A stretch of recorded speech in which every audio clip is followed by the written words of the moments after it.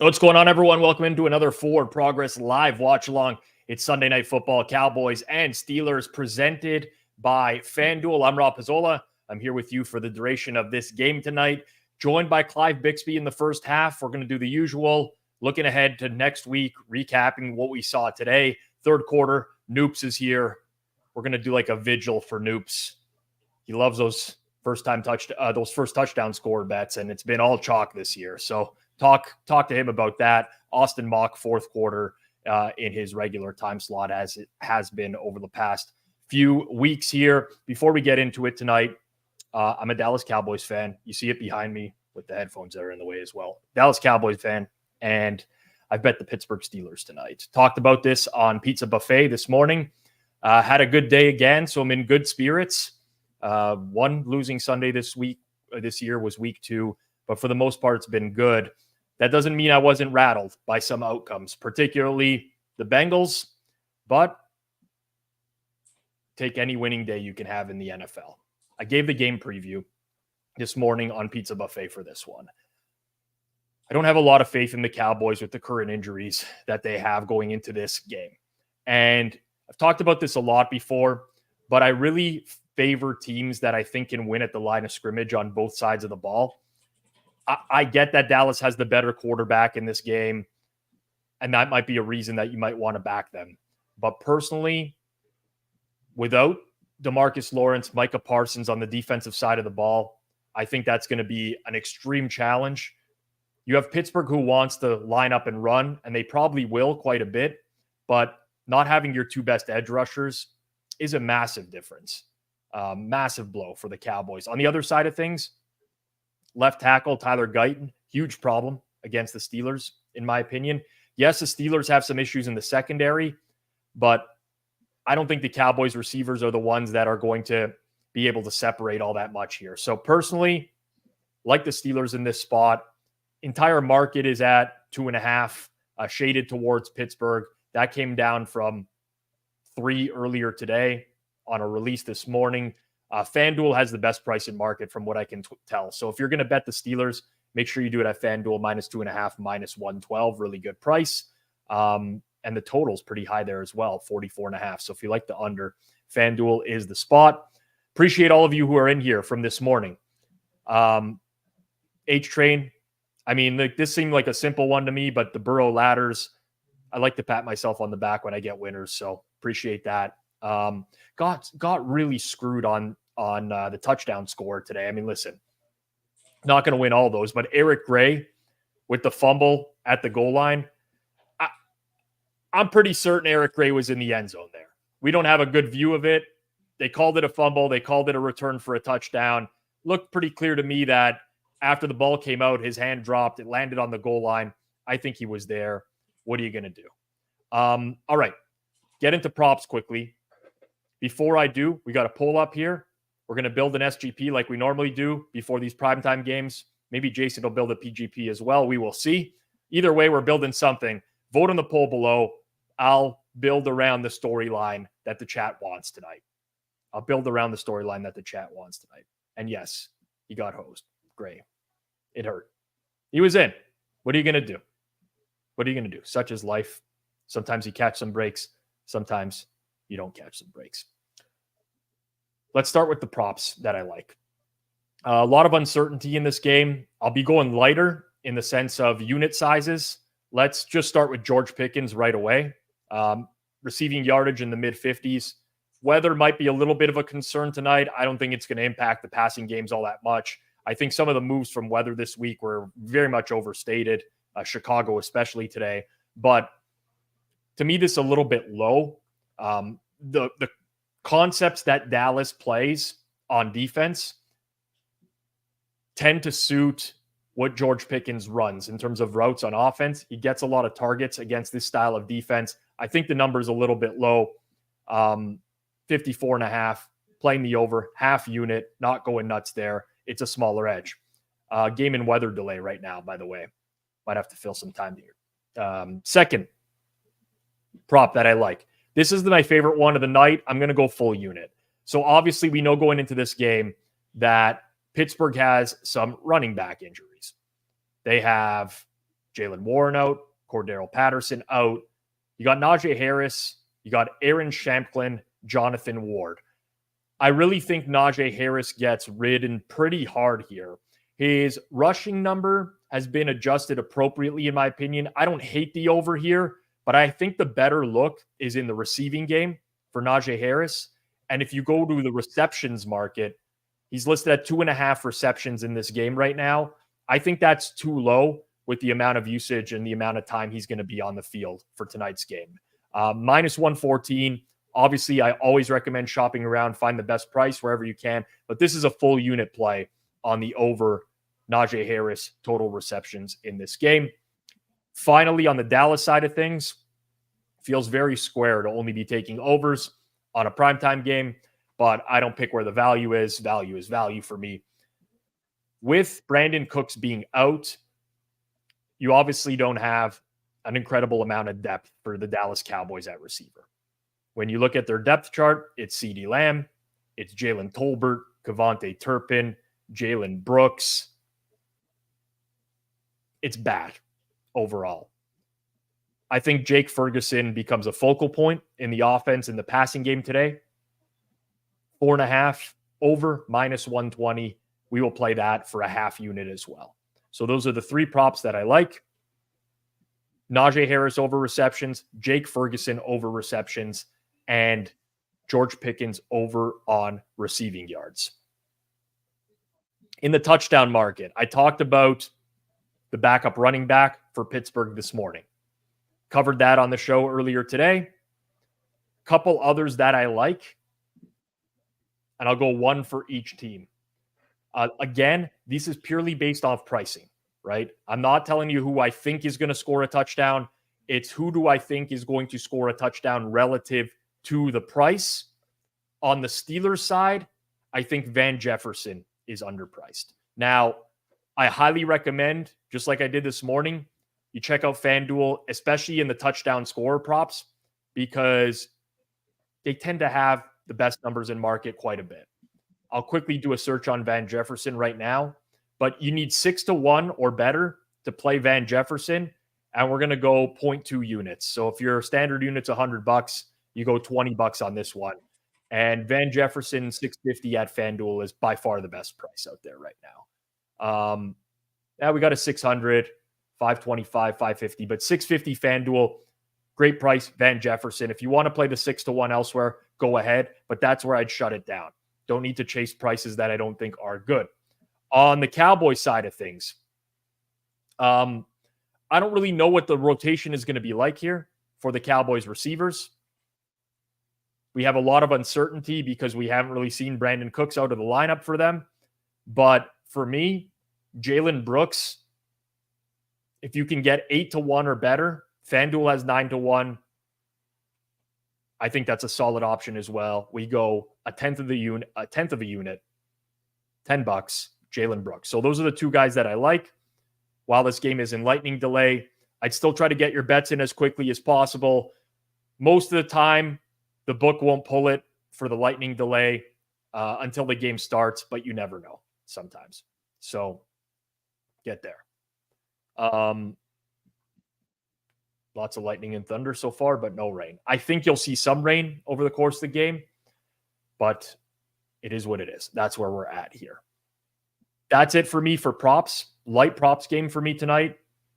Again, Pittsburgh side for me, which this is going to be a weird one. I don't know that I've ever been on a watch along where maybe I have. I can't remember. I have a really piss poor memory, but a game where I've bet against I guess I was on as a guest last week when I bet the Giants against the Cowboys. So that counts. Don't really know how this is going to play out or what my sentiment is going to be throughout the game. I put the yellow background on behind me, very light yellow color there. So we got a mix of Steelers and Cowboys on the stream. Appreciate all of you who are in here right now. See a lot of familiar faces. I also have some new faces in here. General Star, how about Pickens receptions? So I think Pickens receptions is also fine. I tend to give out the bigger edge that I have. So I think there's a better edge on the receiving yards. but I think receptions is also fine. Sometimes in past streams, we would go half a unit on receptions, half a unit on receiving yards. Tonight, I've chosen to just go with the receiving yards because I think that's the better option. But you can go either one. What else do we got here? Freiermuth first TD, 18-1. I don't hate that look, Chase. But again, high vig market, real challenging altogether. Sorry, Sons. I know it's been an incredible stream so far, but we got to bring them in. Jizzy J coming up. What's going on, Jizzy J? The people are clamoring. The people are clamoring for me after my band performance last week. No, I'm excited. I had a good day. Rob, did you have a good day today? I did have a good day. Again, mixed results. Some things that were frustrating. But overall, when you win more than you lose, you can't complain. Some things that I was very adamant about. When I'm really adamant about something, those are the ones I really like to get right. So Commanders for me today. I tailed Judah on some alternate Commanders lines as well, which he gave out as his best bet on the Wednesday Best Bets show. So that was a big one for me. I just didn't want to look like an idiot with a decent sized play on the Commanders and then them losing to the Browns. And that didn't happen. So that's good. How about you, man? Yeah, pretty good. Day saved by Amir Abdullah. Other than that, I got his anytime touchdown in. Other than that, it was like a pretty good day. Relaxing, excited for tonight. Yeah. I think I've filibustered enough here, and I think it's time for me to reveal my PGP if that's okay with you. All right, you go PGP, and then when you're done with your PGP, you let me know what the chat voted on altogether. And by the way, vote on the poll if you haven't. Like the stream if you haven't as well. And if you enjoy this content, share it out to your social platforms as well. But go ahead, Jason, hit the PGP. All right. So if you caught the prop show, you would have seen this already. Spoiler alert. But if you haven't caught the prop show, what are you doing? We went 2-1 again this week. Go watch the prop show. Maybe not now, but next week on Saturday. It doesn't have a lot of value now. I know. Not going to watch props that already happened. But I will say, if you didn't like it, maybe go and like it. It does us a solid here. But anyways, release it on the prop show. It's a simple one. Justin Fields' first touchdown. Justin Fields' last touchdown. We're hoping for one touchdown tonight, and we're hoping for it to be Justin Fields. That's where I'm coming from. That's it. You know what? I will say it's an interesting angle. I mean, is it a great bet at 54-1? I don't know. I think you're stretching the boundary here, but you can use your tokens for tonight. There's a Sunday Night Football SGP profit boost token. Get that thing boosted up 1.5 times. Another 27-1. We're looking at 81-1. I think that's all right at 81-1. I don't know about your 54-1. Shop around, but I think that is the best price in market. It was a little bit better earlier on in the week. So again, more value for hitting that Saturday show if you want to get a better number on the PGP. I think you're trying to really look intelligent now with these. You got CLV on it, yeah. We'll take it. Yeah. Is that Galaxy Brain? I've been kind of waiting to do something like this for the entire. No, I don't know. I don't know that it's Galaxy Brain. I think it's like it's a smart idea. It's a good dependent good on price concept. though. Yeah, fair. It's a good concept. Well, I will always say shop around. I'm not sure what other books are looking at. And Devs is asking if you should throw in a 2+ TD. No, on the off chance that it's the only touchdown scored in the game, which is what I'm kind of banking on right here. I wonder what it looks like if you just, I guess there's no prop for just only one touchdown. Yes. Under 1.5 touchdowns for Fields. Anyways. All right. I hear Joey in the chat right now. He's sick of you. He wants a real SGP here. Listen, let's try to build one together and, cheer him. Okay. You know what? What are the results? Let's build one quickly just in case we have we randomly get out a lightning delay quickly here. We got Steel Curtain 2.0 as the result that led the way. Okay. So we're building it around the Steelers defense having a big game, essentially. So we got to start with an alt under is what we got to start with. As much as this is going to be like the absolute last thing I want to root for, alternate total points. Game number at FanDuel right now is 44.5, right? So I say we sell down to 41.5. Okay. 41.5. We start there. For that to come through, we probably will have some success. Yeah, Dak under is probably a good play there. Either TDs or yards. I would go under passing yards. Okay. Under passing yards on Dak. We want to go with some sort of iteration of, I think, a Steelers running back to put up big yards. Because if the Steelers D is performing well, you probably get a really vanilla game. You're going to get a vanilla game plan from the Steelers no matter what, right? Like, let's call it out for what it is. That's what they do. Tomlin's more of a defensive guy. Arthur Smith wants to run the ball. But yeah, maybe this is a Najee Harris pig game. 100+ yards. I'm in for that. 100+ takes it to almost 10-1. Okay, and then what do we have for defensive props here? I don't like the record a sack market, and you can't parlay interception. We could do player to record a sack. We talked about this a little bit. I don't like it because it's not like over under a half sack. I think they need the full sack to get it. I see what you're saying. I might be wrong though. I haven't read. We got to read the rules. We got to read the fine print on this. Who knows? That's my bad. Who knows about the fine print on FanDuel sack market? Someone must have drop it in the chat. Yeah. I don't hate Nick Herbig, honestly. I really don't. You have Alex Highsmith out. Nick Herbig is there. He's the guy that's going to see a lot of, well, it depends. They might move Watt around. I mean, I'm not playing TJ Watt to record a sack at -210. I'm going to tell you that right now. That's no. Herbig's our guy, right? Yeah. Herbig's our guy. What do people think about this? I need honest opinions, people.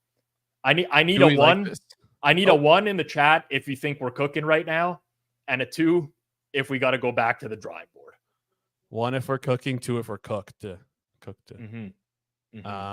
Kicking overs. I don't.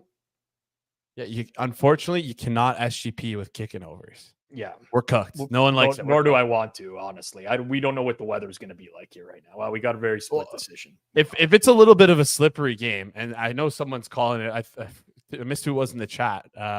Okay, you know what? This fits the theme of the parlay. But Pittsburgh defense anytime with an alternate under is very challenging. Remove the alt under just for 1 second here. I think this is what we got to go with. Okay. Can we get like can we do like a Dallas Cowboys team total under? Is that possible? We could potentially do that. We could potentially go that route. Chat, is that cooked? 1 if we're cooking, 2 if it's cooked. Or Steelers money line. I think that's the better one. I think that's the better one. It depends on what it adds to the parlay. Go for it. So like it barely adds anything. Yeah. Okay. We would have to do like Steelers alt. First half under with weather. Okay, let's put our meteorologist caps on right now. Let's see what's going on. I'm doing a deep dive into the weather right now.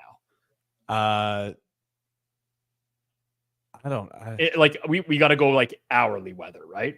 Like I think so. It's not supposed to, like I'm looking right now at could we do a first quarter under instead? But it doesn't even look like it's bad. Like it's I say that now. There is a high risk of big rain, but like or risk of big rain.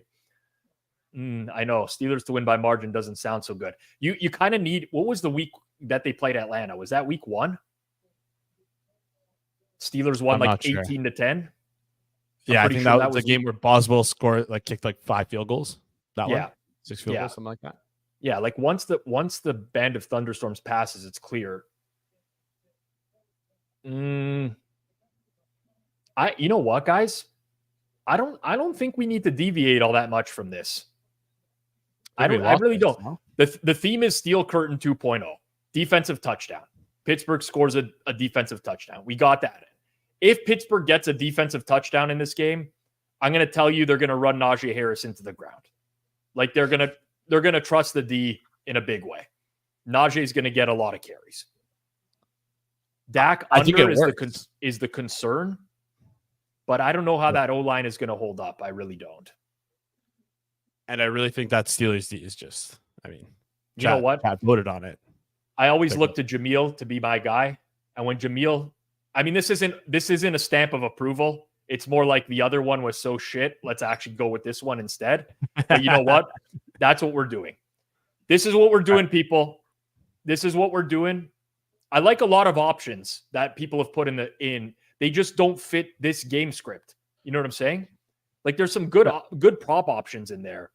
But I don't want to just root for like random stuff to happen. I want the story. I think this perfectly fits the narrative here. The Dak under with the Pittsburgh anytime. Like I feel like that's just exactly what it is. The only option that we could change is if we go to rushing props. Is there rushing attempts? And the only issue you cannot do rushing attempts, unfortunately, in an SGP in the SGP on Fanduel. That's fine. You know what? We're rolling this. We're riding this. I like this. One in the account now. I've convinced myself I like this as well. And on top of like obviously the narrative that we're going with here with the steel curtain, like Dallas Cowboys, like their run game is horrendous. Their run stopping ability is just absolutely. Sorry, I know you're a fan, but it's atrocious. It's atrocious. Like no, I don't mean to be piling on you. Well, like they're down a bunch of players on the defensive line, and they don't have a good run stopper. Like, you know, what are you going to do? Like, people forget that too. Like, losing DeMarcus Lawrence and Micah Parsons is not just edge rushers that get after the quarterback. Like, you lose starters that could stop the run. Jordan Phillips is on IR. I'm good with this. Anyways, I'm talking a lot here.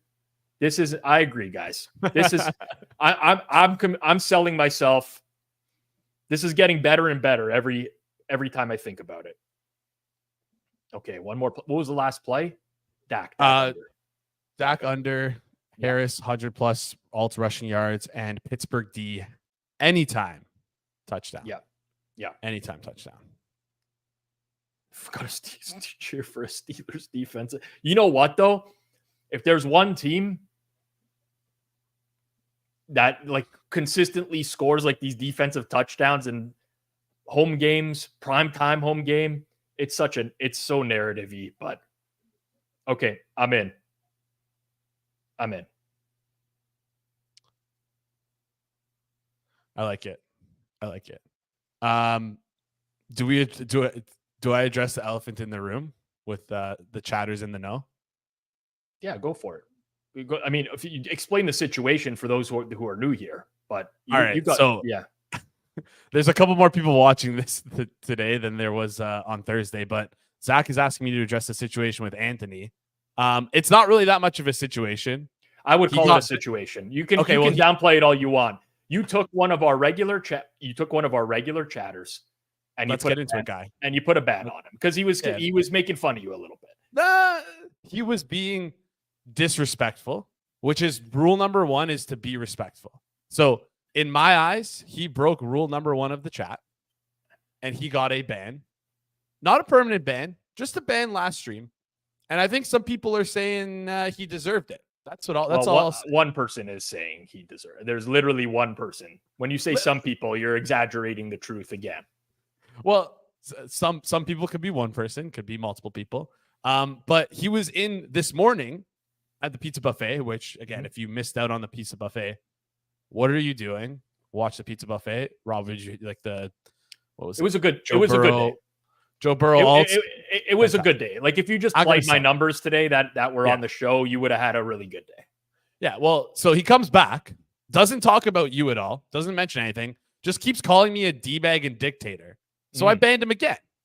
That is like being disrespectful. I feel like, no. If you're consistently calling the producer a D, and he's saying, I will not support a single thing that Jason does on this channel. Well, buddy, tough news for you. I produce every single show. So if you don't want to support me, like, it's true. And honestly, we play it up a little bit, but you guys got to support Jason. Jason's my guy. Listen, I kick him off screen when he stays on too long and you guys get agitated. I give him the gears behind the scenes as well. You think that Rob Pizzola here is like nice guy, nice. He gets it. He knows. But there's a balancing act that has to happen here. Yeah. So and Anthony is welcome back, but we're not going to stand for him sewering you as much. Like the only guy that I can really take that hates you, but I kind of think it's a shtick, or at least I hope so, is Sons. Right? Sons, yes. But also at the same time, Steven, you can do whatever. You can say whatever the fuck you want. Sorry, you can say whatever you want to me because you can swear. You can be profane. You started. You got that parlay for me last week. The anytime touchdown. If it wasn't for you, I wouldn't have hit that. So thank you for the extra $50 in my bank account for that one. Yeah, we like the idea of me, but not the. I like that comment a lot. I would agree. I think the idea of Jason is a lot better than the actual Jason. But listen, I've been told that quite a bit. I hope Anthony Glenn, if anyone knows the guy, I hope he can find a way to make it back here. We don't want to lose one of the nails. We don't want to lose one of the nails. And here's the thing, like, welcome back. You can rip on me all you want. Just be respectful. That's all we ask. And again, guys, if I feel like anyone in the chat is being disrespectful, I'll say, hey guys, relax. Like you're breaking the rules. And after the warning, if you guys continue to do it, it's simple. Bang, ban hammer. Yeah. But yeah, we don't want to be dictators here. Well, Jason might, but we don't want. But I'm going to dictate right now that we have almost 400 watching and we got 109 likes. It's unacceptable. You guys know better. And, we don't want to be dictators here, but there might be some soft bans for people for not liking the stream. I'm just calling it out for what it is. Listen, Steven Robinson is, I love where his brain goes. I love where his brain goes. We got a little bit of time here. Well, who's get the ball first? That's the problem. Do we know? Did they even have a coin flip yet? I guess we can do for both teams. It doesn't matter. We can do one for each team. All right. First drive. Yeah. Do we have a first drive? So it's Steelers first drive, and then it's Cowboys first drive. So it's not dependent on who gets the ball first. It's just on the team's first individual drive. So if there's someone you like, I get real excited by these 2+ ones. You know what I'm saying? The problem is these first drives I think might suck. Like what are the scripted drives for Steelers and Cowboys?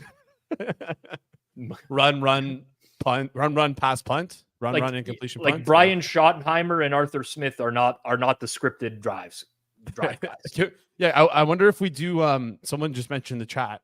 Punt on the first. No, not first place from scrimmage. There's drive results. Drives in the nav on the top. Yeah, I think it's drives. Steelers first drive result. You want to do punt for both teams? Yeah, let's do that. What is it? Punt is plus 115, and for the Steelers, which is if they're both plus money, I'll rip a half unit on both.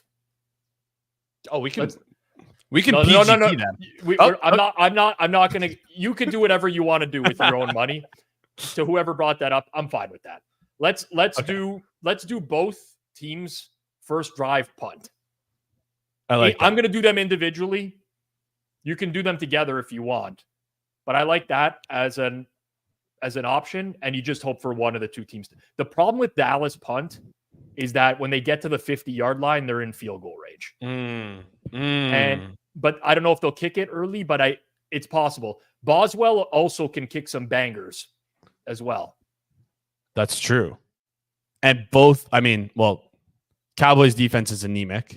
Yes. But the Cowboys really only need, on their drive, they only need 2 first downs, and then they're in field goal range. So it's Well, okay. That's going in. That's in the account. We're good. Half unit on each.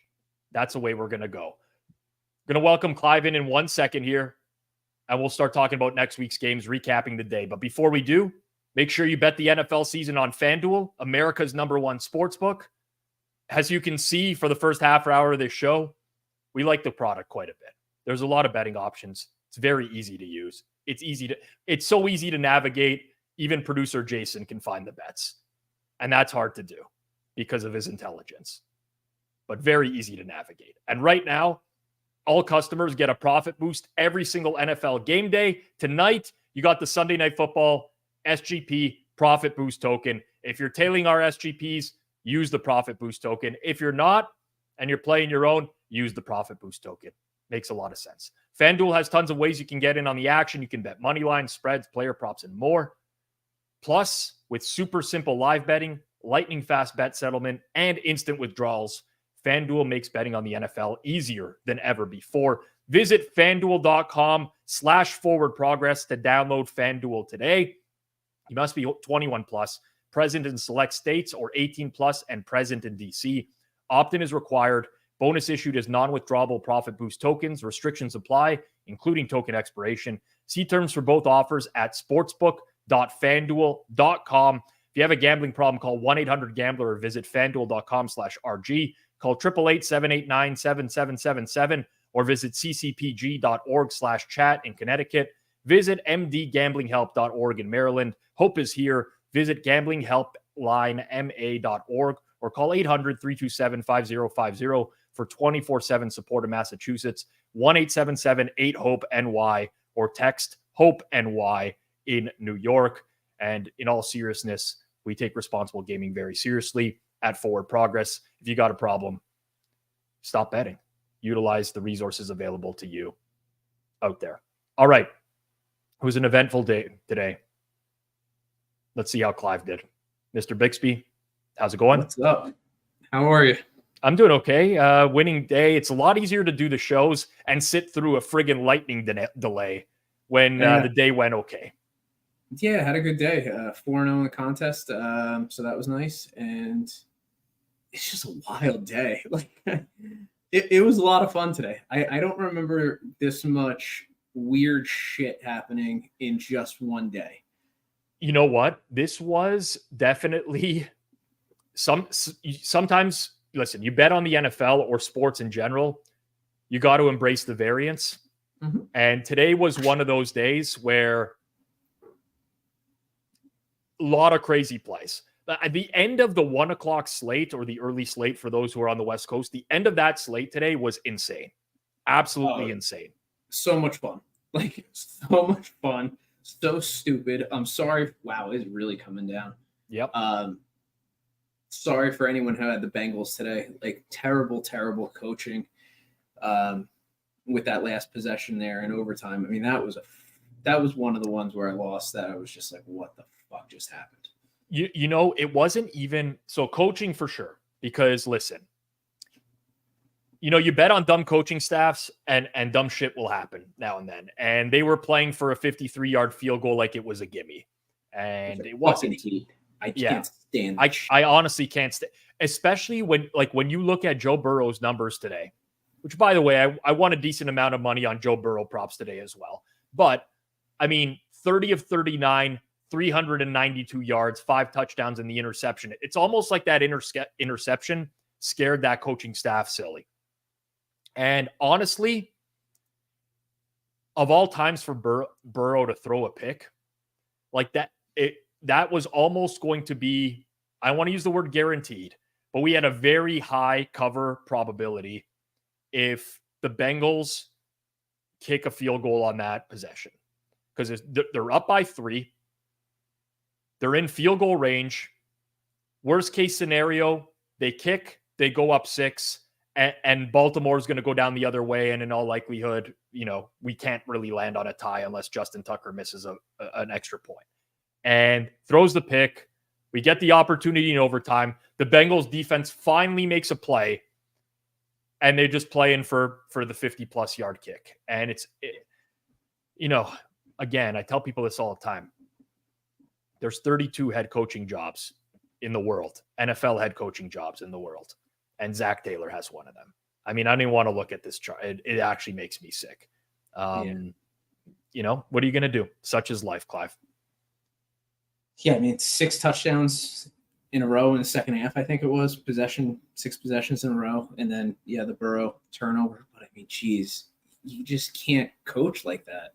I saw somebody post something that they wanted in the Tampa Bay game, they wanted 3 kneel downs and just kick a field goal, which would have been, if they kneel down, a yard loss every time. I think it would have been 48 yarder. But the same shit, you can't do that. Like, a first down wins the game there, by the way. Like, can't be results oriented. You have to do what the intelligent thing to do is, and just wild. Yeah. That was a frustrating one for me. It's funny because I have a good day and I'm starting with all the frustration I had, including in wins. Like, Carolina, Chicago over. One of my favorite things is a better. I don't know how you feel about this, but you get CLV as a better. It's a good feeling because you got out ahead of the market. You got a good number. You want to pat yourself on the back. The better feeling, in my opinion, is when the market resists you on a play. In fact, sometimes it comes back in your face and you end up being right.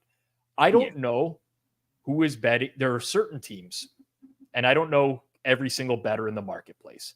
And I 100% respect anyone who can win big money on the NFL because it's a challenging sport to do so. But Cincinnati draws under money every week. Carolina draws under money every week. I mean, Washington was getting some under money. And I'm like, I don't know why these are moving against me. I don't know if someone is anchored on the scoring from the early season that was like really suppressed for the first couple of weeks. I don't know what's going on here, but some of these moves have made no sense to me. And those are the ones that I want to win. And luckily, I've been doing really well on those this year. So that was a good feeling for me today. Yeah, how many overs did we have? It feels like it was either way over or it was relatively close to the number. The Green Bay Rams game went well under. Yes, Giants with a defensive touchdown, Green Bay Rams. So that, listen, I bet Green Bay and the over in that game. There was a point where I'm like, oh shit, I might lose both of these. But you get the defensive touchdown, still doesn't sniff the over. Green Bay's offense, was not good today. Like, this is the Rams defense. Is boom or bust again, and that's a Green Bay a lot of times, but it really was not good. Yeah, Stafford looked terrible, I thought, today too, for the most part. Agreed. Missed a lot of throws today. Missed a lot of throws. But a lot of games I think did go over. I think more went over than not. Jets, Minnesota slightly under. Bears went over, which was a little bit of a sweat for a while, surprisingly. And it really was a sweat for a while.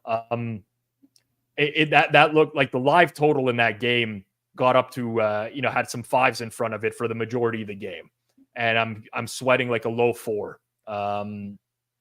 Anyways, that was big. But like, you can go through each one of these games and like, there was a substantial swing in pretty much everything in some capacity. Indy, Jacksonville. I mean, I bet Jacksonville -1.5 second half, -2 second half as well. And they're up 34-20. They're killing in the second half. And within like 3 minutes, the Colts score two touchdowns. I'm like, yeah, you know what? I get this for betting on the Jags. San Fran's kicker gets hurt. San Fran had 6 trips into the red zone today. They ended up with 1 touchdown. You just can't account for certain things in sports. But you can use them to your advantage in future weeks when you're like, well, this is kind of like a misleading box score type of thing. Yeah, absolutely. And I feel like this is not the first week the Niners have had, like, when they played the Rams, a similar week where they move the ball really, really well and they're just not getting the ball in the end zone. And, like, I'm going to say something that's like, duh, no shit, Clive. But, I mean, you're missing McCaffrey and you're missing Debo. And, that opens up the rest of the field for other people. And the offense hums a little bit easier.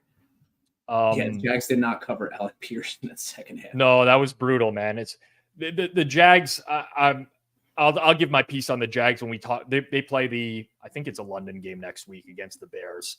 But yeah, the Jags are not my kind of team. I'll tell you right now. I've had enough of the Jags in the early going here. There's a few other things that were going on today. Like, I can go game by game and just tell you, like, all sort.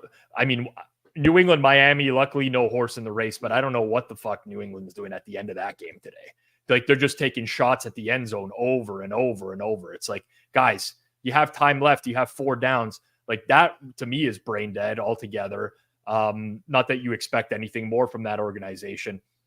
Houston Buffalo, though, is the one I want to talk about because in real time, I'm watching Red Zone, right? And Scott Hansen is freaking out about the clock management. And I'm yelling back at Scott Hansen, who can't hear me. Like, what are you talking about? And I don't know whether that has an impact on what people believe. Like, if you're watching Scott Hansen get really upset about and for me, if you go back and watch this, right? Houston has 3 timeouts in the game, all 3. Yeah, and how many seconds were left? 40 what? 40, yeah, it was. I don't know the exact amount. I think it was 40 seconds when they first got the ball, and all the Bills are trying to do here is pick up a first down so that they can run out the clock. That's kind of the goal in this situation, right? Houston is stacking the box to stop the run. The timeouts don't really matter. They don't really make a difference at this point because really you just, as Buffalo, where you are at that point in the field, you want to get a first down. So people are up in arms that Buffalo threw the ball 3 times and they were all incompletes. Now, maybe the throws downfield were not the exact, plays I would have gone with. That's where I'm at. Okay. So, and I think that's fair, but I would rather try to pick up 10 yards with Josh Allen throwing the ball 3 times than running the ball up the middle 3 times because you could go run, run, run. Houston uses timeouts. Now, there is a probability you pick up a first down, but in my opinion, in that situation, with the way the Texans are playing at the line of scrimmage, it's low. But you could go run, run, run, burn the timeouts, punt, and then Houston's still going to be in the same situation.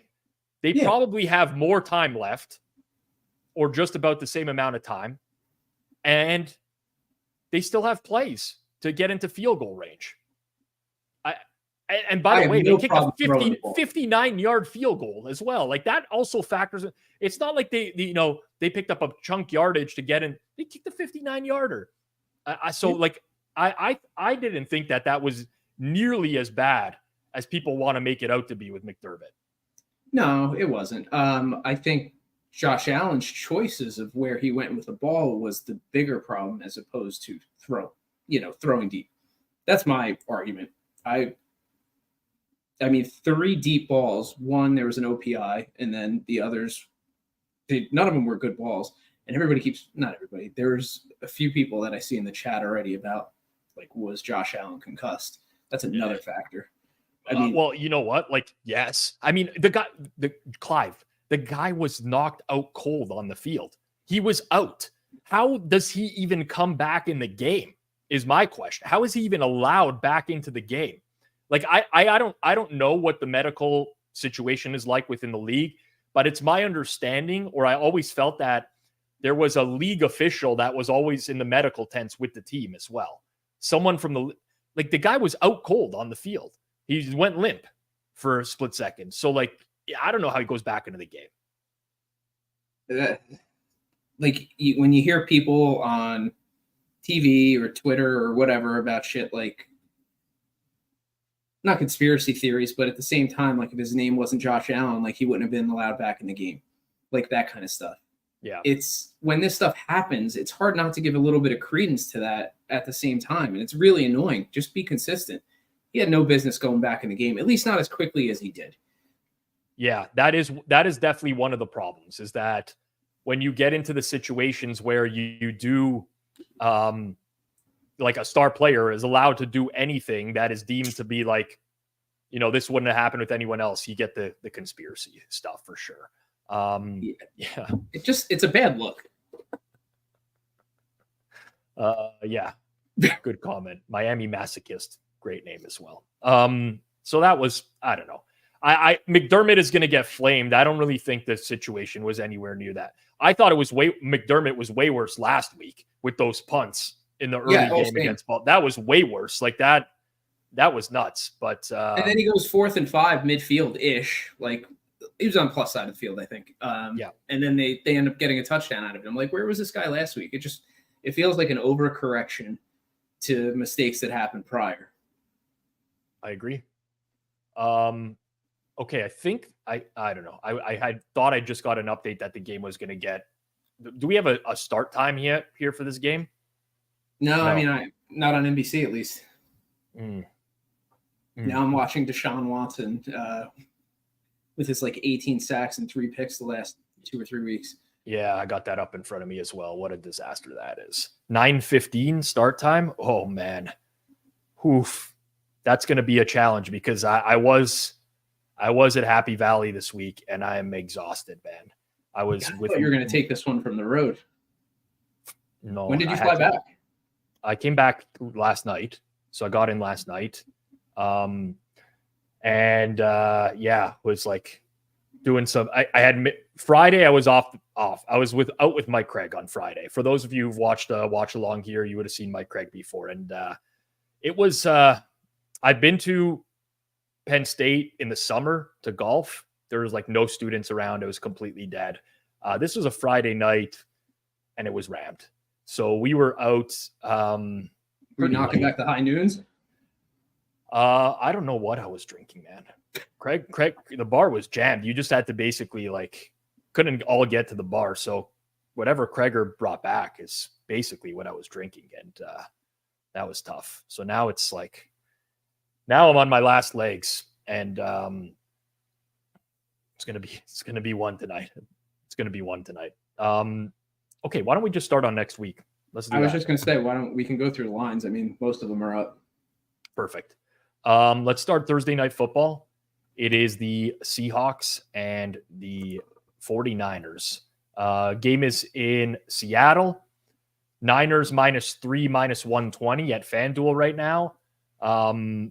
Seems like this is one of the best spots to bet the Seahawks if you wanted to bet them early in the early going here. Total in the game is 47.5. Some injury information or situations for both teams from today. So 49ers lost a couple of safeties in game. Talanoa Hufunga got hurt again. Jair Brown got hurt again as well. And then Seattle, who went into the game healthier, with the exception of Boye Mafe, who was hurt, they lost Uchenna Nwosu, who came back from injury today, and they lost Reek Woolen at corner as well. So some defensive injuries on both sides of the ball there. Obviously, we talked about the situation with San Fran today, Clive. No kicker. I mean, listen, it's weird because I watched a lot of that game, and it felt like San Fran was in control a lot. But now I'm looking at the box score metrics, and it's like, well, they didn't really play all that great of a game. Got to give a little bit of credit to Arizona. I thought Seattle was horrible today, though. Horrible. Seattle was god-awful. I mean, so that was the one being in New York, or New Jersey. That's the game that I had for, the local game. And boy, did Seattle just absolutely shit the bed. Geno looked like absolute trash. I don't know if he didn't give a shit or what, if he just took this game off, but it was bad.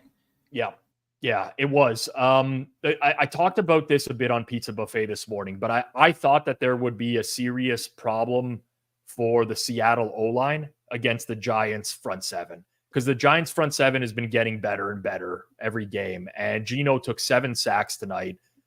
They had a decent success rate on offense, 49%, but they had so many of these negative plays that were sacks that they just really couldn't get it going at any point. And I'm looking at the time of possession right now. I'm going to look this up because it seemed like the Giants had the ball all game at every single time I was looking at that. And it did. Yeah. 37 minutes and 22 seconds for the Giants at the ball. Now you need Seattle on a short week. That defense, pretty gassed. They've been doing a lot of traveling lately. It's a pretty tough spot for Seattle. I think you might get some. There's either going to be some support, I think, on San Fran or the over in this game. Over. Yeah, I think the over. The other thing is, I mean, Seattle, there was a 14-point play, 14-point swing in one play. And I actually do think that was a touchdown. So aside from that, Seattle was really, really useless. This could be a spot, and I know the Niners haven't been doing this year. Might be a spot to see the Niners win by margin, even on the road. The problem I have with the Niners right now is like I'm looking at their efficiency. They've played 3 games in a row now: Rams, Patriots, Cardinals. Rams, they ended up losing to, maybe, fluky loss. Patriots, they blow out just like everyone's, Patriots suck. And they lose to the Cardinals as well. So they're on a run now where they've played some pretty uninspiring football. Prior to that, they lost to Minnesota. I don't think you can blame them right now for that. The Vikings are kind of a juggernaut. But it's not like they've been, they've played 3 easy games in a row. And they've really looked, I don't want to say lifeless. I saw that come up in the chat, but they didn't. They just haven't looked good. Mediocre. No. I mean, you're not wrong. I mean, let's see. Second half, turnover on downs, turnover. Pretty bad second half. Whereas in the first half, they looked like they had the game completely in control. And this is not the first time this has happened. This is now twice against 2 bad defenses, by the way, Arizona and the Rams. So, yeah, it's a fair point. Do you knock them down and market? I don't know that I'm there yet, at least not from in a total perspective. Mm-hmm. I don't know. 3 does seem a touch high. I can see this going to 2.5 juiced. Listen, again, me and Clive do this show. It's our first reaction on Sunday nights. I don't really have numbers run yet for the week. There's a lot that I have to do manually to get stuff up and ready. I personally don't have a strong opinion on the 3.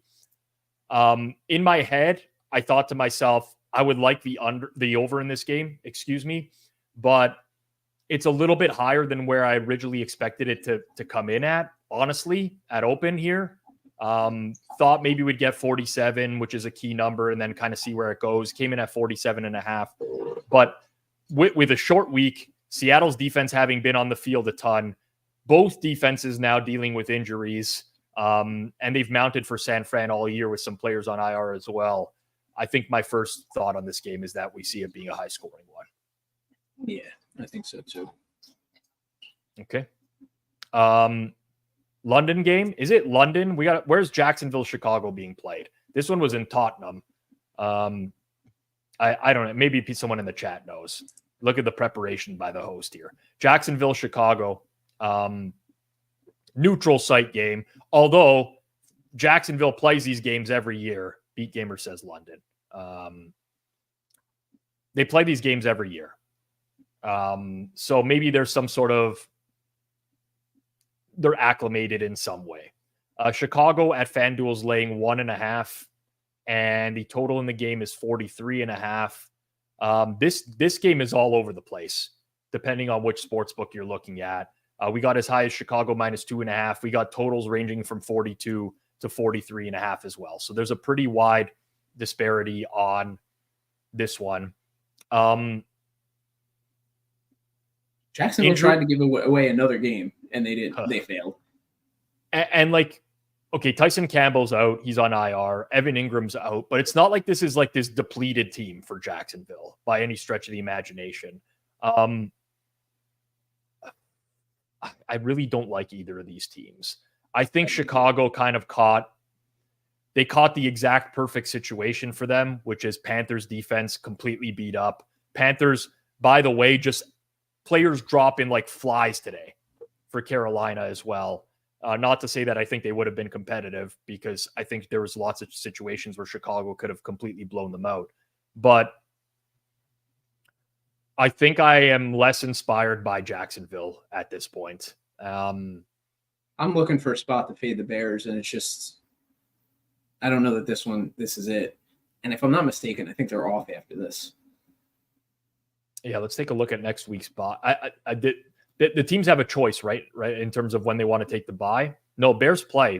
Both teams are playing the following week. Oh no, never mind. Sorry, I'm incorrect. I'm incorrect on that. Bears have a bye. You're correct. Bears and Cowboys are the only 2 teams in the bye next week. Okay, so I watched a lot of both of these games today.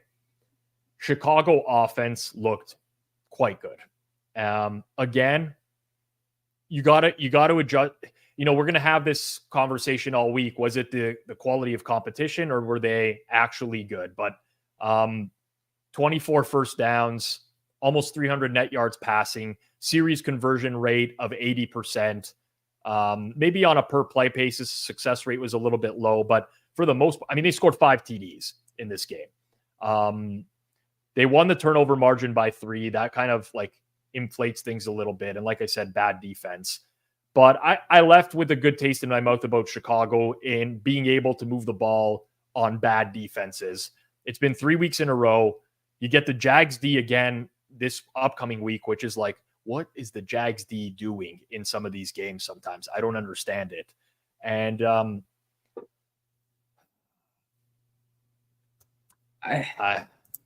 listen, I watched Caleb today, still doing some of that dumb shit. I can't blame the Bears offensive line all the time. I did see plenty of plays where he had a decent enough pocket and he still did not either make the right read or did not make a good throw. Yeah. I think the Bears are still a slightly below average team, or maybe right at average if you want to be generous. But Jacksonville just does not look good either. Yeah, and they so part of the handicap for me with Jacksonville today against Indy, obviously Indy's dealing with a lot of injuries themselves. I don't really care about the motivation. I know a lot of people were talking about that. Oh, Jacksonville can't lose a game. They're going to play for Doug Peterson. I don't care. Doug Peterson also, this guy. They should play so he gets fired. They went for it on the first fourth down that they had. I think they got stuffed. So the second time around, they kicked the field goal instead. He doesn't even know what he's doing anymore at this point. It's truly dumb. But they didn't punt in the first half.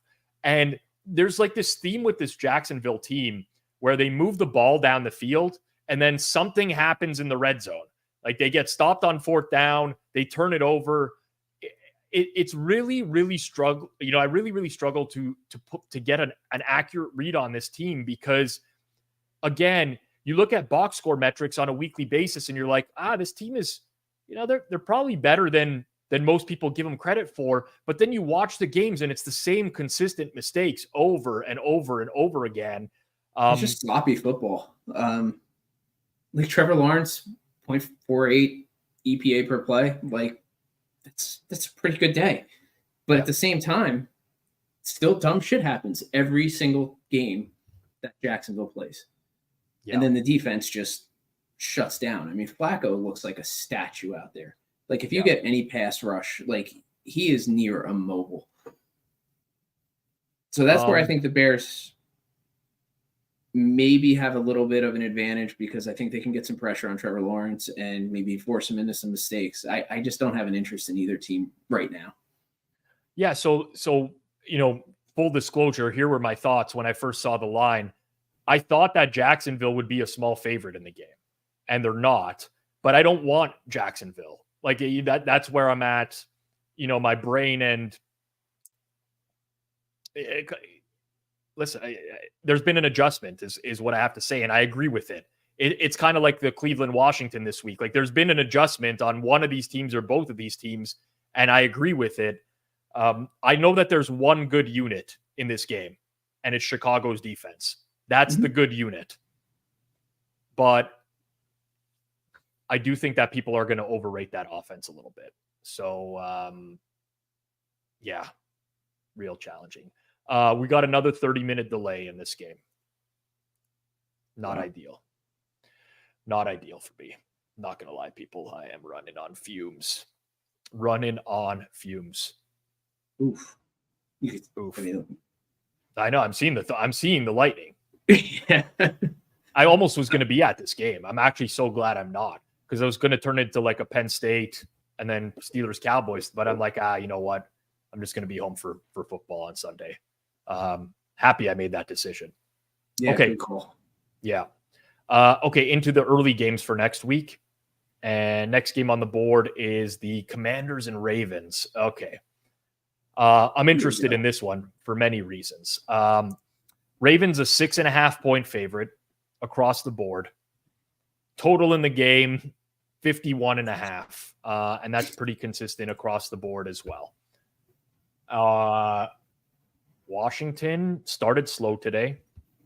Again, I mean, I'm going to say I watched a lot of these games today because I did, because there were so few games relative. We had the early morning game, Minnesota Jets. We have a lot of bye weeks. Washington's pretty healthy. There was a Marlon Humphreys injury in this game for the Baltimore Ravens. That's one to keep an eye on because I don't love their cornerback group altogether. What do you think? First thoughts on this, because I have some. So I saw very little of the Commanders-Browns game other than when Deshaun Watson was just absolutely shitting the bed. And I saw Jalen Dale make some good plays.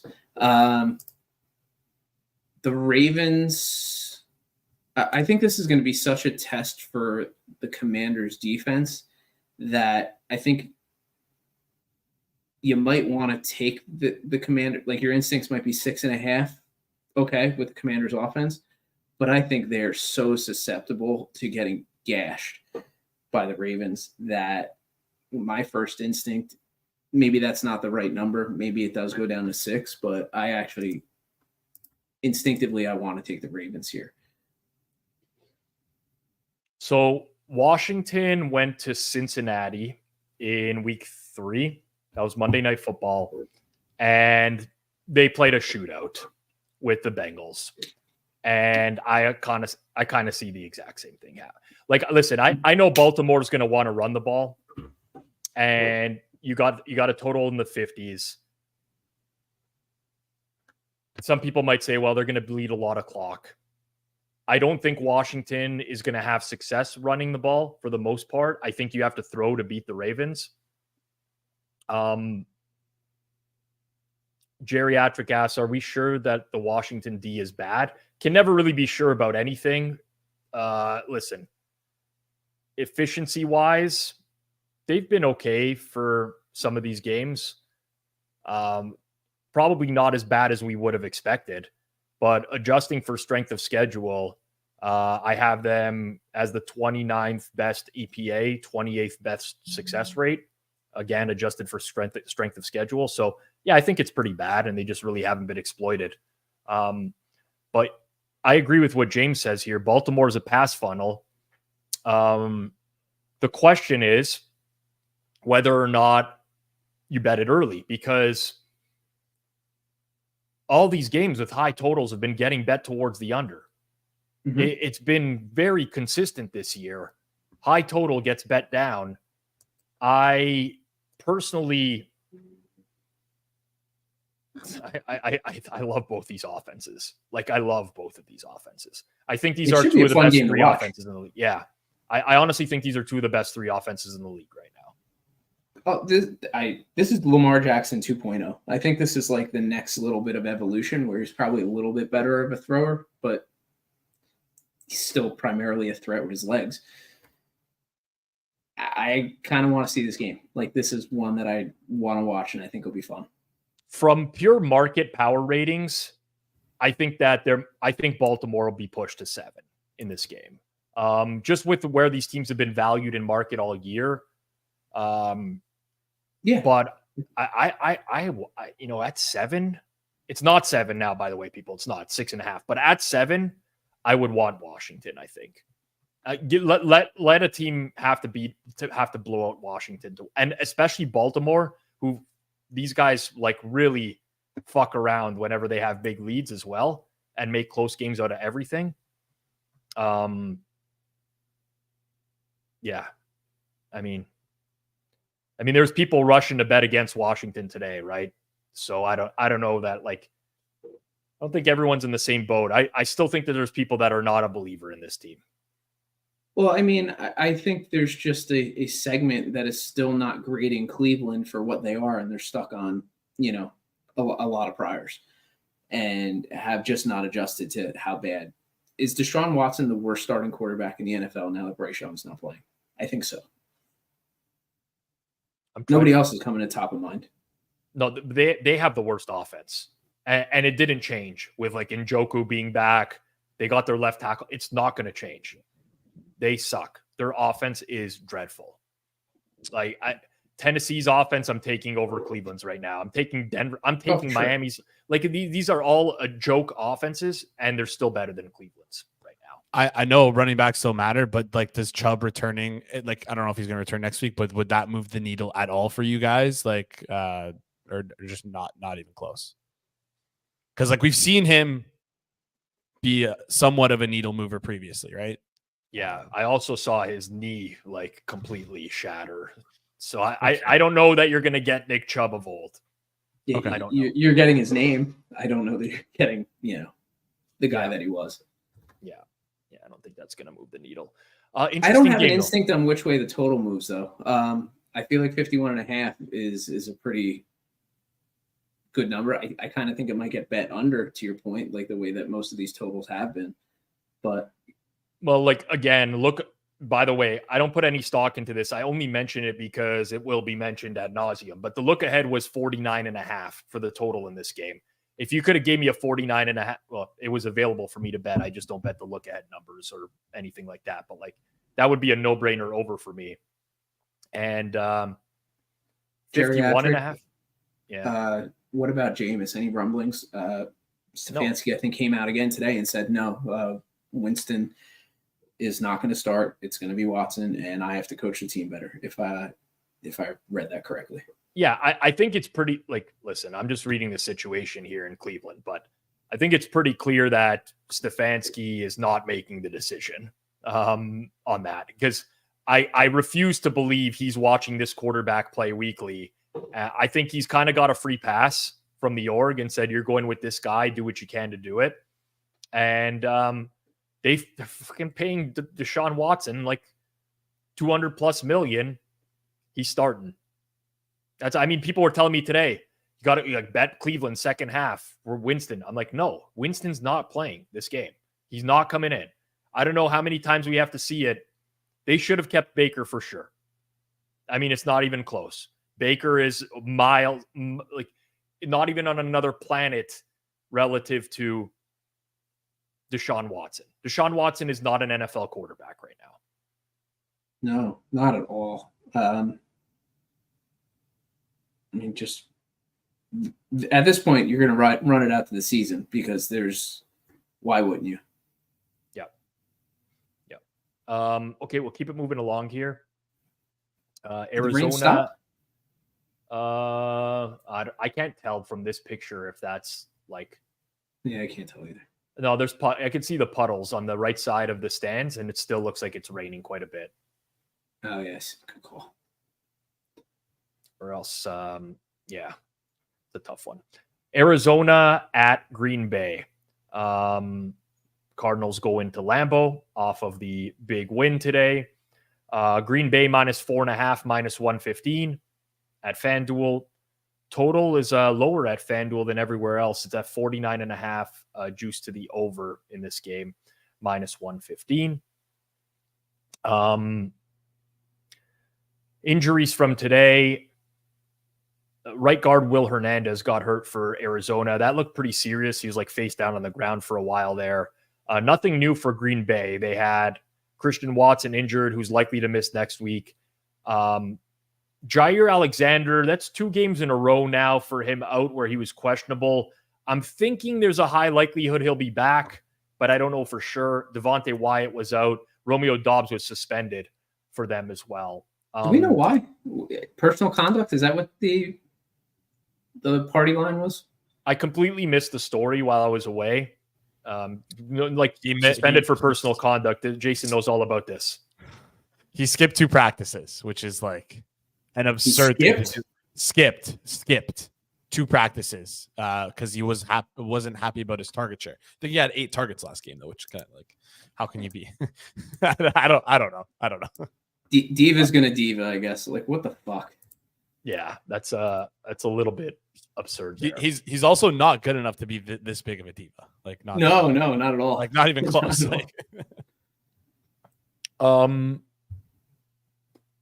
Okay, so with this game in particular, I wasn't impressed by Green Bay today. It's kind of 2 weeks in a row now where the offense just doesn't look right. They played the Rams pass funnel. I mean, I shouldn't even say pass, just bad defense all around. And they struggled with consistency today. Arizona, good game. Really, listen, I don't want to take anything away from them because listen, you look at the box score of the game and you're like, this is totally fine. Arizona had pretty solid game. There's not a whole lot discerning San Fran from them, but San Fran had the 3 turnovers. And like I mentioned earlier, they had 6 trips into the red zone. They had to play without their kicker for a lot of this game, who rolled his ankle. And I mean, they had to go for it on a 4th and 25 for crying out loud because they weren't far enough to punt. So there's a lot that goes into this one. I feel like this is a good matchup for Green Bay. I do. And Kyler Murray didn't necessarily beat the Niners throwing the ball all that much. He beat them more with his legs and scrambling. Yes. And not just the touchdown, extending drives, etc. So, Green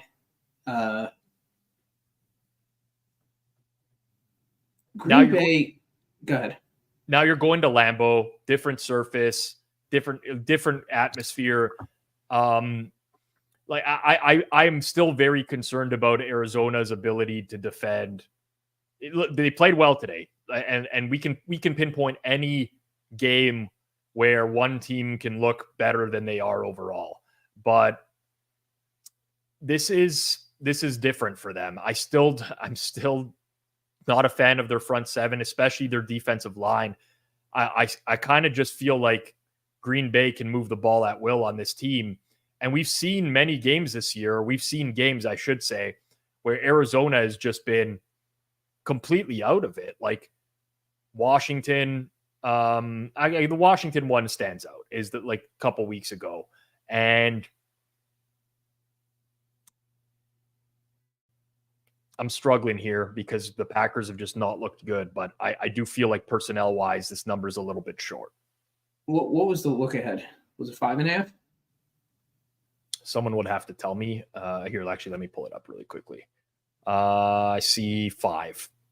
So not much of a difference here.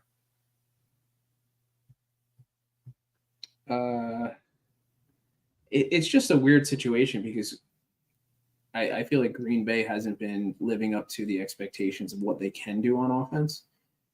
And Jordan Love just looks different, it seems like, when Watson's on the field versus when he's not. And not that always Watson's making the big plays, but there's just something different about the offense when he's on the field, whether it's him stretching and getting attention, whatever it happens to be. I didn't think Jordan Love looked particularly great today. No, but at the same time, he had like the Will Levis play of the week.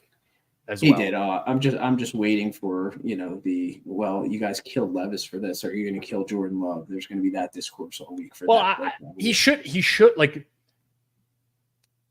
I don't know why he should be killed. It was fucking terrible. It was so stupid. At some point, the problem I have with Jordan Love, right? Jordan Love got a 4-year, $220 million deal with a very small sample size of games played, and the games are all over the spectrum, right? There's a bunch of terrible and there's a bunch of really good. It's there's a bad comparison because he's a lot better than Anthony Richardson, but it's that same type of vibe where they're reliant on same type of deal where they're reliant on these big plays, and when they're not there, it's ugly. And today, efficiency-wise, not a great game for the Green Bay offense against a bad defense. I mean, they were 1 of 8 on 3rd down. On a per-play basis, not bad. Fine, 5.6 yards per play, better than I would have thought. But 44% success rate, and that's kind of what plagues them every now and then. So it's a tough one because, when you're laying points, I'll go like the Judah Fort Gang trade of thought here. But I'd almost rather just lay like 9.5 outline with Green Bay than 4.5. 100%. Like I would rather take that end and go towards a tail than just take a 4.5. Agree 100% with that. Yeah. I got to think about this one a little bit more. because I have been pretty down on Arizona, and I really and this is numbers wise and personally, I like Gannon as a head coach. I just think that this could be, even though they covered the one of the lower spots, we're going to see Green Bay and market for a while. What do you think about the total? I kind of think this gets bet down. What did I say the total was? 49.5, juice to the over. I don't know the weather. Weather notwithstanding, but I just think, normal circumstances, I kind of think this gets bet down a little bit. You're just going to be holding your nose with these deep shots in this game. That's the real problem. Because Green Bay will attack deep. They did that with Jaden Reed. He threw in a triple coverage to one of the Jaden Reed bombs today, which ended up being a catch. But I would agree that Arizona is going to want to go on the road and run the ball. And if Jair Alexander is back, they're going to want to do that even more. Green Bay susceptible on the ground. I could see that. It's one of the games next week that has two offenses, but I could see a game script where it's two good offenses, but I could see a game script where we get an under. Same. Yeah. Okay. We're going to get through this board before kickoff. I doubt it. I'm trying to take my time with it because, listen, I'm going to be that guy because I can complain every now and then, but we got our Hammer team meetings in the morning, 9 a.m. on Mondays. Got to do that.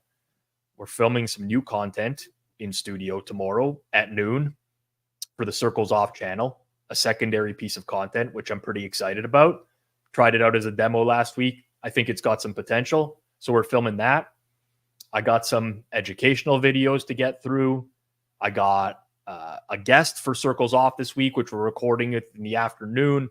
We're doing our first live watch along from the new studio tomorrow. Someone said, get Rob a Red Bull ASAP. I could do that if I was in the studio because we have a Red Bull fridge now there as well. But it's going to be a long day, a very long day. I'm gonna have to head down to the parking garage and catch a nap in the afternoon at some point. You need nap pods in the office. What the hell? We don't have the space. I wish.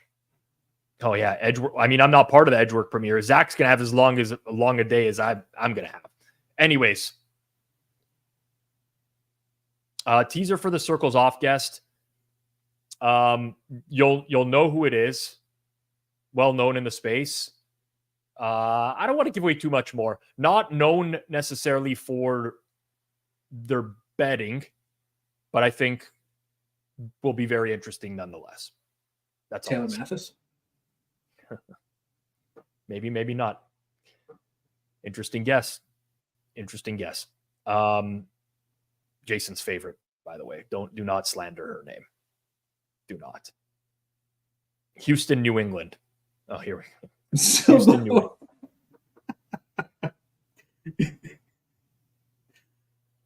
Man, that would be good. The Patriots are something special. I'll tell you that.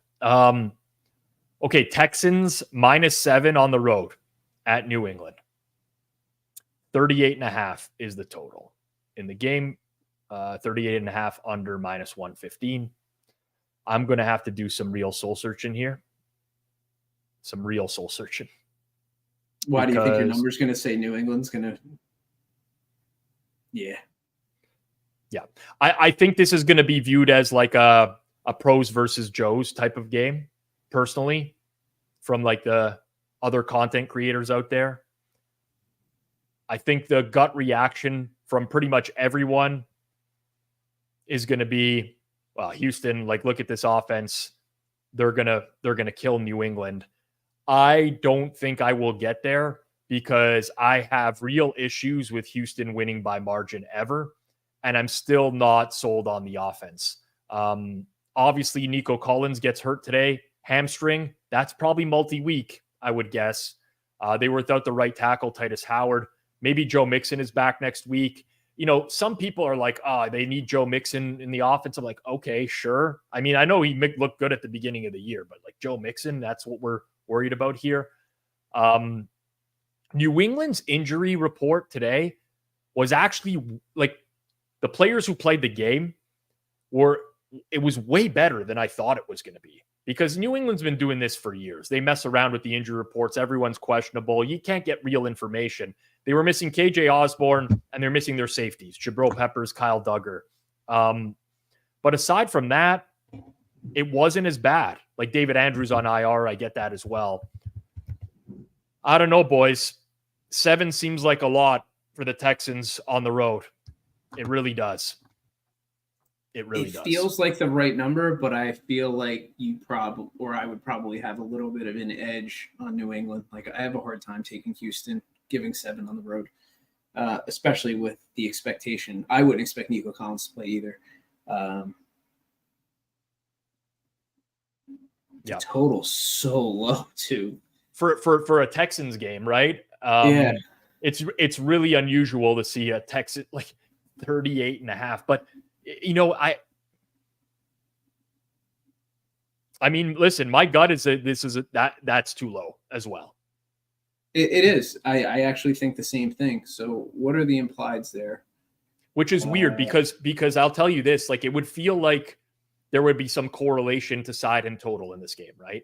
You would think that if you like the Patriots, you probably would like the under. If you like the Texans, you would probably like the over. But I actually don't see it that way. We're looking at 22-15-ish, and I kind of like the over. Out of curiosity, just really random thought here. If the Patriots come out this week and Gerard Mayo says Drake May is our starter at home next week against the Texans, would that change things for you at all? It kind of like widens the range of outcomes in my mind, but I don't know that it's something that's particularly. I mean, Brissett doesn't look good. I mean, Brissett's just somebody who's going to try and kind of manage. They have no passing game. Like, this is kind of where I'm going to right now, right? The O-line is bad, even when they're healthy, and they're not now. Again, David Andrews or centers out. But I agree with you when you say it widens their range. Like, if they came out and said Drake May is the starter next week, I would click New England plus 260 money line in this game. Right. Like, those are the types of things that I would look at. I would look at, alternate totals maybe for the game. It would be interesting. I mean, Pats don't have any really good pass catchers either. Like, so who's May throwing to? No, it's ugly, right?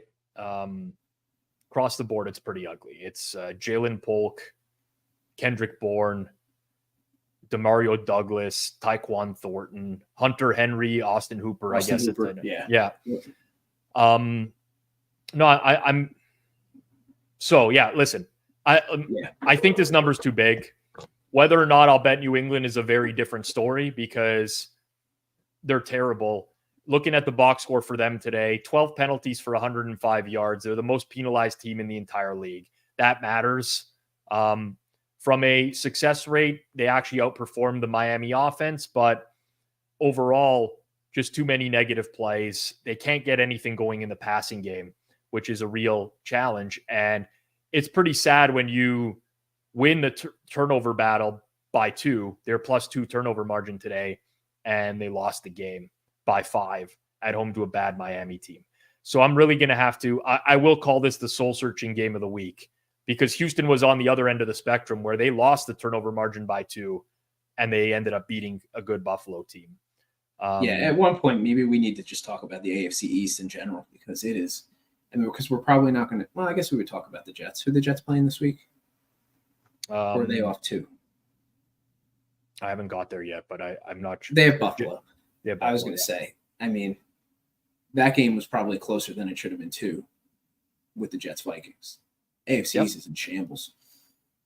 I know how it really is. It's bad. It's bad. Okay, we'll keep it moving. I don't want to spend too much time on the Patriots here. Tampa, New Orleans. we'll kind of skip over that now. New Orleans is playing Monday Night Football against KC. Obviously, I think whatever happens in that game will have an impact. Just note that, again, Tampa's injury report is going to be a big factor for me because they've had several players out of the lineup. They have extra rest now. That could be a big deal for them. Luke Godicke, their right tackle, Antoine Winfield, Kalijah Cansey on the defensive line, wide receivers, 3, 4, 5, Jalen McMillan, Trey Palmer, Cameron Johnson, who got hurt last week. So really keep an eye there. Cleveland and Philly. Philly coming off the bye week. Okay. I'm actually really interested to see what this line is at right now because,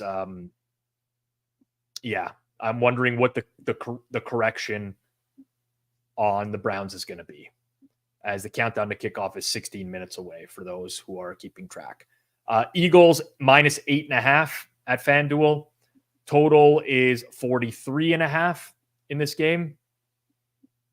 How many games? This is going to be week 6, right? Yeah. How many double-digit spreads do you think we've had so far? San Fran, New England. That's the only one that I can think of off the top of my head, by the way. Yeah. I don't know. I don't know. Anyone else? Double digit. I don't think there's any shot that this gets to 10, but what's the appetite in Cleveland? Cleveland is a dead team. When you get to the point, this was like the sharp week for Cleveland, right?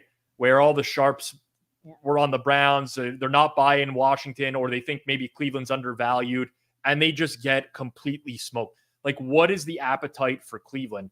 The only thing I will say is people overrate the bye week in the NFL nowadays. It's pretty much not even worth anything anymore. Now, this early in the season, it's worth a lot to Philly because they're going to get healthy. They're likely going to get A.J. Brown back, Devontae Smith, Lane Johnson. So that it's worth something from that perspective. But and Patrick says this has to assume both. Yeah, this is assuming full health Philly. And Cleveland still has some injuries, right? Jack Conklin's still out. Denzel Ward got injured today. Grant Delpit got injured today.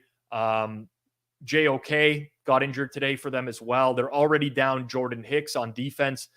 Like, I don't know if you wanted to bet Cleveland, let's say you do want to bet Cleveland, there's no point in betting it now. Like, the early money has to be on the Eagles here in this game, in my opinion. I'm not saying that I personally want to go out and lay this price with the Eagles, but that's where I think it's got to be. Yeah. I think this would probably get out to 9.5. But what would I need? I would probably need 10.5 to start thinking about it. I would think about it at 10, not being honest. But I wouldn't be happy about it. Yeah. I really, really wonder if the same conversations are going to happen this week about Cleveland, which is, okay, guys, I'll make it really clear. Jameis is not starting. Stefanski already said after the game today that Deshaun Watson is starting. If Jameis starts, it's a different conversation because they'll have some semblance of an offense, but he's not starting. So just let's get that out of the way here right now. Browns are Sean dead. makes the point about Wong's too. Like, if you think this is going to move towards 9.5 and you want to take this, you probably should take this early if you're going to tease this game. Yeah. What I was going to say is I wonder if there's going to be the same conversations this week that there were this week. I'm using this week interchangeably, but the Cleveland Washington handy. Did you hear a good handicap for betting Cleveland in the game from anyone? Other than that, the numbers move too far. No, I think it was an indictment a little bit on what people perceive the Commanders' defense to be. And you would have had to think that Cleveland could exploit that. And clearly Watson was running around in circles. So the answer is no. Yeah. I think the same conversation is going to happen this week, right? Like I'm looking at the look ahead in this game. It was 6.5. You might get this approaching 10. I wouldn't be surprised if it got up a little bit further than that. Marcus, apologies about that. It just comes up every week. The Jameis stuff comes up every week, and it's not happening. Like right now, it's not. I don't think Stefanski has an option. See, like again,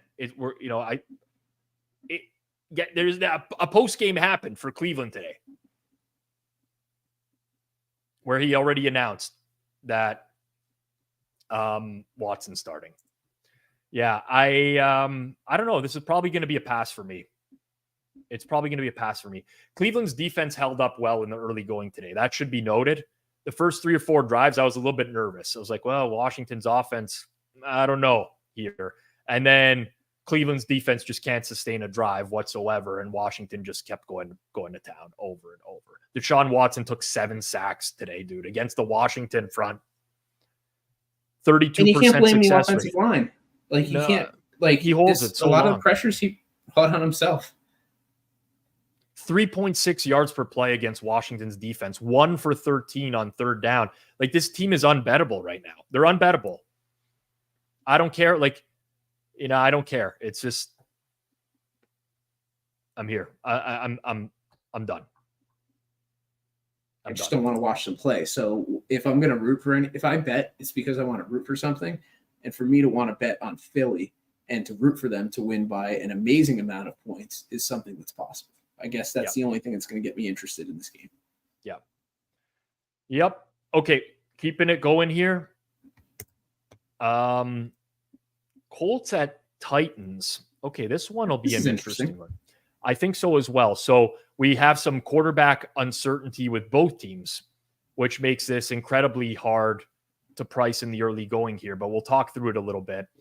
So Indy is going to be favored on the road here. I said that, and I haven't pulled the lineup yet. But yeah, they are favored on the road. Very small favorites. 1.5 at Fanduel. 1 at some other books as well. Totals 42.5, juiced under at Fanduel. Some 42s out there, some 41.5. So we're kind of all over the place on this game. Quarterback uncertainty, as I mentioned. Anthony Richardson, who knows if he's going to play? Joe Flacco's filled in pretty admirably for him. You got more injuries on the Colts side. Jonathan Taylor didn't play this week. Their center, Ryan Kelly, was out. Kwity Paye was out on the defensive line. Kenny Moore was out at corner. They lost the right guard for what looks like the season, I believe, as well. So, Indy's dealing with a bunch right now, whereas Tennessee is getting healthy. Will it be Will Levis? I'm guessing if he's healthy enough to play with the shoulder injury, he plays. Will they get Jeffrey Simmons back? I don't know. Did you think that? So when Richardson was announced out, the game moved to 3.5. Did you think that was too much? I just read the comment. I personally didn't. Let me see where my closing number was today for that game. I made Jacksonville 3.4. Okay. Yeah, I don't know. Like I kind of struggle. I kind of struggle with Flacco because he can make some good throws. Like he can hang in there and he can make some good throws. He will make some mistakes as well, though. And I think that if I'm going back to last year with Cleveland as well, he got away with a lot of mistakes in the early going. And you might just look at Flacco's numbers and be like, yeah, he's much better. But for me, I'm kind of like digging deeper into the games and trying to find where the results don't really match right. the underlying numbers, right?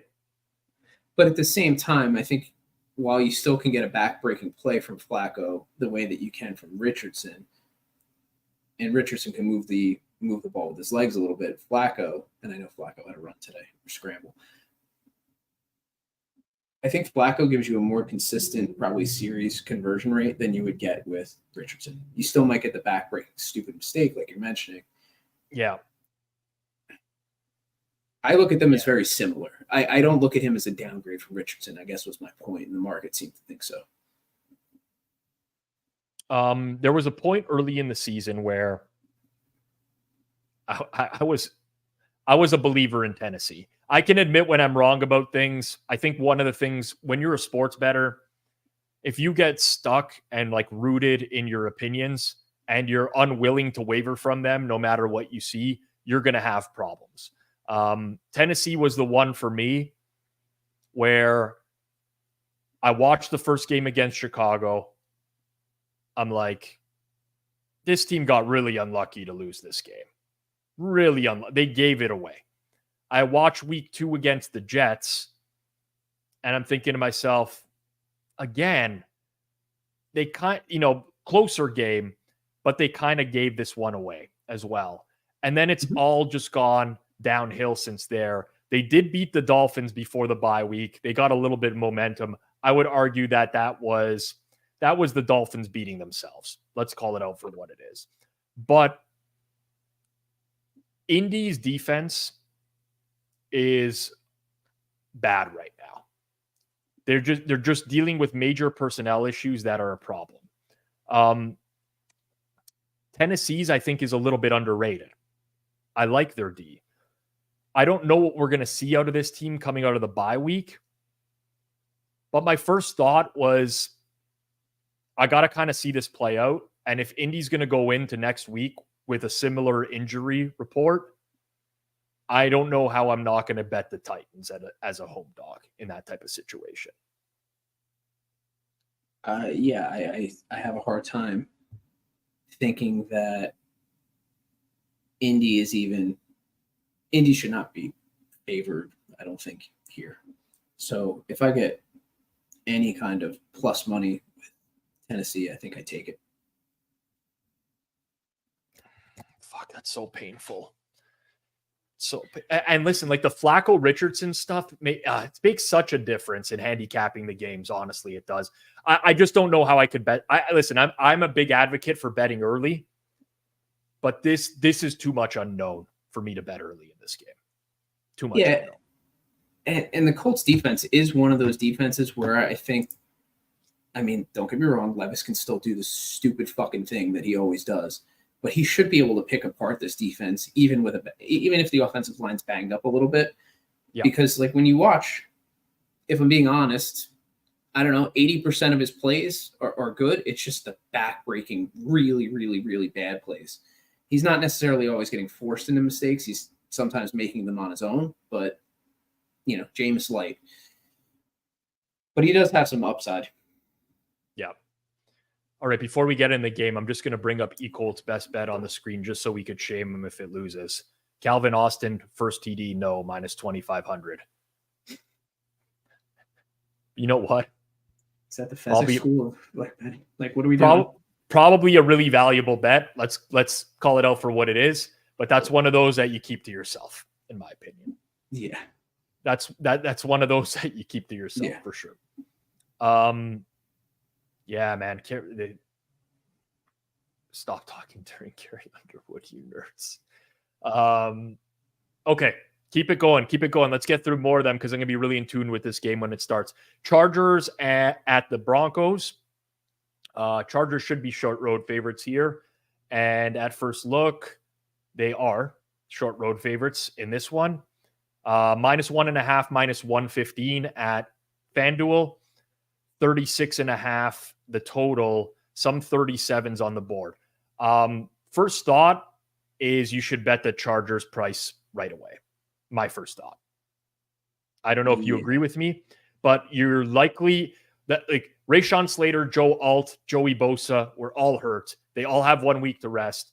You're probably getting as healthy a Chargers team as you're going to get this year out of the bye week. You had a right tackle injury for the Broncos today, Alex Pacheski. I think 1.5 minus 115 is short, personally. I do too. Denver, I guess, feasted on the Raiders. I don't know how bad a team could look, but the Raiders were about as bad as a team could absolutely look.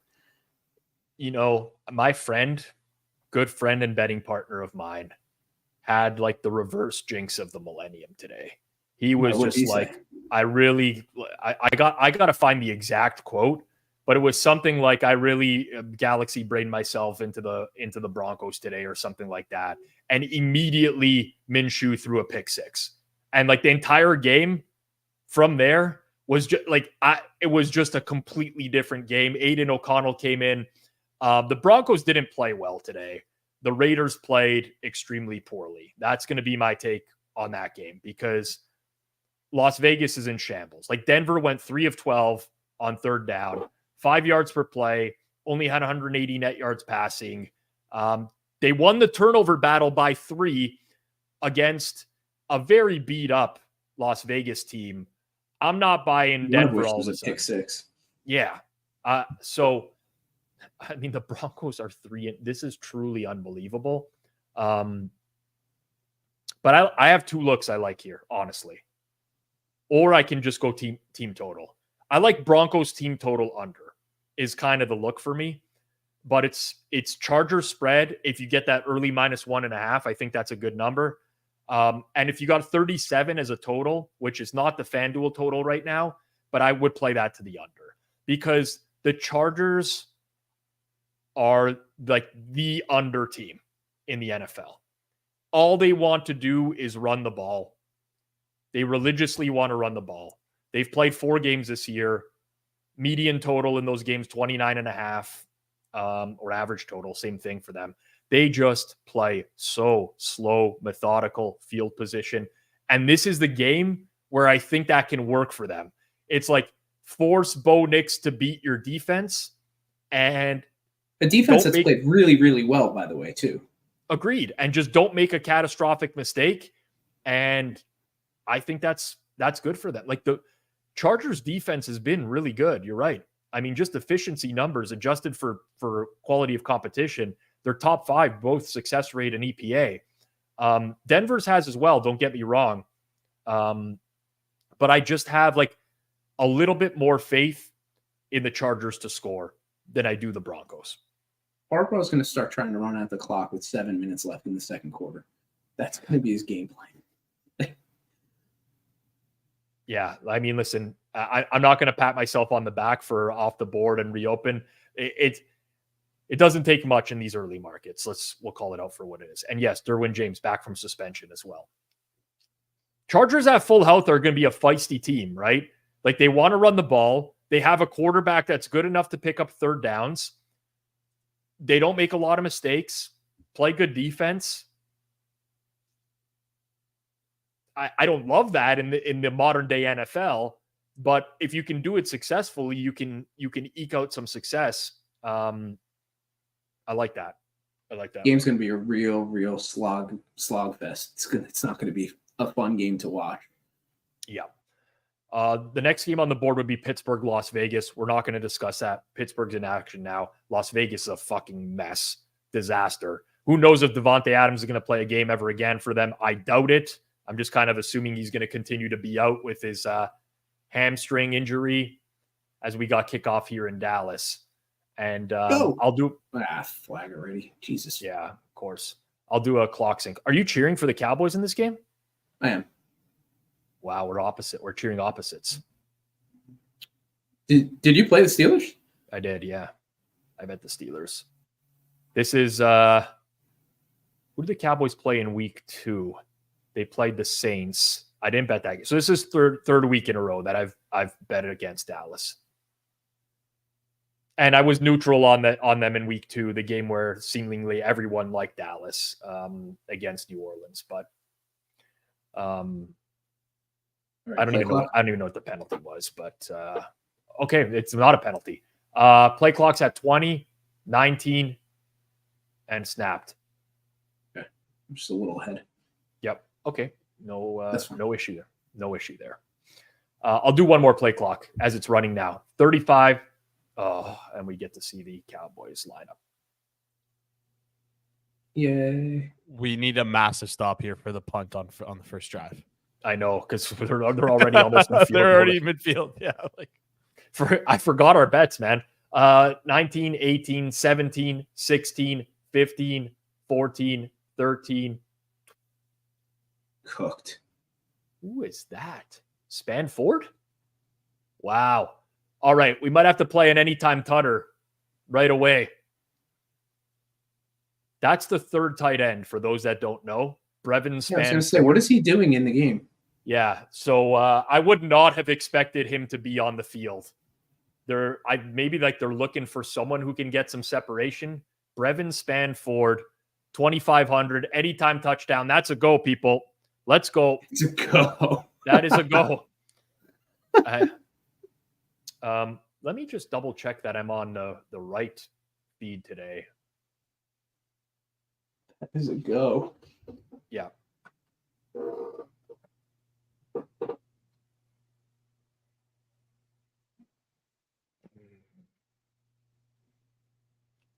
The angle here, for those that don't know, is we're just trying to get people that are on the field that we didn't expect to be playing at some point or another, because market's not adjusting for those prices. So our guy Brevin Spanford is who we're I didn't rooting even think in. he was going to be on the board. Well, he was undrafted out of Minnesota, 6'7", 270, big body. I mean, listen, you never know with these big guys, right? You don't know. So they're at the 36, well within field goal range. Yeah. We need a punt, and that's definitely not going to happen when this fourth. Ooh. No flag on that. It looked like Tolbert was wrapped there. Yeah, I think they got away with a hold on both sides of the ball, actually. It looked like on the right side of the O-line there was a pretty decent hold, but maybe I missed that. Okay. We're about to be down a half unit because there's no way Dallas is punting in this situation. I mean, No, it wasn't a hold. Yeah, it looked decent on both sides. yeah, that's fine, I guess. You know what? Give the benefit of the doubt to the refs.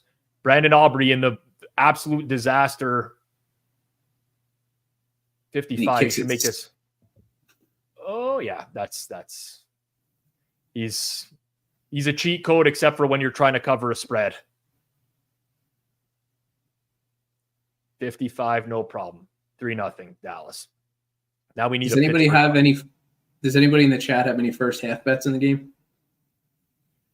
I saw a bunch earlier. This is pretty mixed tonight, I think.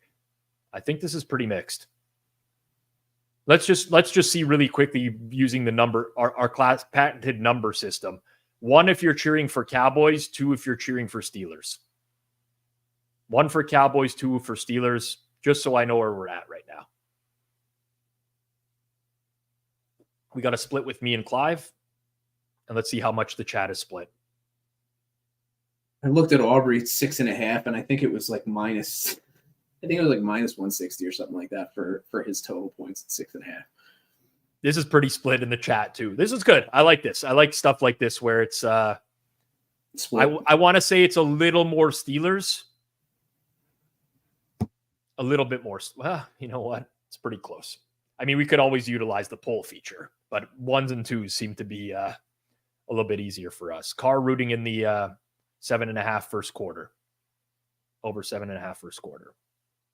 Okay, let's do one more game here before Pittsburgh kicks off. Next game on the list is Falcons at Panthers. I'm going to have some thoughts on this. Yeah, Next week's 4 o'clock slate sucks. Yeah. Okay, so Atlanta is laying 5.5 on the road. Total is 48.5, juice towards the under. So I don't know that this is going to be my true position on the game. And what I mean by that is with these openers, I like to bet against injury stuff. You have the Falcons coming off of extra rest, playing on Thursday night. They might get Troy Anderson back. They are pretty healthy all around. The Panthers, Josie Jewell didn't play today. Xavier Legette got hurt. Tommy Tremble, that guy got, he looked like he was dead on the field. I hate to say that, but he got destroyed. He's probably not playing next week. Their center, Austin Corbett, got hurt. Their right tackle, one of their best offensive linemen, hurt. Jadeveon Clowney, hurt on defense. This is not even it's a bad football team right now. Very bad. I think Atlanta's going to catch early money. I mean, if somebody was releasing tomorrow morning, like some sort of service that said, we're going in 5 minutes, I think that Atlanta might be the play, because the play that they would make, you're just dealing with a huge amount of injuries. I mean, you got some 4.5s out there right now. At least one I can see, Atlanta. That's a bad price. Like, that's got to get bad. That'll be gone before tomorrow morning. Yeah. And listen, I mean, ordinarily, I do want to play the over in a lot of Carolina games. I think that they're an over team. But now that they're going to have these offensive line injuries, center, right tackle, I'm off that now. I really am. I think this has blowout potential. I hate to bet Atlanta off of kind of like a fluky win, honestly, but you're getting into some seriously rough territory for the Panthers. Seriously. I think my look was going to be an Atlanta team total over, like when those come out.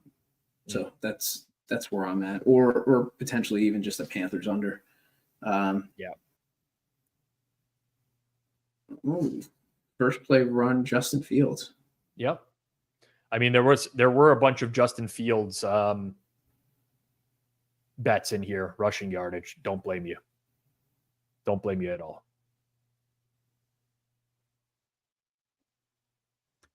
I thought Harris was going to be the first run of the game. So did I. I mean, I think that I really think that they're just going to try to ram this down the Cowboys' throats, honestly. We'll see. I'm really interested to see how they're going to play without Parsons on the field. Yeah. Toss to Najee. By the way, this just randomly reminded me of something today. Completely has nothing to do with anything other than it was a toss play. The Browns, 4th and 1. I saw that play. Ran a toss. Like, what are you doing? Well, I just see some of these things nowadays, and I'm like, what the hell is going on? We got Clive back. Internet Did you lose me? lag in there. Yeah, I don't know if you got the Pornhub open or something like that, but I'm hardwired.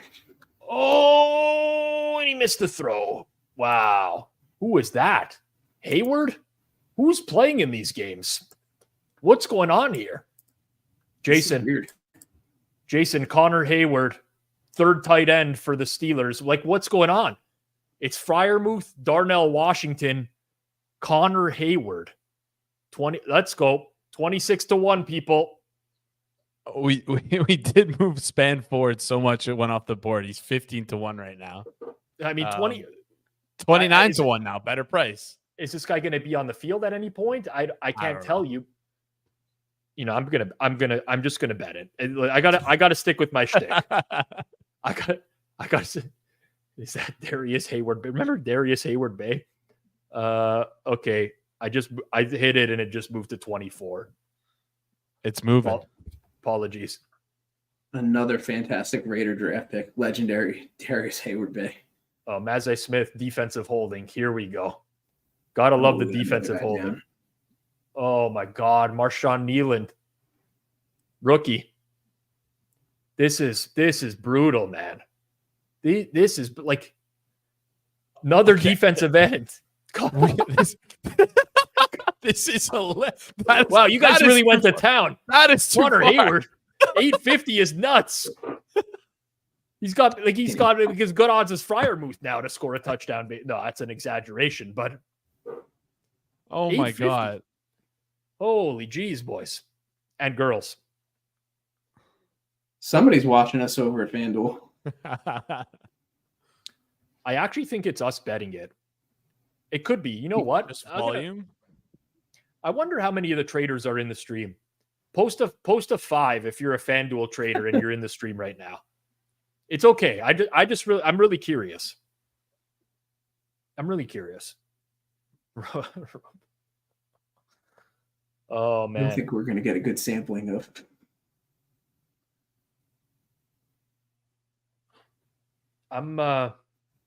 Yeah. Seems like the entire FanDuel trading team would be in here right now if with the amount of fives. Chosen, I know for sure you're not a FanDuel trader. You're in an unregulated state. You can stop with the BS. All right. I mean, that experiment backfired in a big way. Keeping it going. Oh my God. Next week, we got Detroit at Dallas. Now, we can't really talk about it because, again, this is going to be largely impacted from tonight's game. But you're likely going to get Frank Ragnow, the center, back for Detroit. You're going to get Brian Branch, I think, back for the Lions as well. I mean, FanDuel has this listed at Detroit -3, -105. Like, Dallas just lost another defensive lineman. How is Detroit not going to run for 1,000,000 yards in this game? How will they not run for 1,000,000 yards? I don't know. That's true. I mean, another high total, 51.5. It's not even the highest in market. I mean, I would probably like the under at 51.5 if I'm being honest with you. I do too. I see a pretty run heavy game script for the Lions. Yeah. And I mean, Dallas hasn't been lighting anybody on fire offensively. Yep. Anyways, we'll get to the other two games momentarily, Sunday night and Monday Night Football. Is Fields down? No, it's the Nealand landed on his foot or his. Yeah, that was tough. Got to get some Pickens yardage in the early going here.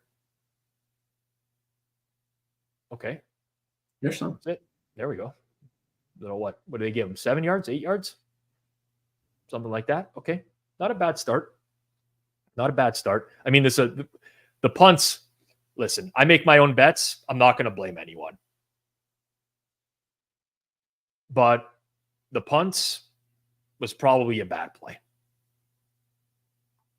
In all likelihood, we could have dodged the lost unit on the punts. Where did that originate?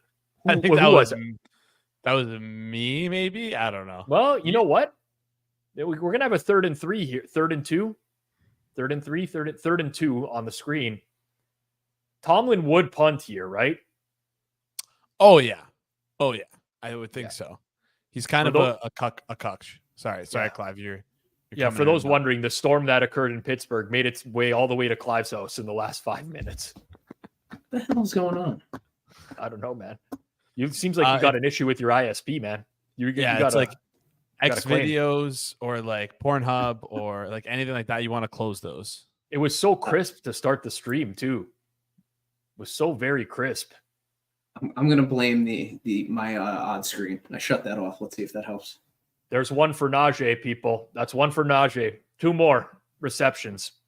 God, I love betting football. I love it.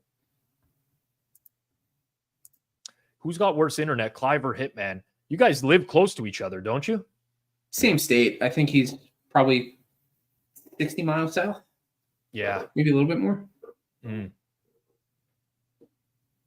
I'm right by New York City. I mean, we should have some good internet up here. Yeah, I don't know. I don't know what to tell you. I got a few things that I've started in the chat that I want to get to at some point. I will get to them. Justin Fields. No. Oh, that was a tight end too. Washington? Yeah. Yeah. Mm. Looks like maybe Connor Hayward has played his last snap after we ripped him down to plus 800. Oh, Nealand's going off in the cart. That's tough. That is tough. Real upsetting.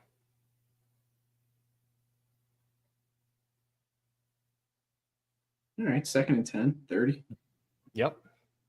No, we're not doing any more of these, Jason. I mean, that's the same price he was. Like, we're not getting anything extra out of it. You know what I'm saying? Who is that carried the who what is happening? It's Jonathan Ward? No, it's Jonathan Ward. That wasn't Shampkins? No, it's not Champ. That's Ward. What is happening? Wow. This is I mean, I don't even know half the players on the field. I'm just really Is this a preseason game? Jonathan Ward, 13-1. No go.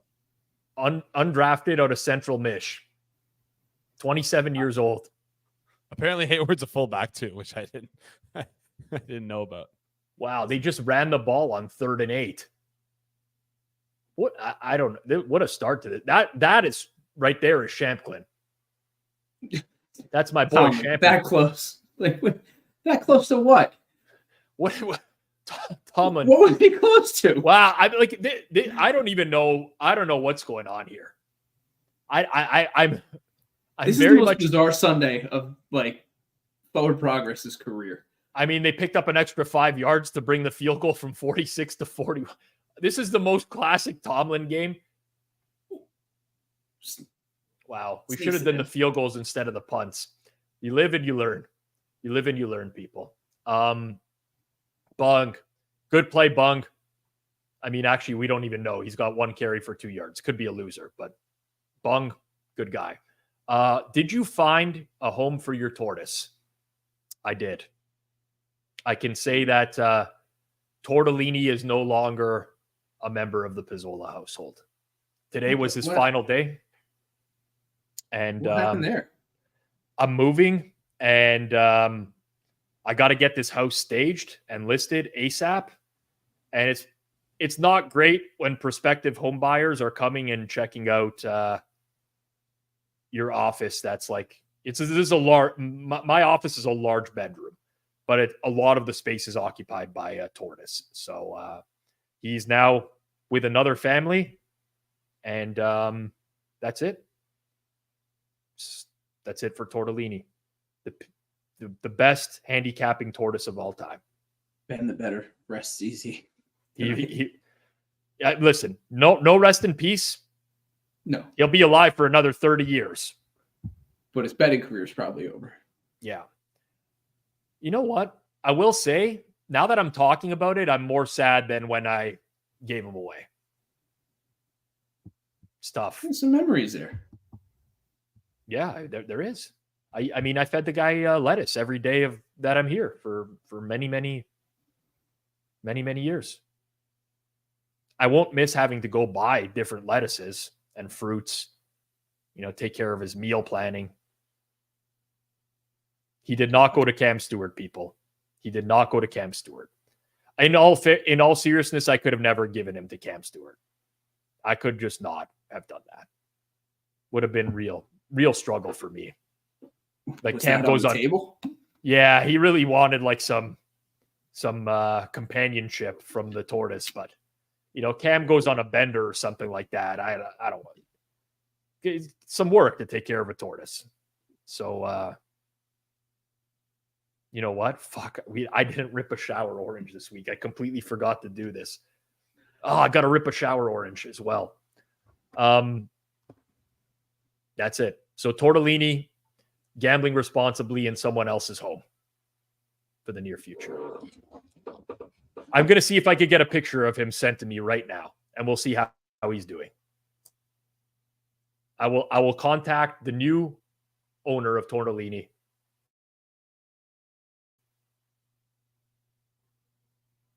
and get a picture. All right. We tried making a change to the internet. Let's see what happens. Better. Yeah. Okay. Immediate improvement. Good. How'd you make a change to the internet? What the hell does that entail? So it turns out that I didn't turn my Wi-Fi off when I was hardwired, and it was defaulting to the Wi-Fi instead of the hardwiring, which is not normal, but it did happen. That is a classic mistake. Mm. That is a classic mistake. I do have a picture of Tortellini's new habitat in hand. It is being sent at the moment to producer Jason, which means it'll never find its way up onto the stream due to intelligence issues. That's a false start on Tyler Guyton. The flag just seems so delayed. Yeah. Who happens to suck. So that happened today. It's been a day, people. It's been a day, man. I haven't moved in a long time. There he is. This is Tortellini's new habitat. It's pretty sick, actually. I'll be honest. I don't know what that's like. I don't know what they put up there, what that is that he's in, but what Jason's pointing to is just a toy. It's like a toy that he plays around with. Yeah, that's football. It's a little football toy. I gave that as well. That didn't look like a little small pen. That looked like a reasonable size. No, that's a good size. I could tell. I could tell by the size of the water dish in comparison to the pen. Let's get that picture up one more time. I want to just have a quick. So we've got Tortellini there. You could see he's a little bit wet around the outside. So he's already taken a little dip in his bath. He's got his hut there. It looks good to me. Looks like they did a good job with the setup. He'll be happy with that. I don't know why Jason's just circling a bunch of stuff here, but that looked like a completion over the middle. Yeah. Jalen Brooks. All right. 3rd and 1. 3rd and 1. Rest easy, Tortellini. Rest easy. Oh, Dak.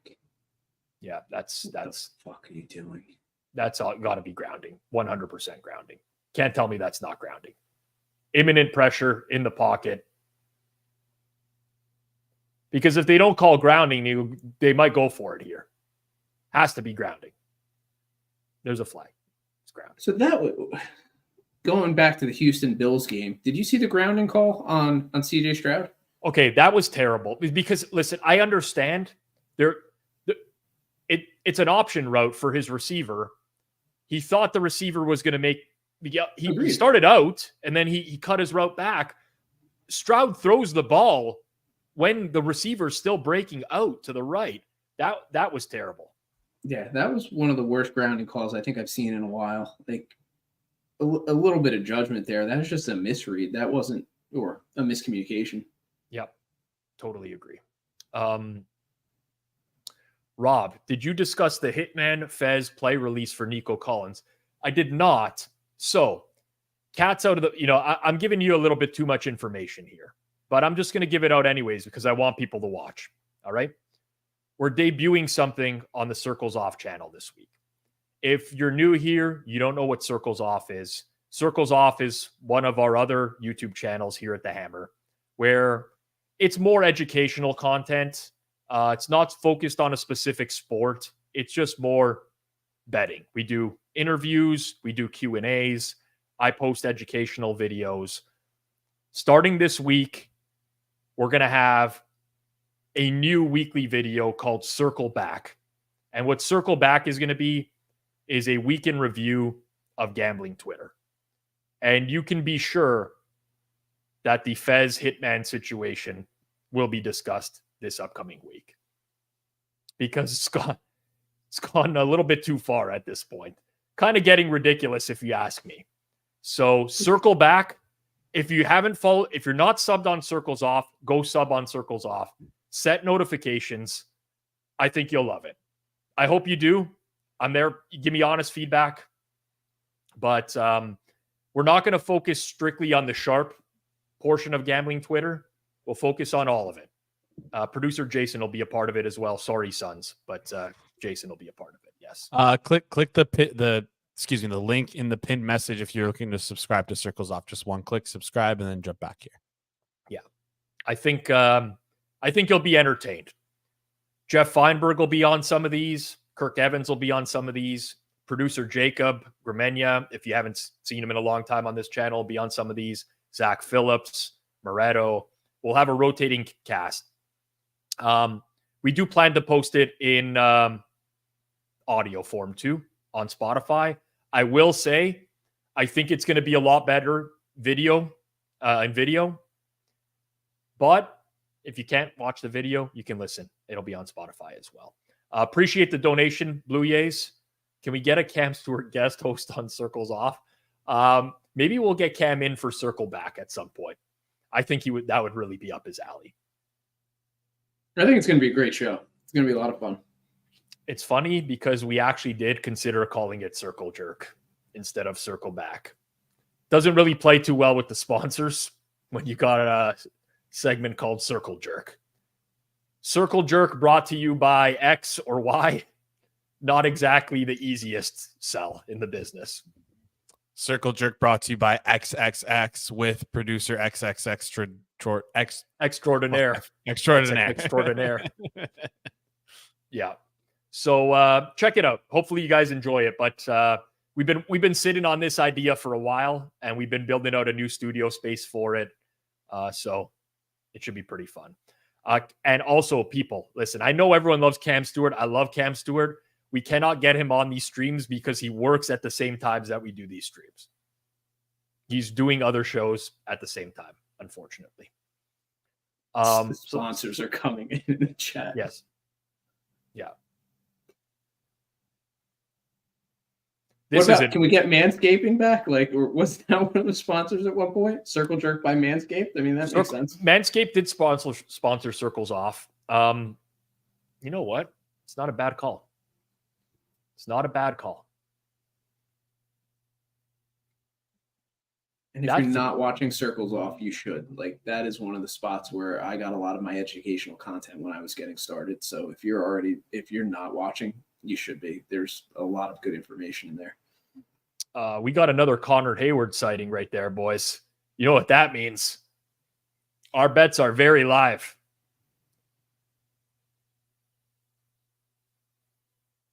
Hayward. Najee. Yep. Another flag. Jesus. As if it wasn't bad enough, like not starting until 9:45, this is the slowest first quarter of all time.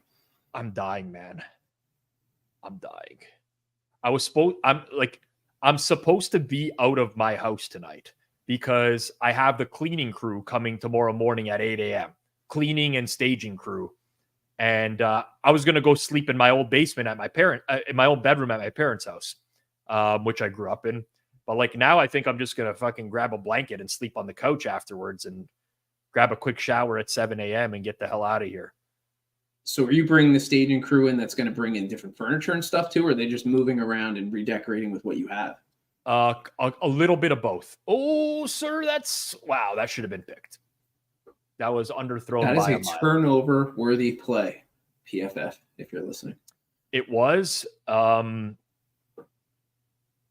that was to Van Jefferson. We have Van Jefferson anytime touchdown here tonight. If he let him a little bit more, this should have never been thrown. Well, you know what?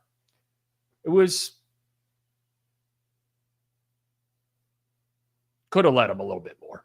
Yeah, I don't know what the DB saw and when he decided to break on the ball a little bit, but I don't think Van Jefferson was getting past him either. Oh, that's classic Justin Fields. Oh my God, he didn't even fall on it either. That is classic Fields. I think he got it though. He did. Yeah, he's coming out of the pile. Yeah. Wow. I mean, first of all, I don't know how he didn't get it in the first place. Who is that? Who is that in there? Linval Joseph? Yeah. Second of all, I don't know how the Cowboys didn't get that right afterwards. This is biggest pet peeve of mine is not just falling on the ball, especially when you are a D lineman. Like, how do you? Yeah, you celebrate. Yeah, great. All right, we'll play a little game for tonight. We'll give away a Forward Progress T-shirt to whoever guesses the exact time when this game ends. Eastern time, I want to guess. You got it. First person to post it in the chat. What? How are we going to find that out after the fact? We don't know what time the game's going to end until after the game. And then I'm going to have to scroll through thousands of chat messages to find out. We got to come up with a different you don't know of an easy way to just find one time in the chat? No, there is no easy way. The only way to do it is to scroll all the way back. You know what? I'll figure something out. Well, I was going to listen. There's two options here. We play this game, people guess, and we give away a shirt, or we don't play this game and we blame it on you because you don't want to scroll back and find the times. So you make the choice here.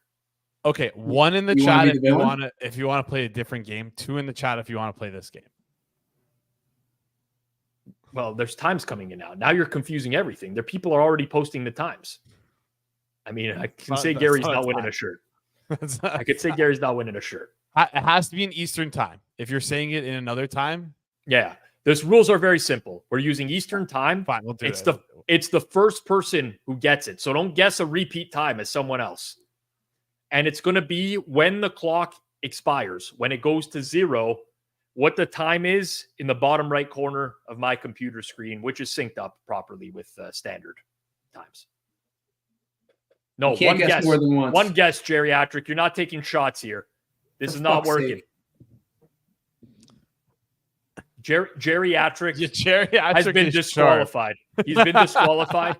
If he gets to 12:54, we are putting a 5-minute ban on geriatric, okay. And it's going to be me that puts the ban on, not Jason. Not blaming Jason for this. I'll say this, geriatric. You can put in as many as you want, but your first one will count. How about that? Is that fair? Yeah, make Jason read through way more comments by adding as many as you possibly add as many numbers as you can. I'm okay with that. Jordan doesn't even know. You're guessing the time when the game will end, when the clock will go to 0. Jordan's already done. Every single time has been guessed between 1:10 and 12:45-ish. What if we get a second lightning delay or something like that and it ends at 3 a.m.? Overtime can happen. It's on pace for it right now. 3-3. Yeah. Can't you just get all the comments from the YouTube? So it's apologies. I have to cut in here for 1 second because I just realized that Dallas challenged that play. I don't know what they're challenging. Like, how do you make Justin Fields got up with the ball and ran away? What are they challenging? What? This has got to be the worst challenge in the history of sports. What are we saying? This is McCarthyism at its best. Like, this is what he does. He is a terrible coach when it comes to this shit. I don't know how I'm going to get through tonight. I'm just thinking about this. I'm seeing the guesses, and these are very realistic. Very realistic. I have something tomorrow for our meeting, by the way. I'm not going to make it. Did they not even bring the ref back on the field to say that was not, like, there was no point in challenging it? Because they just went to the next play. And then Justin Fields rolled out to the right and threw the ball out of bounds. I don't get that. Just throw a ball deep downfield. You have a terrible head coach. Is this actually an AI? I feel like it is. Tweet, guys, please screenshot these and tweet them at us. They're hilarious. Yeah. I don't want to lose these. Like, I want to be able to keep these for the end of the year and compile them. Like, tweet the picture of it at us. I mean, they're hilarious. If you're gonna do an AI summary of the show, you have to tweet it at us at Forward Progress HQ on Twitter. And by the way, follow the account too. Come on, people. Like, it does nothing for you to follow. Just follow the account. I'm not selling you on why you should. I'm just saying that, like, who cares? You already follow a bunch of useless people anyways. You know? 100%. Yeah. In my Simon Hunter rant for the day, by the way, Simon Hunter, an absolute legendary performance this week. Oh, yeah? Goes on air last Sunday night, says he's betting Packers -3 against the Rams. Tuesday show with Chad Millman says that he can no longer likes the Packers. He came back on the Rams +3.5. So he's paid juice now on both of these bets on the +3.5. And Chad asks him why. He then says he can't say why, or else he's going to have to pay someone 6 figures because he'd be giving out their personal info. But 6 figures is what he said. You're going to pay someone $100,000 apparently if he tells why, because it's their own personal info. So he alludes to knowing something about this game that's like maybe going to happen. Then comes out on Thursday, doubles down on the Rams now at +3 -110. So he's holding Green Bay -3 -110, Rams +3.5 -110, Rams +3 -110. Still nobody knows why, other than somebody told him the Rams are good in this game. And obviously they lose by 5. He got bought out of the original great position. There was absolutely no information that ever came out about this game whatsoever, nor did Jordan Love look any more hurt than he did the previous week. Was an absolute Simon Hunter Mona Lisa. The gem Simon special. The gem of all gems. I could not believe what I was listening to this week. Ooh. Great throw, great catch. CD. Little toe tap there. That was big, really man. Third nice. and 14. Third and 14. Really nice. Steelers played zone there, which is kind of unusual in that instance, but yeah.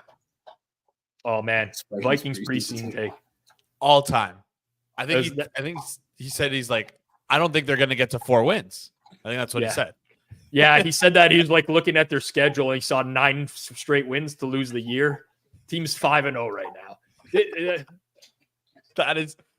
It's hard to be that wrong about something. Like it's actually really hard. That's hard to and to be so convicted in his like I know I'm shitting on the Vikings here, and I'm really sorry to have to do it as if his word is gospel and like it really fucking means anything. It's people often ask me like what bothers you so much about Simon? And when you bet on sports for a living and like you make your earn off sports, and then you see other people just come out there and like pretend that they do the same thing as you and just say the dumbest shit regularly, it's extremely frustrating. It's like in any profession, this would happen, right? Like if you were very good at your profession and you're in like the top 1% of people that do what you do, and then someone comes out and just acts like they're in the same boat and passes off like bad information regularly about your field and other people buy it, it would upset you. Yeah, it's why I think it's kind of why Circle Back is going to exist to a degree, right? Like, because there's a need for it. There are people that speak so authoritatively about a subject, and they have audiences, they have platforms, and people listen. They're like, oh, the Action Network, Simon Hunter, Chad. These guys are great, and they're fucking morons. Yeah. Yep. And like, there's a part of you that wants to protect other people from that, and that's the way that I am too. But at the other hand, you can't protect everybody either, and then you get the people that defend them. Yeah. Yeah. I honestly wonder. I wonder if Chad is truly a moron or if he has like a little bit of the Clay Travis in him, in that he's fine to perpetuate like the BS that he knows is BS because it caters to like the mass market, right? Yeah. I think I lean more towards that, where Chad is smart and he knows what he's doing. That doesn't make it less like more or right, but I kind of think that that's the case. I think Simon is a complete idiot, like a complete and utter stooge. Yes, yeah, just a complete buffoon. Yes. And Chad's like, okay, I can work with this and we can get enough attention. And yeah, I totally agree with that. I think that happens a lot where it's just, that's what I laughed at, by the way. You know what though? Honestly, if I could get more people to be like Andrew, mission accomplished for me. I know that forward progress here will never be as big as that because we don't. Another fucking fumble. Jesus. Oh, my video is just frozen right now. There we go. Now I just saw the play. I didn't even know it was live. I was just stuck on McCarthy's head. That's not good. No, it's tough. What a way for the first quarter to end. Banger. 3-3. Steel Curtain 2.0. Yeah. Here's the difference. Cam Stewart, Pat Mayo. Cam and Pat know what they are, and they don't perpetuate the bullshit. If you were to ask Pat, he would tell you, I don't win at betting. I just like to bet. And the same with Cam. Like, they know where they stand. And that's authentic. 100%. I'm looking for authentic in content. I don't care when people lose. I have a problem though when was that a Herbig sack, by the way, Jason? I didn't see. You know what? It was a split sack by Herbig and Watt. We would have had to have a ruling there. Thank God we didn't play that. Yeah, that's a thing for me. In the content space, listen, not a lot of people win at sports betting. We know this. It's an industry where, 2% of people are going to win. Estimated current market numbers. Content creators, I don't give a shit if they win or not. There's people that are out there that have huge followings, but they're really honest with their audience. That to me is fine. Keep it real with people. I have no problem with that. As long as you're not perpetuating like problem gaming and shit like that. Like, because there is some stuff that I see out there from, the Book It crew where it's like, come on, you're getting to a point where you're almost crossing a line. Yeah. There's a difference between entertainment and maybe their whole crew knows, but I mean, I don't know. Well, the Book It crew are just like clear, big losers. And I think majority of them lean into it. I think some of them don't and are some just of them lacking don't. self-awareness of it. The only problem is George brought it up on the Circles Off podcast. Sorry to interrupt you guys, but I think George made a great point where it's like making light of problem gambling is not that funny if you've been there. It's not.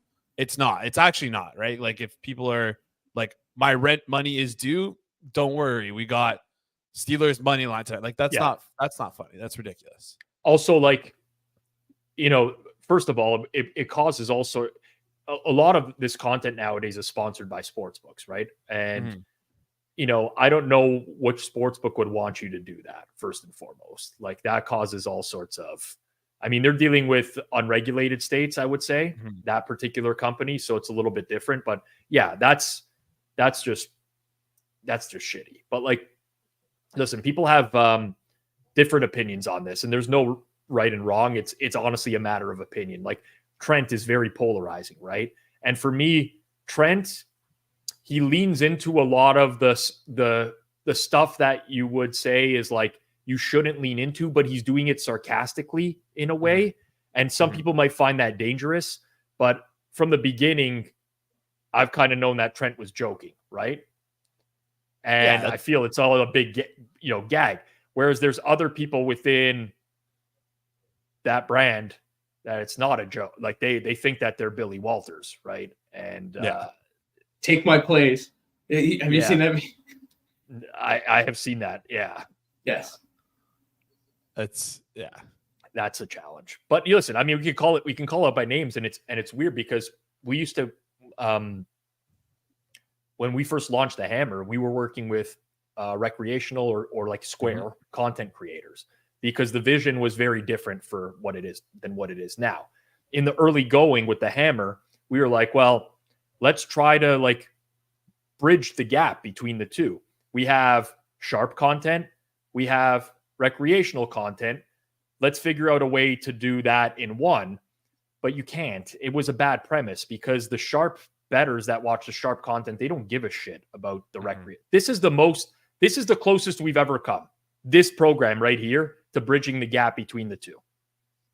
Yeah, that's where a good watch along comes in. You can watch the games, you can fire a few bets here and there, but you also get insight on what we're doing next week, what the line should look like, etc. Yeah. And we're not bringing on purely sharps to this as well. I'm on it. Yeah, but we have fun with it and we still and I think that this is very different, but Eric's hilarious, by the way. E-Colt. Take my fucking place. Yeah. I'm having real digital problems tonight, people. I don't even like the streams are freezing up here. Have I been good since I switched the internet? Like, were you guys still getting? Clive, you've been great. I jumped on here though just to tell you guys that I fucked up really bad. Half sack counts as a yes for sack. Yeah, you fucked us. We would have put Nate Herbig. The house rules. We would have had Nate Herbig in this SGP. Wow. This is This is the boning of a lifetime. You're going where Tortellini went, pal. Oh man. Yeah. You're going down the road, buddy, to a family of 4. I'm struggling here, people.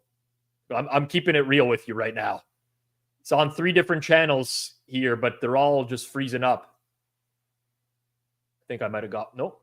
It's a bad one. Gonna have to do like a cable box reset after I just flip back and forth for this 3rd and 8. So where do you get, like, is this on cable? Like, for here, it's NBC. Like, Yeah, in same. Canada- Well, for us, it's TSN, but it's the NBC feed. Anyways, might have to do the old cable box reset. You know what I'm talking about? Pull the wire out for 5 seconds and put it back in. Oh yeah, that's the IT move of everything. Unplug it and plug it back in. Duh. Like I hear here's the thing, the picture is frozen, but I hear the audio. that's annoying. That used to drive me nuts. Yeah. All right, Jason, pop in here. We're doing the old IT reset.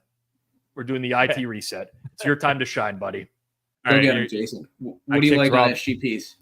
SGPs, I haven't even taken a look. I feel like we're in a great position if you played the, I don't want to say a great position, but we're already like pot committed with a lot of stuff. Played the Brevin Spanford stuff, played the Connor Haywood word stuff.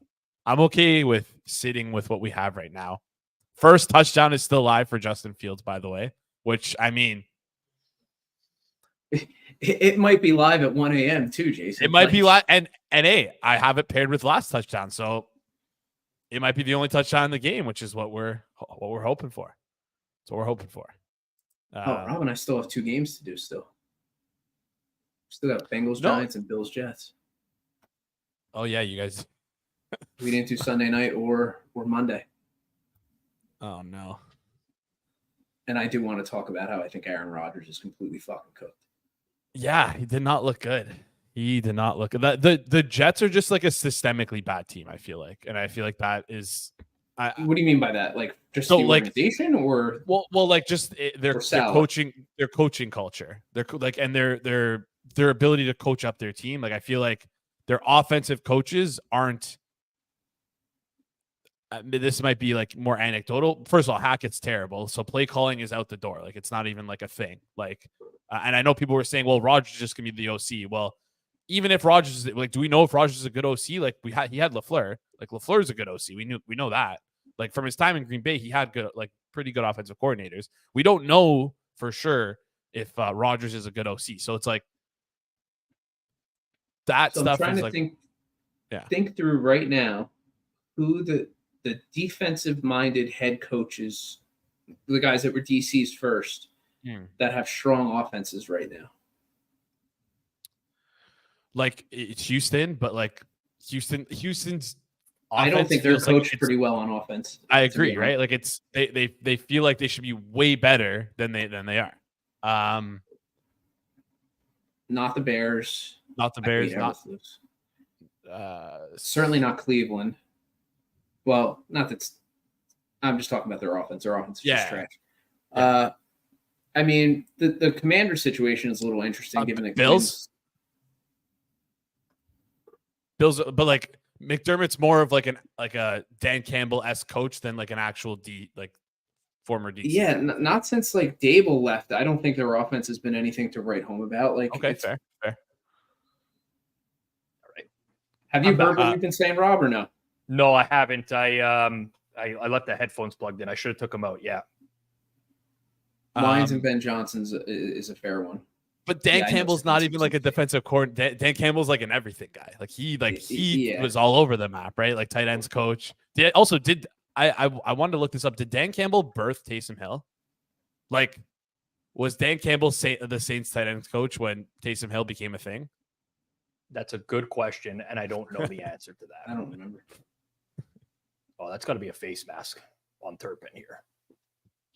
So, Rob, we still have 2 more games to do on Sunday, Monday.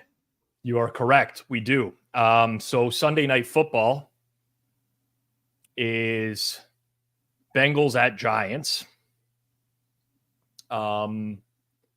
looking at the early market for this one, Bengals laying 3.5 on the road. Total is 48.5 right now. Quick injury update. Dax Hill, cornerback, got injured for Cincy today. Mike Hilton was out, so maybe some cornerback problems brewing. We don't know if Sheldon Rankins will be back for them or not. Malik Neighbors, up in the air. Devin Singletary, I don't know that matters whatsoever, but those are a couple to keep an eye on. Okay. Giants come off a big win. Typically want to fade those types of teams. They tend to get a little bit overvalued in market. I feel like there will be some good arguments to be made about the Bengals for this game in particular. However, first thought that came to mind was this might be the time that I actually want to go on a Bengals under. Yep. I was going to say same exact thing. Same exact thing. I think this is the moment where 48.5 for these two teams is too much. I know the Bengals can really throw the ball and they'll move it here, but the Giants front seven is good enough to do some damage. Daniel Jones looked good. I would agree, but we have a pretty large sample on Daniel Jones where I'm not quite sure I want to get carried away with this. Just Daniel Jones also looked bad today too. Like he had some good plays and some good runs, but he also did not look great in some situations either. He's still got that really bad play in him. Yeah. Agreed. You notice how like the Cowboys have some success moving it through the air, and then they just run Zeke on first down for negative one. Yeah, I wouldn't you. Establish a run. Yeah. I have to think more on this. My first gut feels like the spot. Yeah, like listen, my first inclination was okay, since he seems a bit short here, but I've been kind of on the Giants are undervalued train for a little bit now. And it's 2 weeks in a row that I've bet them. You bet them this week? Yeah. Talked a little bit about it on the buffet this morning. Once it hit 7, that was a buy for me. Had to buy the 7. And that was like a lot of it was situational as well. Like I think people oftentimes they really overemphasize like bad spot for this team, good spot for this team. But Monday Night Football, short rest versus Thursday Night Football, extra rest.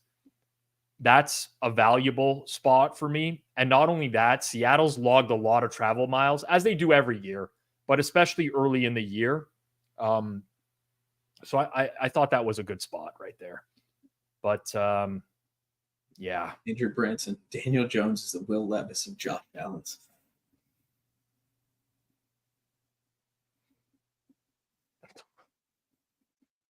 Just quickly looking at some efficiency numbers for both teams.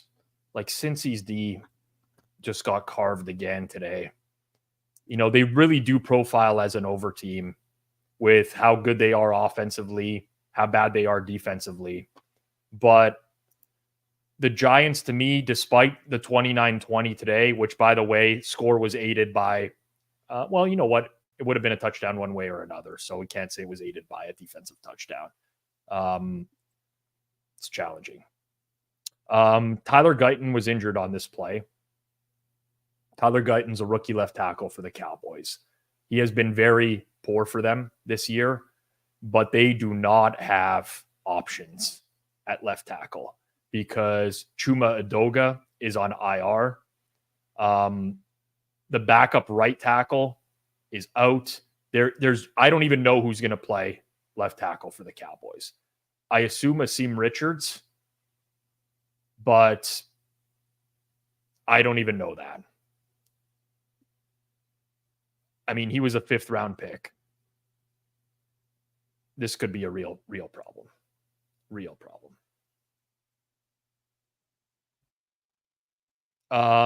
our final game will be Bills at Jets. Jets making the return home from the London trip. Bills, we're dealing with significant injuries today. Khalil Shakir, Ed Oliver, Teron Johnson, Taylor Rapp. Jets with a few as well. Michael Carter got hurt today. That's one to keep an eye on. He's a very, very good slot corner. CJ Mosley was out. The right tackle, Morgan Moses, was out. Bills -2.5, -115 on the road, 42.5. The sentiment around the Bills has really changed.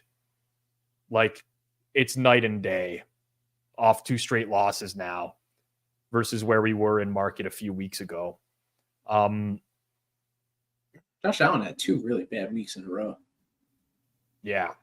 Or at least 2 really bad first halves, I should say. I mean, overall, 2 bad games, but he did not look good again. Listen, Shakir's a big part of what that offense is, so I get it.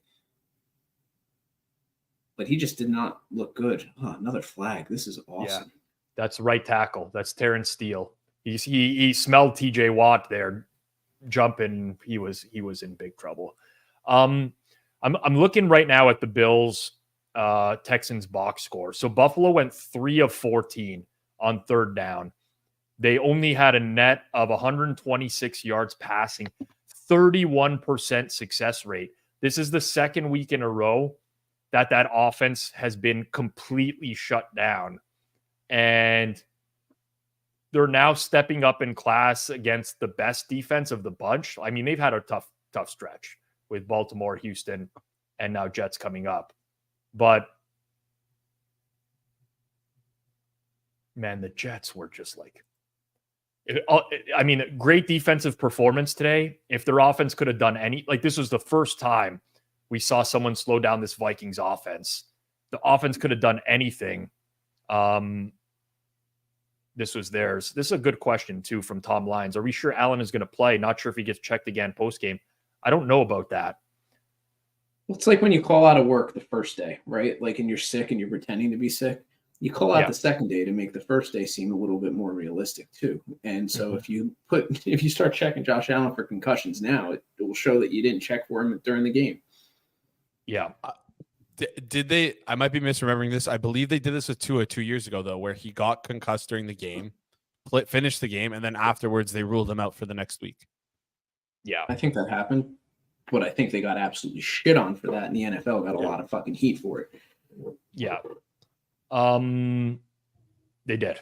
It's very possible. I think it's a good question. Jets defense is not an elite unit. Very good cornerback play for the Jets. If I look at their numbers and adjust for quality of competition this year, they're the second best defense in terms of adjusted success rate. So I would say, man, when we look around the league at defenses right now, there's not a lot of great ones out there. There really aren't. So Vikings, I would certainly say that they're up there on the defensive side. Bears and Chargers have overperformed. The Steelers have been really good. I would say that so far this year, the best defenses have been the Vikings, the Broncos, the Chargers. And this is off the top of my head. And then you kind of get like this secondary group of teams that I think includes the Jets. Where do you put the Saints there? I mean, above average, but like not in the second tier. Second tier, I'd probably say like Chiefs, Jets, Steelers, Texans this year. So like, I'm not talking about forward looking. I'm talking backwards looking, how they've performed this year versus the quality of competition. Yeah, and I mean, the Saints have had a lot of good positive game states to play into. I think Aaron Rodgers is kind of washed. Jets also had a lot of defensive penalties with their DBs today too, at least early.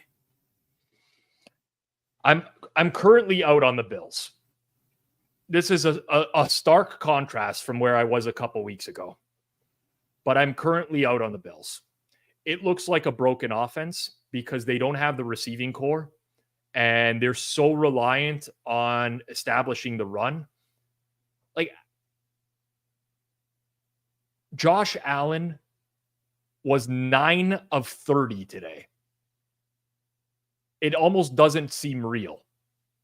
9 of 30. And a broken play on 4th and 5 that managed to turn into a touchdown magically.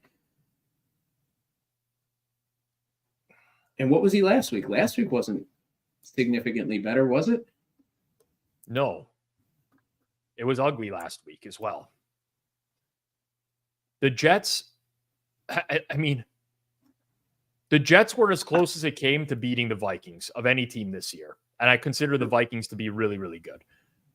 This was with Flores scheming up some shit to cause chaos. There was the first interception that Rodgers threw looked like it was going to be an all-out blitz, and Van Ginkel dropped into coverage, which was a brilliant play, and Rodgers threw it directly at him. Right. Had no idea that he was going to drop. Like, I don't love the Jets offense. Don't get me wrong, but subjectively, I like the points right now. The issue is that, and we talk about this every week, right? You don't have to be in a hurry to get a 2.5. No. Worst case scenario, you drop to 2, 1.5. Okay, 4% of games will end on 2. You lose some value. But the upside of getting the 3 is enormous in these types of situations. Justin Fields. Trying to get yourself killed? That's going to be short, right? Yeah. Also, what a shit broken play. Like, he ran play action and nobody there. Like, watch when he's running in the backfield. There's no running back there for him to. Yeah, he got pretty close. Nowhere near the fake. They should not try to sneak this ball. You got to sneak this ball. Don't hand it off if you're the Steelers. What about Simon's key number of 2? That's a fair point. Let's not get into that. Marcus, honestly, I listen. I like shitting on Rodgers. It's kind of fun, but there were several drops. There were several. Let's see this. It's kind of like a tush push play. I like that. Tight end came in behind Fields and just basically pushed him up. I don't know. I mean, my first read on next week, as going through all these games, was that I don't think that there's a lot of glaring mistakes. That's not to say that I won't end up with some betting volume, because I certainly will once I run numbers. But subjectively, as I go through the board, there wasn't a ton that stood out to me. As honestly, the line that stood out to me, as I think this might be wrong, was Houston favored 7 in New England. But do I want to do that? I don't know. I mean, the thing about Aaron Rodgers is too, like, so many of his throws have been short and underneath. Like, yeah, his average air yards is in the bottom third of the league. Yeah. But I know Mahomes and Mayfield are too. Doesn't mean that he's necessarily a bad quarterback, but maybe it's a function of his receivers. Maybe it's not. But I don't think he's been particularly good all season.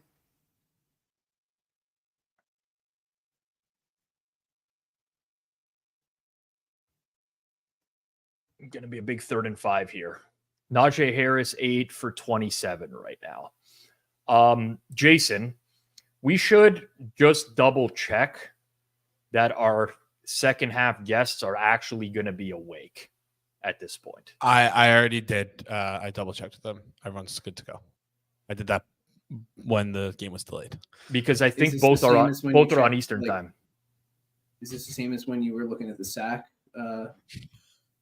Okay, well, hold on. I didn't know the house rules at that point. I was just saying I don't know what it means. Yeah. Oh. that was our Pickens play to Pickens. Yeah. This is a classic Fields game, in my opinion.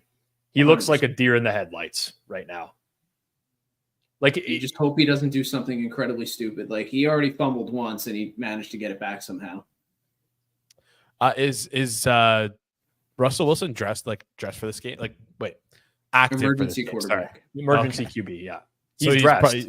He's dressed. Well, he's always dressed. Like, he'd be in the stands dressed. Like, yes.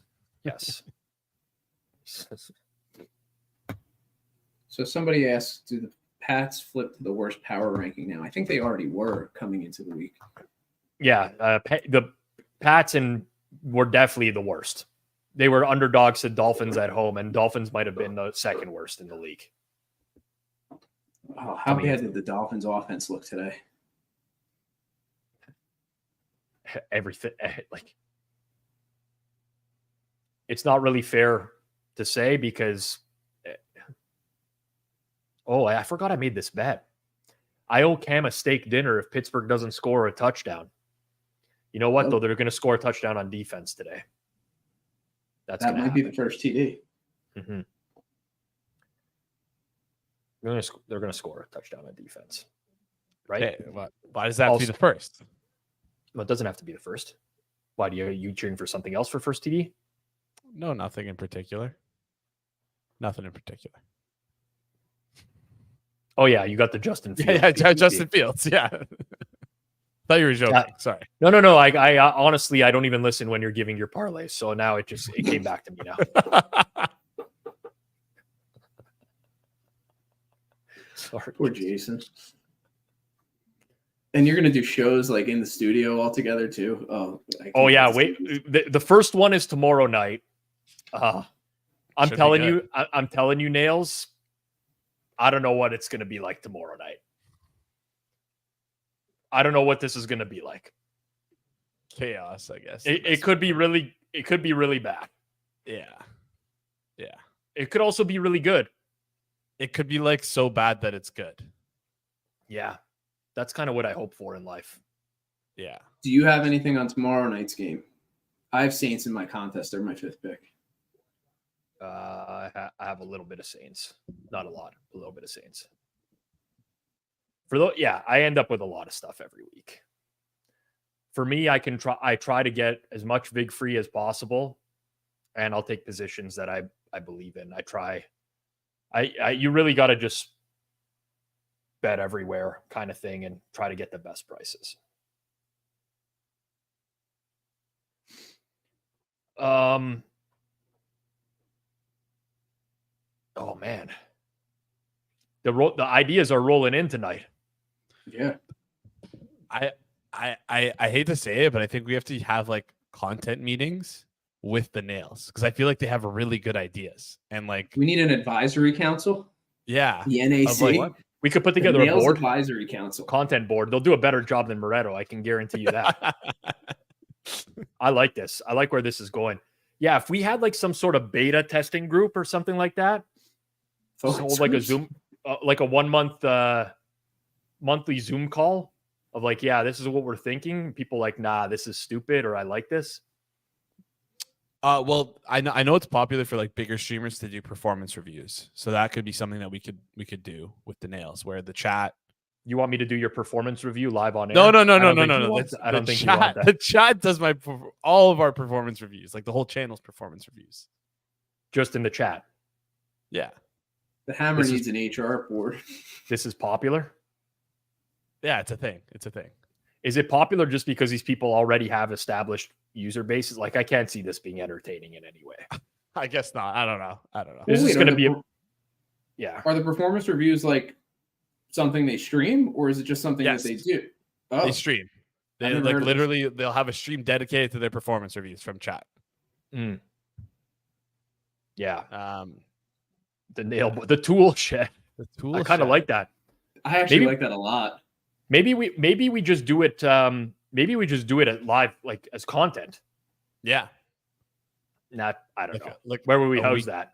I don't know. Could be some special content. I don't know. Maybe we just do like a Twitter Spaces, trying to curate content ideas. I mean, I'm out of ideas, so we got to do something. I think circle back will be good. I wonder if it's too niche and it's only going to cater to like some people. But honestly, even if it is, I kind of don't care because I love doing that type of content. Wide open. Let's get a tackle here. This is the second time that they've played the same zone on like a third. This was 3rd and 4 though. They're just kind of leaving the sidelines open. Pretty rough. This has been a really good first half for the Cowboys. It's only 6-3 though. Like with a turnover. Yeah. It's been pretty solid. Are the Dak unders cooked? 177. Yeah. You know what we need, Marcus. I'm not going to say it because I don't want to root for it.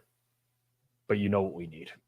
Does anyone know where Dak's house is located or have access to his family members? No, we're not doing his house might be on fire. We don't know. No, not threats. Oh, we're just gonna warn him that his house might be on fire. No, you just put like a little bit of laxative in his Gatorade or something like that.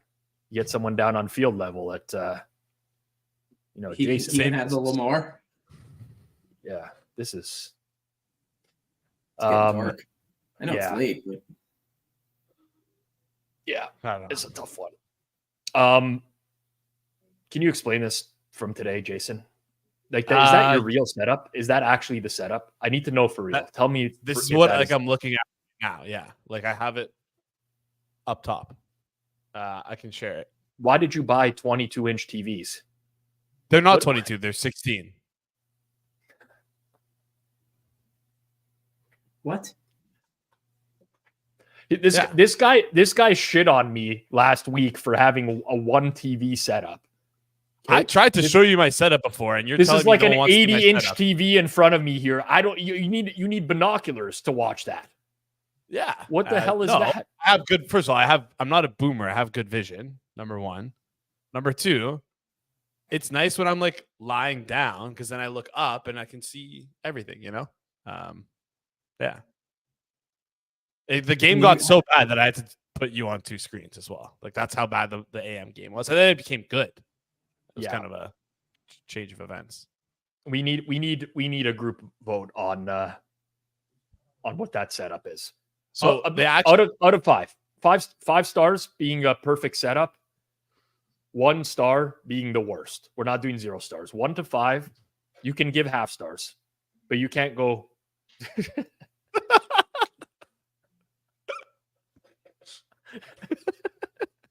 You know when Jeff is rattled like that. I don't think I've ever seen him type in here. That is legitimately one of the worst TV setups I've ever seen. I'm not exaggerating. That might be due to an edible though for Jeff. You don't know. I thought this was fake. I thought it was a joke. So did I. Why would it be a joke? Look at it. Because I thought I was flexing, but I guess not. Rob, you only have 1 TV. I have 3. Like I would rather have my setup versus yours any day of the week.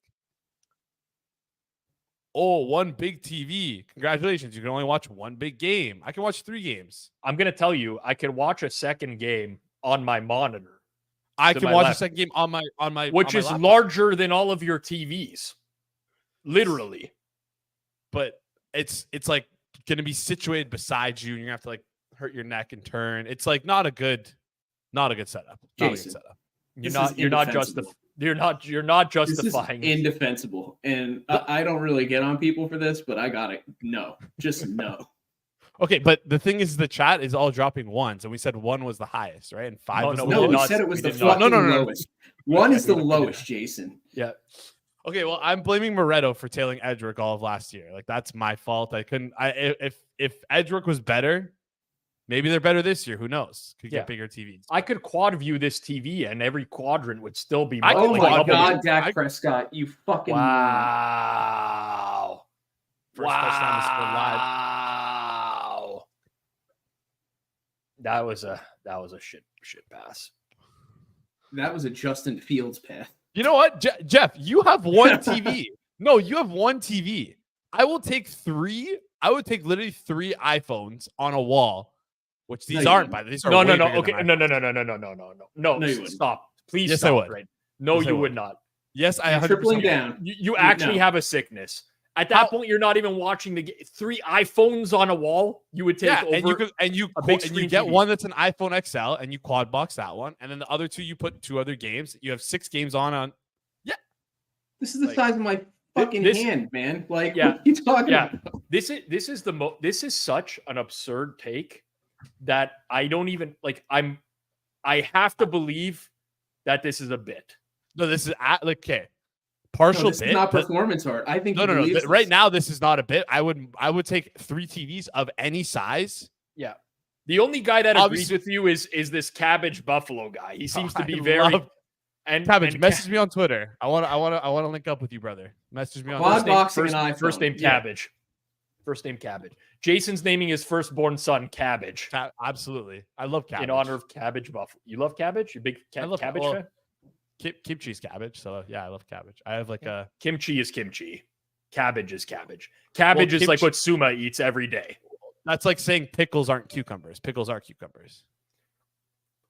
Here, let's not start this now. No, but that is of true. course they are, but no one would ever call like someone handed you a pickle. You wouldn't say, "Oh, thank you for the cucumber." Like you're not doing that. Yeah, grapes or raisins, Jason. Like it's the same fucking thing. But like someone gives you kimchi, you're not. Thank you for the cabbage. No one says that. You're right. Yes, by definition. I'll concede that one, but I will not concede under any circumstance 1 TV versus 3. Like there is no. You're actually not. I'm sorry, Rob. I'm not trying to do this to you, but you're not a football fan if you only watch on 1 TV. Like you're not. What are you talking about? You're not. When do I ever need multiple TVs? Every Sunday. My quad box on my one TV, Jason, is bigger than one channel that does that for me. Yeah. But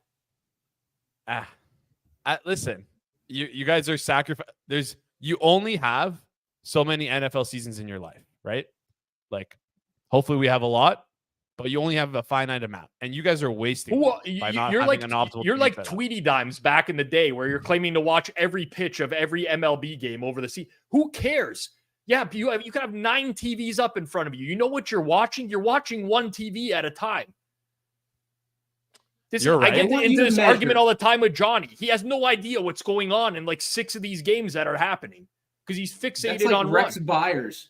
Have you seen Rex's setup with the fucking 9 TVs, but they're all like they're ADD off? Like if you're OCD, like there's no way you can go in that room and watch a game. Rob, you just gave me a fantastic idea. I could fit 2 more rows below this easily.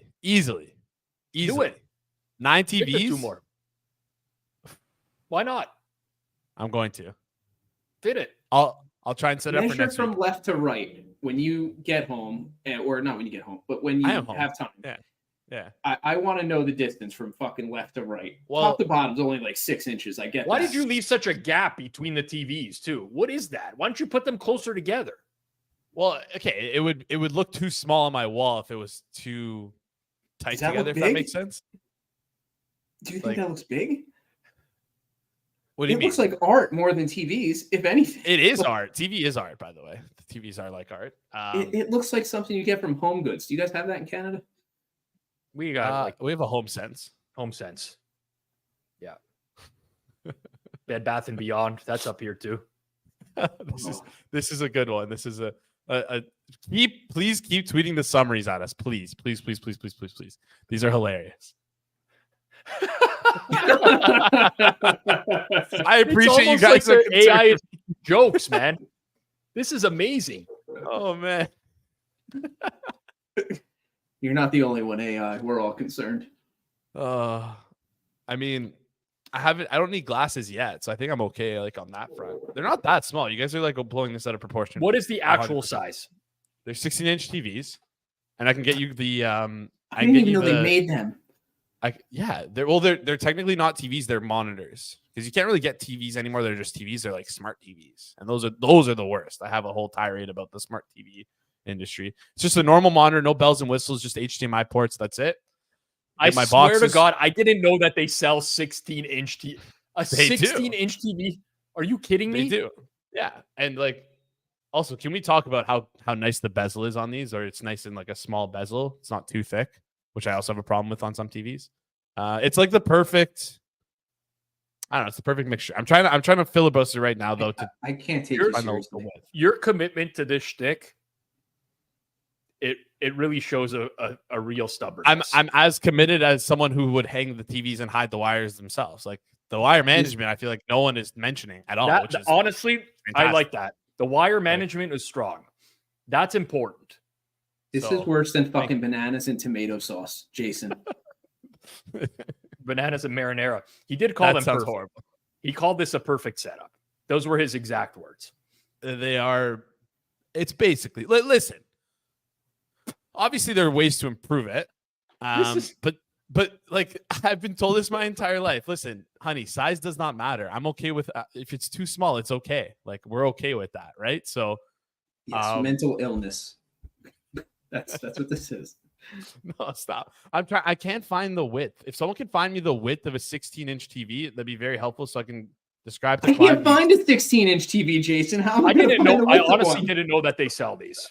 I'm looking at them right now. There's a 16-inch. There's a 13-inch. Like there's 19 inches if you want to go like if you're trying to get a little crazy and go a little bigger. 19 is pretty big.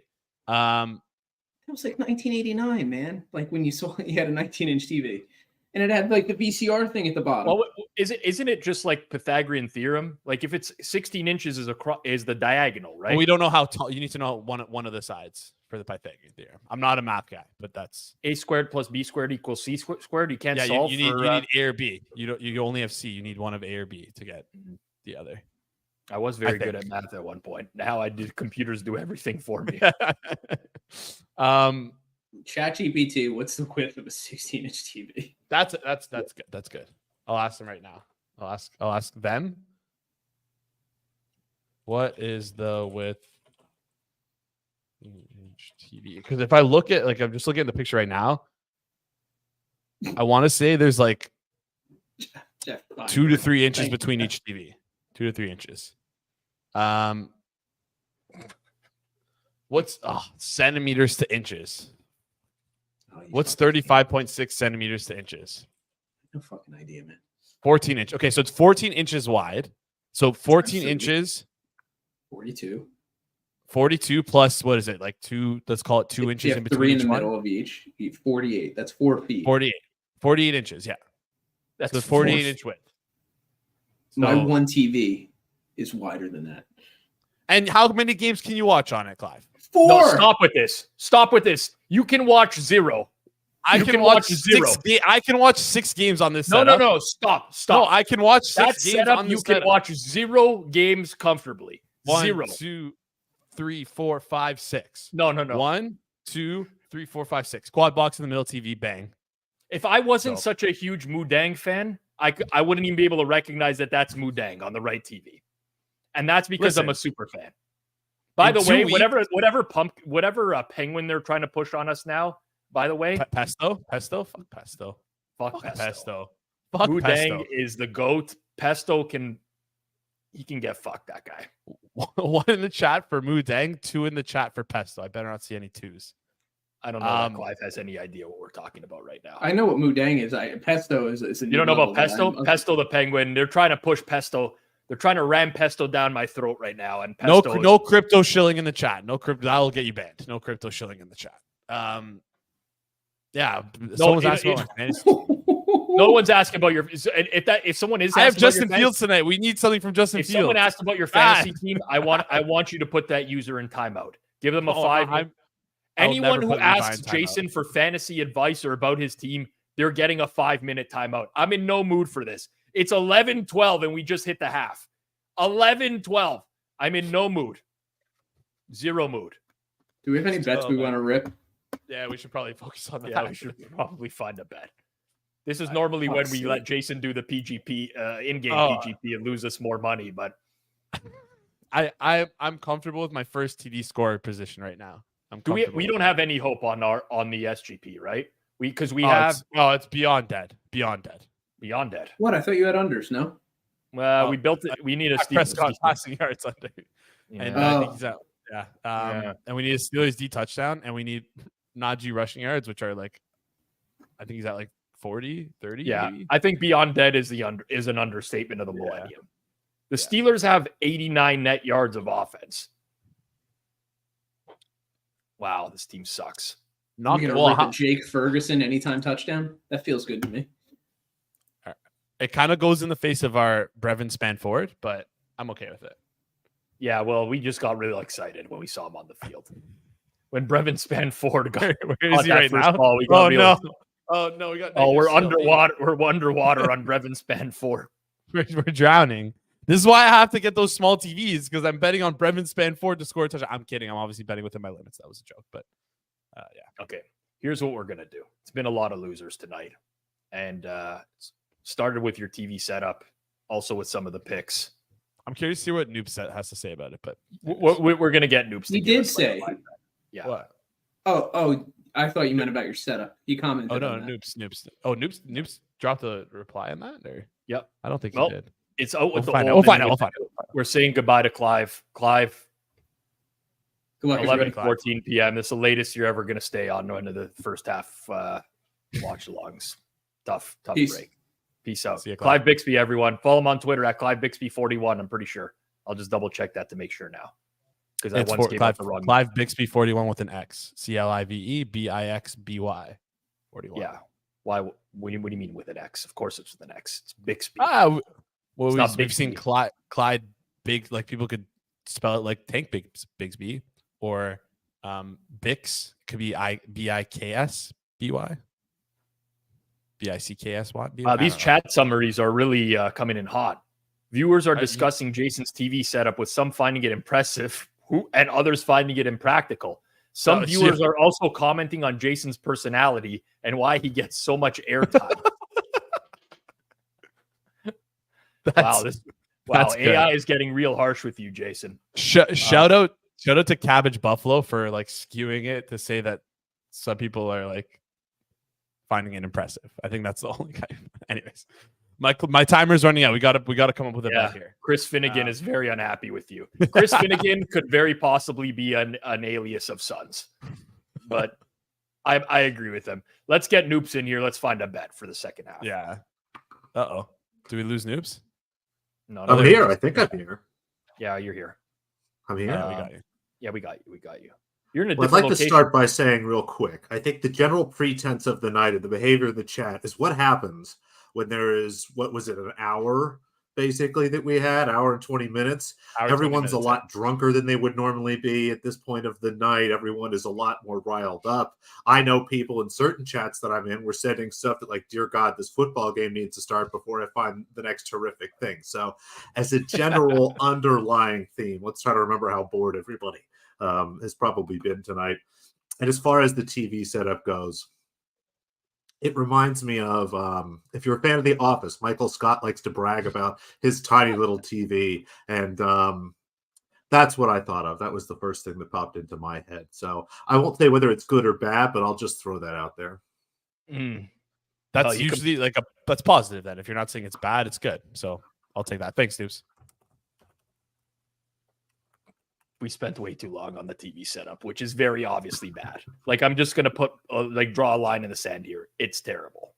It's a terrible, terrible TV setup. Noops. No one wants to look at an empty wall. Yeah, I hear you. This has been a very depressing night for me. And my favorite team is winning, which makes it even more sad. It's just like bad football. It's been a long day. But around this time every night, we try to find a nice live bet for the. Doesn't have to be a second half bet. Could be anytime touchdown. If you want, we could build an SGP. I don't know if you're into that. If you want to try something. I'm trying to think because I knew you were going to ask me this, and I'm sorry, my video's a little choppy here, so I might just turn it off for a second and try to figure this out. But at the very least, you can hear me. But I don't know. I mean, this game, the ball is moving up and down the field. I feel like there should be a lot more points. And you look at these second half lines, and they look kind of just like your normal primetime second half lines. You know, the total's 20.5. The Cowboys are plus a half here. there's got to be something in alt. I want to take a look and see what some of the alt lines look like here. Because I feel like this either goes way under or some team is going to win this game. I don't know. For inspiration, Noobs, I'll throw something out there. We still have first team TD scorers live for both teams. So if you want to take a stab at a first Dallas Cowboy touchdown scorer or a first Pittsburgh Steelers touchdown scorer, those are still live, as I'm sure you're aware of, obviously. Yeah. I've heard that first touchdown scores are fun to bet. Maybe not so much. Do you know, look, this market right now, no touchdown scored for either team is favored in each of these markets right now. That can't be right. That's got to be wrong. It is. I'm calling BS on that being favored. Like, I see what's happening right now, but this can't possibly be right. Like, for both teams, that's the favorite. And that has to be wrong. Again, assume if Dak Prescott cannot turn the ball over here, there's going to be a touchdown at some point. I mean, the low-hanging fruit, and in what has been a season of, lead running backs, lead wide receivers scoring touchdowns here, like, do we just bet Najee Harris to score the first Steelers touchdown? I mean, Fields is trying to get the ball down the field to, Pickens, but is that almost too easy? Yeah, I don't know that it's like too easy. I think that makes a lot of logical sense. I hate to do the chalky ones, but man, it's really been a year of chalk. We were worried about you, Noobs. We were talking about you on the stream last week, and we're like, we hope this guy's not homeless right now with the amount of chalk that's been hitting in these first touchdown scorer markets. But that seems to be, running backs this year are the new tight ends, I think. Like, we used to cash on the tight ends all the time. Now it's just like running back, more running near the goal line. I'm okay with Najee on the next touchdown score. Yeah, I was talking about this in the FTN Discord because it really has been a rough season. I have actually not picked a first touchdown scorer yet, with all these running backs. So a couple things, like, number one, no one is throwing to tight ends in the red zone. Now, today that's been different. We've seen a lot of tight end touchdowns. That seems to be back, and hopefully that's a thing where, my theory there, Rob, basically is beginning of the season, no one's playing preseason that much anymore. Is this just kind of a let's have everybody block, let's play a little more conservative, and now the teams are a little more in form, if you will. We start to see some more tight end stuff, and then the market itself, books, they did what they were supposed to do. They kind of nerfed it a bit. You very rarely see a first touchdown scorer 100 plus to 1. There was at least a handful of those guys. A lot of the guys that used to be 30, 40, 50 are now in the 20s. I think there is still some value again in those mid-teens to low 20s, but it does seem like the landscape has changed. I'm still trying to wrap my head around that, but it does seem like the Steelers, they're a team, it's not Derrick Henry on the Ravens, but they love giving the ball to Najee. They've worked in those other couple running backs, Worthy, and I forget the other guy's name. I struggle to say it anyway. But it does seem like Harris is probably a good guy here. I want to see what it's honestly. What's this anytime touchdown? Plus 230. I guess I'd almost rather play that than plus 370 that he gets the first Steelers touchdown, maybe half a unit on each or something. Yep. Yeah, I'm pretty invested in this game right now, and the props are kind of not going well. So, actually, you know what? That's not true. We still got some hope.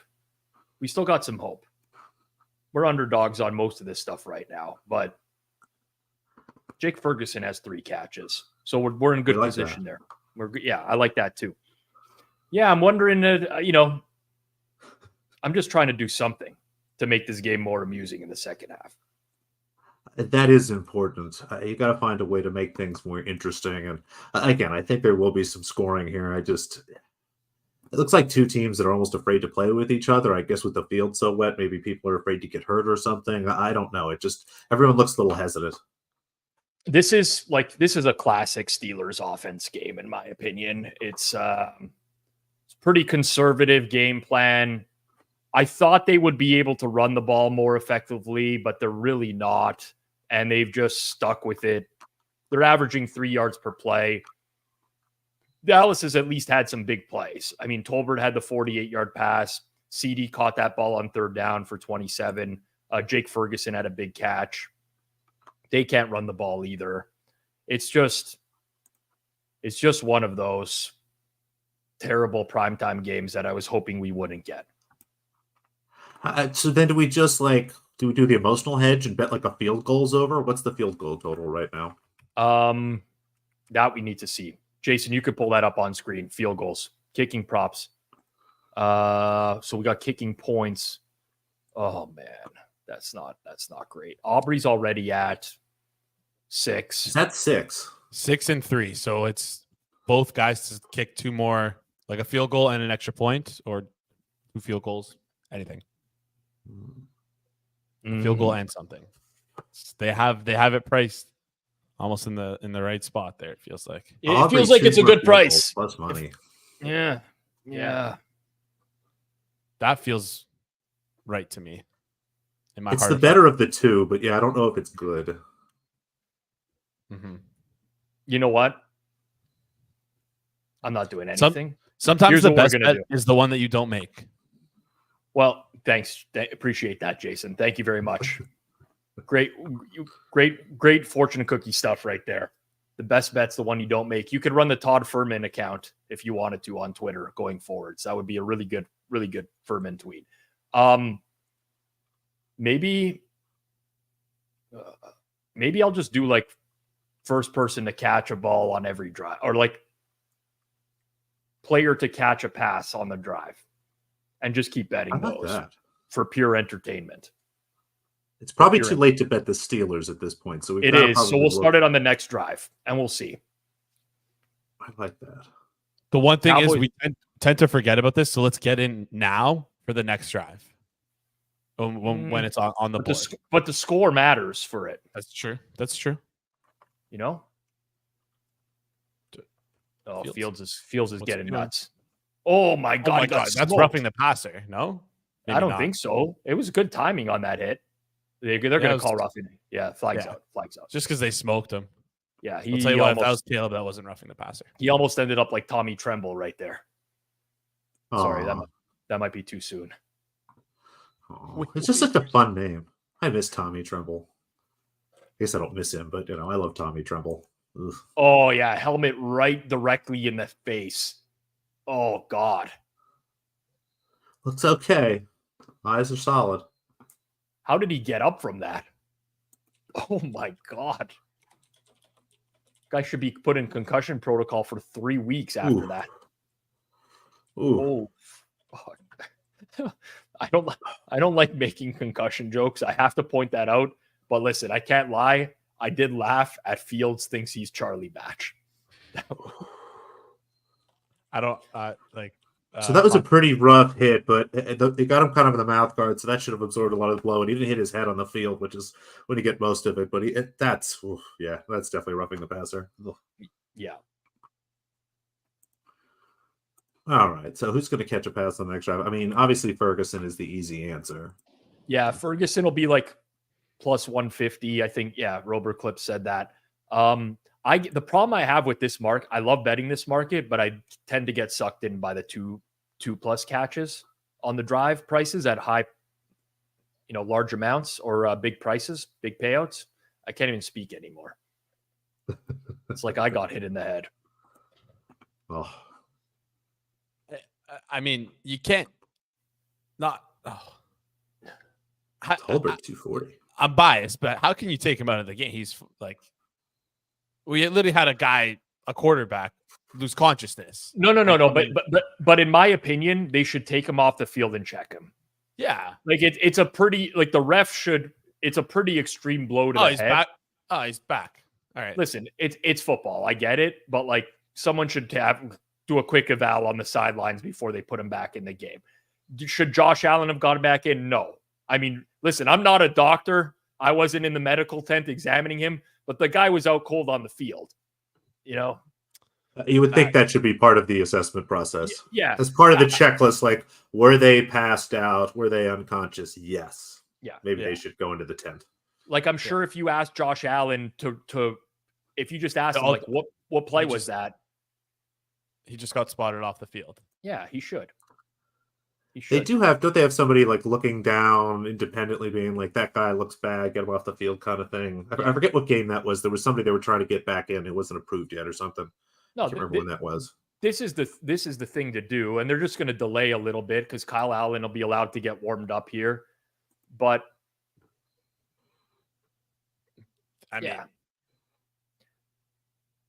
Kyle Allen. Yeah, I mean, My it's God. honestly like, can we bet that the next play is a run? Like, there's no way he's throwing this, right? Yeah, I was gonna say, like, do you immediately look towards alt overs for like Najee and just hope they just literally run every single play?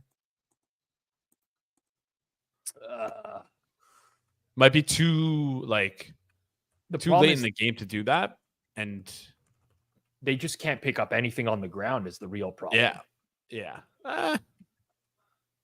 Russ is the emergency quarterback. He cannot play unless both quarterbacks get hurt. He's not active. It's like the emergency goalie. Yes, exactly. Which is one of my favorite things in all of sports, that there's just someone at every game that, God forbid, there be no more goalies. No. Come on in, bud. No, we don't talk about that. We don't talk about that. Rob and I are Leafs fans. We never mention E-Bug ever. Yeah. We lost to our own Zamboni driver. Like, I lost so much money on that game. I hit live when I realized that they had no backup goalie. I'm like, this is the easiest bet of my life. The Leafs are like 20-1 at that point because they're down 3 goals. This is free. This is easy. Oh man. Fields is coming back in. I kind of wanted to just see Kyle Allen carve the Cowboys up a little bit. It's just nice to see Freiermuth with the ball. And sorry to have inadvertently, caused a little PTSD there, but it is still amazing to me that every team just has a designated. And it's my understanding too, it's not a professional, right? It's like somebody from like the local area or whatever. It's just a dude. Correct. Yeah. Last year, this is very specific to the Leafs market, but they called in Curtis Joseph at one point to come to the arena.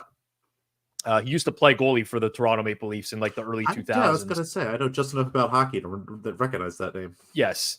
And they called him, and he came in with his bag of equipment to be ready to go when one of their goalies got injured. So he didn't play the game, but he was there in the arena with equipment just in case things got out of hand.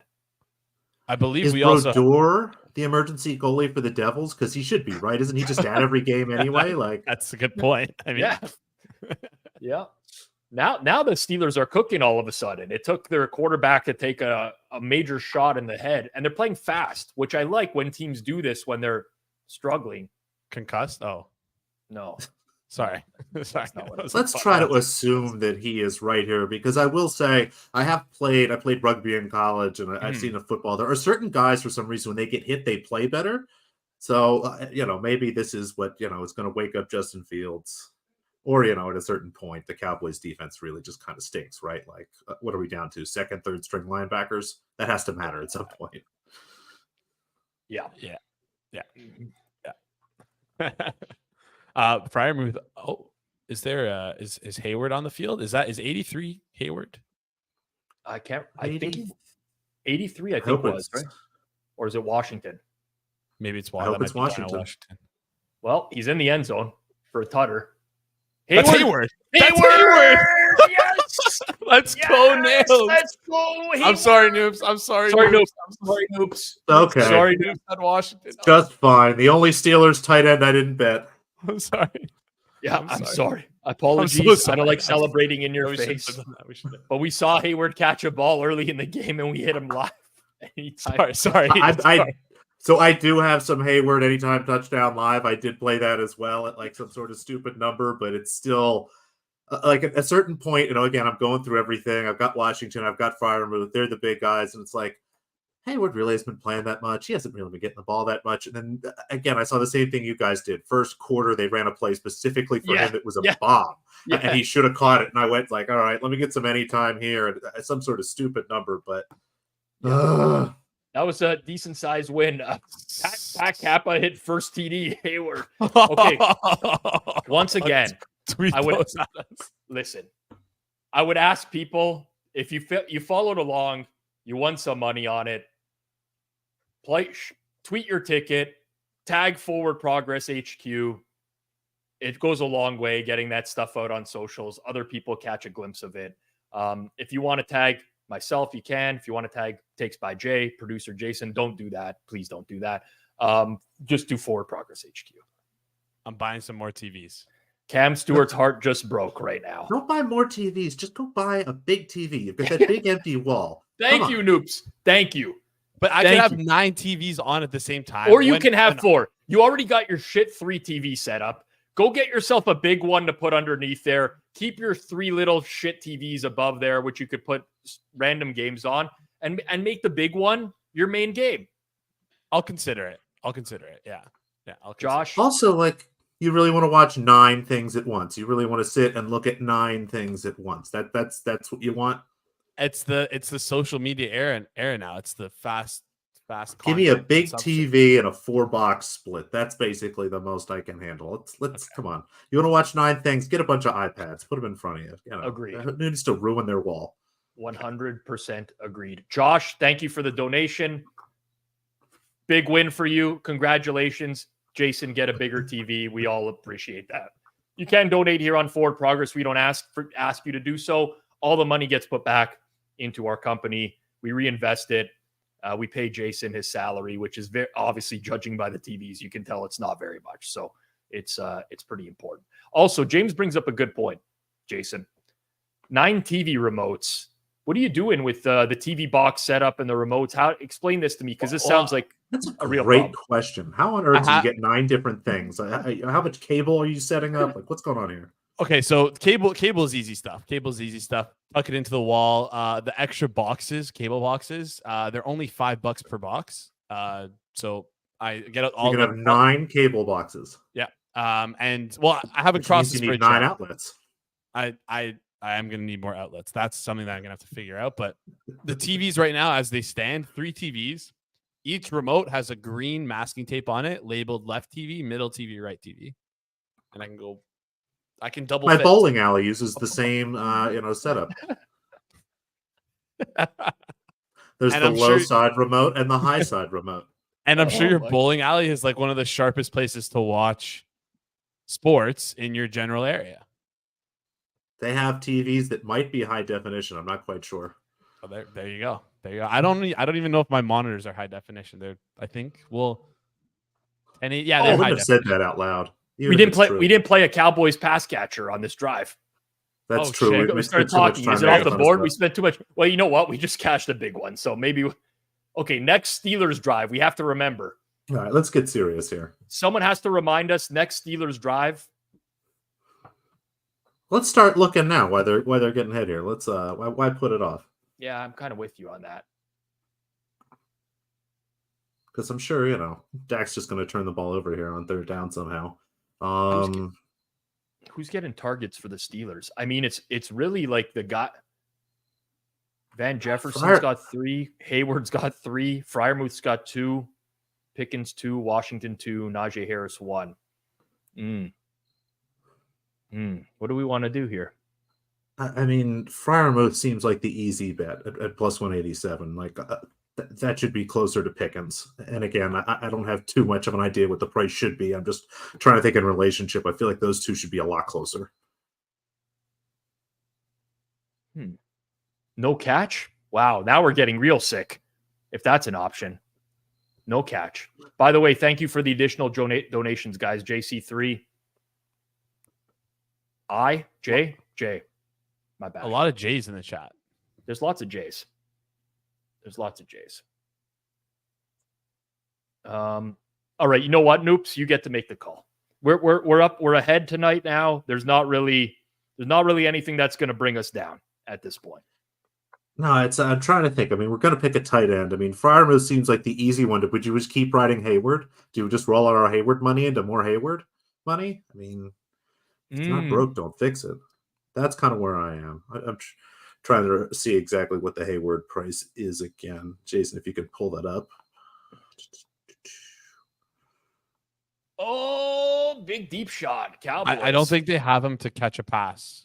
Or were you talking touchdown? Then we got to go Freiermuth. Then I'm going Freiermuth plus 187 reception on the next drive. We're doing Freiermuth. Let's I'm in. Thank you, AJ Thomas, as well for the donation. Getting a lot of donations tonight. Who knew all we had to do was pick some winners? People like it when you pick 100-1 first touchdown winners. I can say with experience that people have a lot of fun when you do that sort of stuff. Full disclosure, I did not play first touchdown. In hindsight, I should have. I played Jason as well. Yeah, I played any. What did you guys get any time at live? I mean, it was some pretty big numbers places. We had it at 28-1. It moved to 24-1, and then it crashed down to 8-1. There were some 17s and 20s out there. There were Yeah. definitely some big numbers. So no matter what you did, I think it worked out just fine. Mhm. Yeah. Mhm. Oh my God. Whew. All right, 2nd and 10 here at the 21.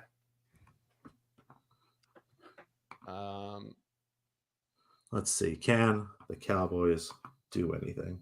That's got to be a sack on like that's so it's got to be a hold on the offensive line. TJ Marcus Harrison's Shoemaker's second touchdown. That's making me hot. I like that. This is a low-key great comment, John. Very, very, very inside joke. Great comment. God, I appreciate you guys during this stream. It's a lot easier to do this stream. Elihu is a very underrated character in the gambling Twitter sphere. It's I think people, and even if you haven't met him, which by the way, super cool guy, just very interesting character. Yeah. How much do people tend to lean into their gambling Twitter persona versus them being like that's just actually them? Like, I think most people generally are the way they are. I mean, I'm trying to think of a way to sound this and not sound just like the worst person on earth, but like no. This is whatever.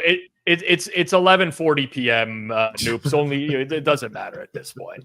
Yeah, I generally try to surround myself with people that aren't salesmen or playing a character or whatever. But I will say, even people I've gotten a chance to meet who seem to be playing a character continue to play that character live. So maybe it's a character, maybe they just are who they are. Who knows at this point? But I do generally find people to be pretty much what they present themselves to be. Oh God! Wow, they blocked the field goal. Oh. Did they fall on it? Yeah, I don't know. Anyways, you're not supposed to touch it after the block. Yeah. By the way, Mark Barkley, $10 donation as well, joining the donation train. We have enough money from donations tonight to get Jason 2 new TVs of a 16-inch variety. I think we need another $20, and we can get him another full row below as well. I would love that. So okay, I'll ask. What happened? No, Noops is restarting his. He's doing a computer reset. Wow, yeah, you did some production. You told him you got to fix this, bud. That's what you said to him. In the nicest way possible. But one in the chat, if I should get one big TV underneath my 3 TVs, the same width as my 3 TVs, or 2 in the chat. I know you're trying to drum up some comments here. Clicks. I know what you're looking for engagement. Yeah. However, this is going to be overwhelming. Who is going to tell you to get 3 new small TVs instead of 1 big one? No sane person. In fact, if they do, I might put them in timeout because it's not going to be real life if that happens. I will untimeout anyone who Rob puts in timeout. So I want the chat to decide for me. So it's not even like what they think is better or what they would choose. What do they want to choose for me? It's like, do you guys want to make me suffer with 1 large TV, or do you want to help me out and give me 3 small TVs? I like the idea of the X. Like, just go for 5 TVs. Oh, okay. Oh, the old X. I mean, that suits Jason's style as well. It sets up a nice tic-tac-toe board on the wall for parties. Yeah, he is the rated X superstar. Producer XXX extraordinaire. I really like that name for you. Yeah. And it was the lowest voted one, which is crazy. You're stuck with porn guy forever. It's just not. No, some people are leaning into the J Jason. I can't say that out loud. Jizzy J. Yeah, Jizzy J. Yeah. I kind of like that too. Actually, it still sounds like a porn name. Like I know. No, that's it. That's good. But no, Jizzy J. I think that could pick up some steam over time. That's like a Jazzy Jeff kind of vibe. Exactly. Exactly. To date myself. Well, yeah, Jason has no idea what we're talking about. Zero. He's nodding his head like he has some sort of clue, but he has no clue. I have no idea what you guys are talking about. I was just laughing at James's comment. I think that's my favorite nickname. Listen, if we're gonna stick with Jizzy J, maybe I get Frosted Tips. Oh God. No, but like actually, wait. Time out. Too far. Too Time far. out. No, like actual, like I was thinking, like I'm thinking of not. I was gonna say Ice Spice. What's his name? Vanilla Ice. Vanilla Ice. Yes. Yeah. Nice Ice Spice is what you were gonna go with. That's the first ice that came to my brain. Come on, Friarmouth. No, Najee. Okay, that's fine. We'll take the Najee. Yeah, we'll take the Najee reception. We'll take it. Someone cashed that. Someone cashed that in the chat. I don't know who it was. It wasn't Anthony Glenn, I could tell you that. That guy's long gone. You killed him, Jay. JC Horn It's Dog. tough out here. I love that one. That's my favorite one. JC Horn Dog? Yeah. Oh. I'm trying to remember. It reminds me of something. Something in the Horn Dog. It's like a fake morning radio show on some sort of sitcom. Something in the Horn Dog. I don't know what you're referring to. Mad Dog, maybe? I'm gonna get there. No, it's a. I think it's like from Parks and Rec or something. Oh, I know exactly who you're talking about. I'm gonna find.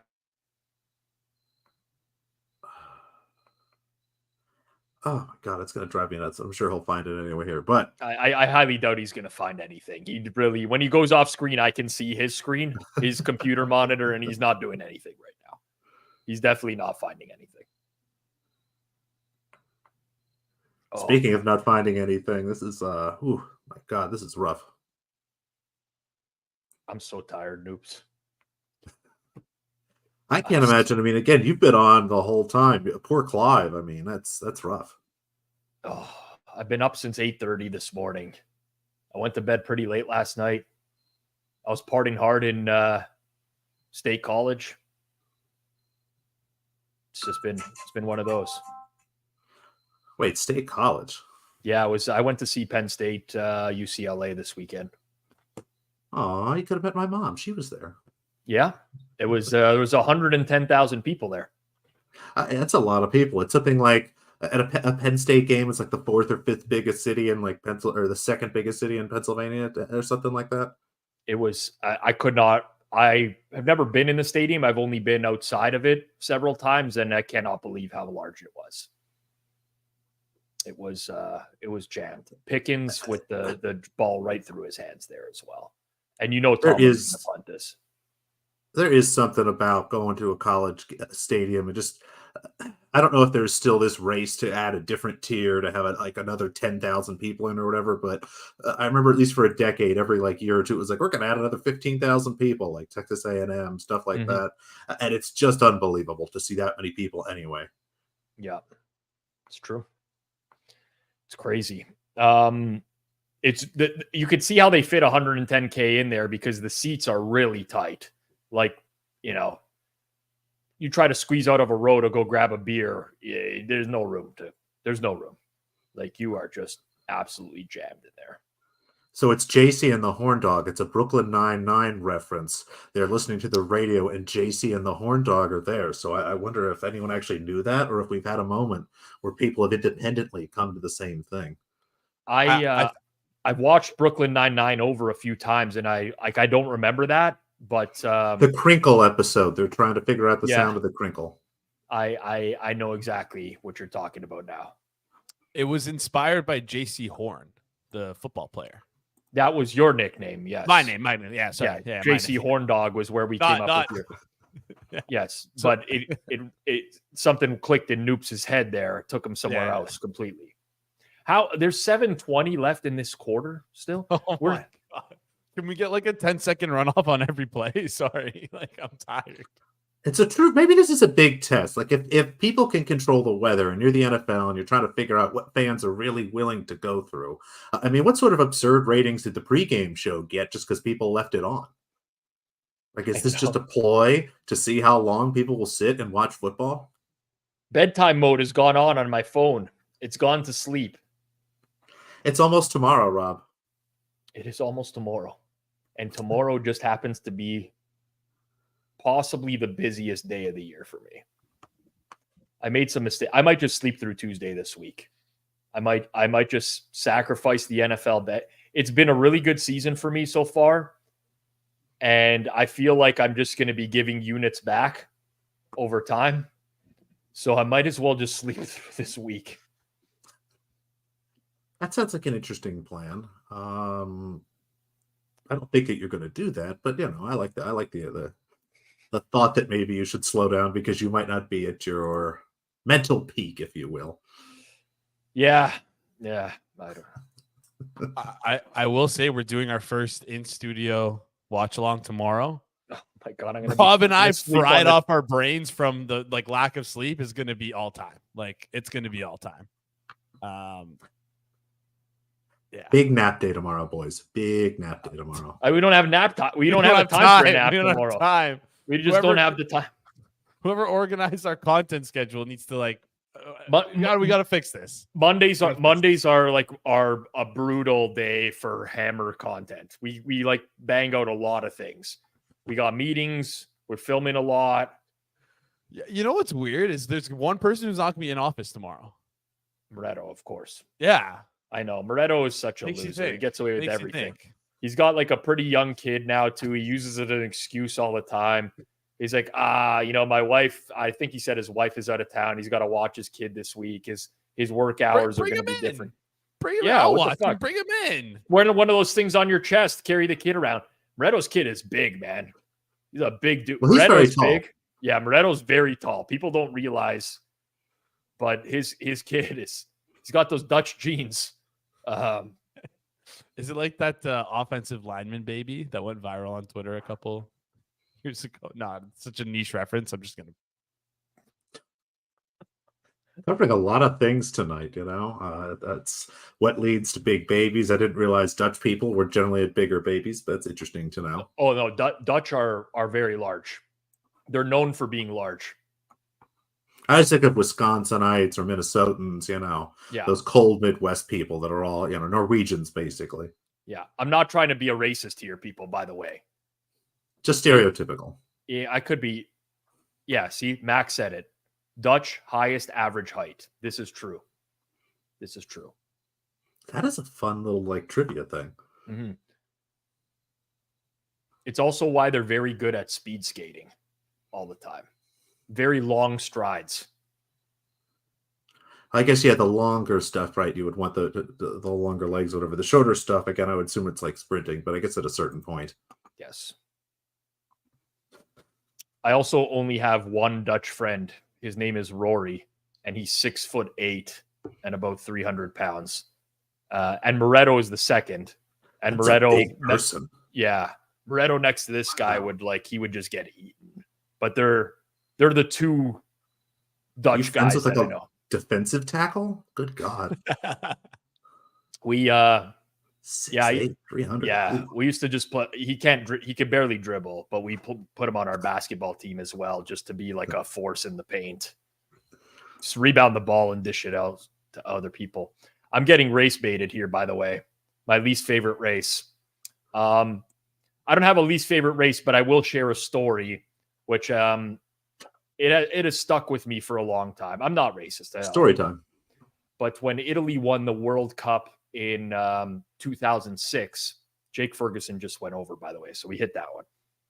When Italy won the World Cup in 2006, I was in Little Italy for the party, and I had someone with a Portugal jersey pull a knife on me while I was there. Now that guy, unfortunately, he was beaten down pretty hard by the rest of the Italians because I saw what was going on. But since then, I'm not, if you really want to know my least favorite race, because of that situation, I have held a grudge against Portuguese people for no reason, even though my sister-in-law is Portuguese and my neighbors. So yes, I'm just airing it. Honest answer. My least favorite race. Yep. Can I jump in with my least favorite race? Absolutely not. I'm taking you off screen. Why not? No, the 400 meter is by far the worst. It's the longest. It takes so much time. 100 meters where it's at. If it's going to be long distance, I want it to be a little bit longer than 400. Just that weird middle range. So this is worse. Yeah. This is worse shtick than your entire TV setup, by the way. I will say, though, a lot better than what I thought he was going. Not that I thought he was being earnest, but I was concerned for a second. I would hope you. Come on. Again, it's almost tomorrow here, you know. Yeah, you're right. I do love Portuguese chicken, I will say. Portuguese chicken, before, absolutely banging. Those little potatoes that they serve, those little circular potatoes with the piri sauce. Oh, man. Hello. It's the thing with potatoes. The tinier the potato, the better it is. The bigger potato, the worse it tastes. So I like this idea. I don't know if I've ever had Portuguese food. I must have by accident, but I'm going to try to figure this out. Yeah, Portuguese chicken is an absolute bang. You know what? J888, you know exactly where it's at, dude. I hit the Starbucks in that plaza pretty much every morning. Express BBQ. I didn't know you were local to me. That is a fine establishment. Let's just say I'm single-handedly keeping them in business. They took over the Thai place right next door. That's entirely because of me. And sorry to the Thai people. And yes, Ryan Luis, I'm still very angry that Ronaldo sucked for Juve as well. That was a bad moments in my life. It's tough, you know. It's tough out there. And I will say, Zane mentions Portuguese sausage. There is a place at the Fremont, if you're ever downtown, that does little breakfast places, Portuguese sausage. So I guess I have eaten Portuguese food. There you go.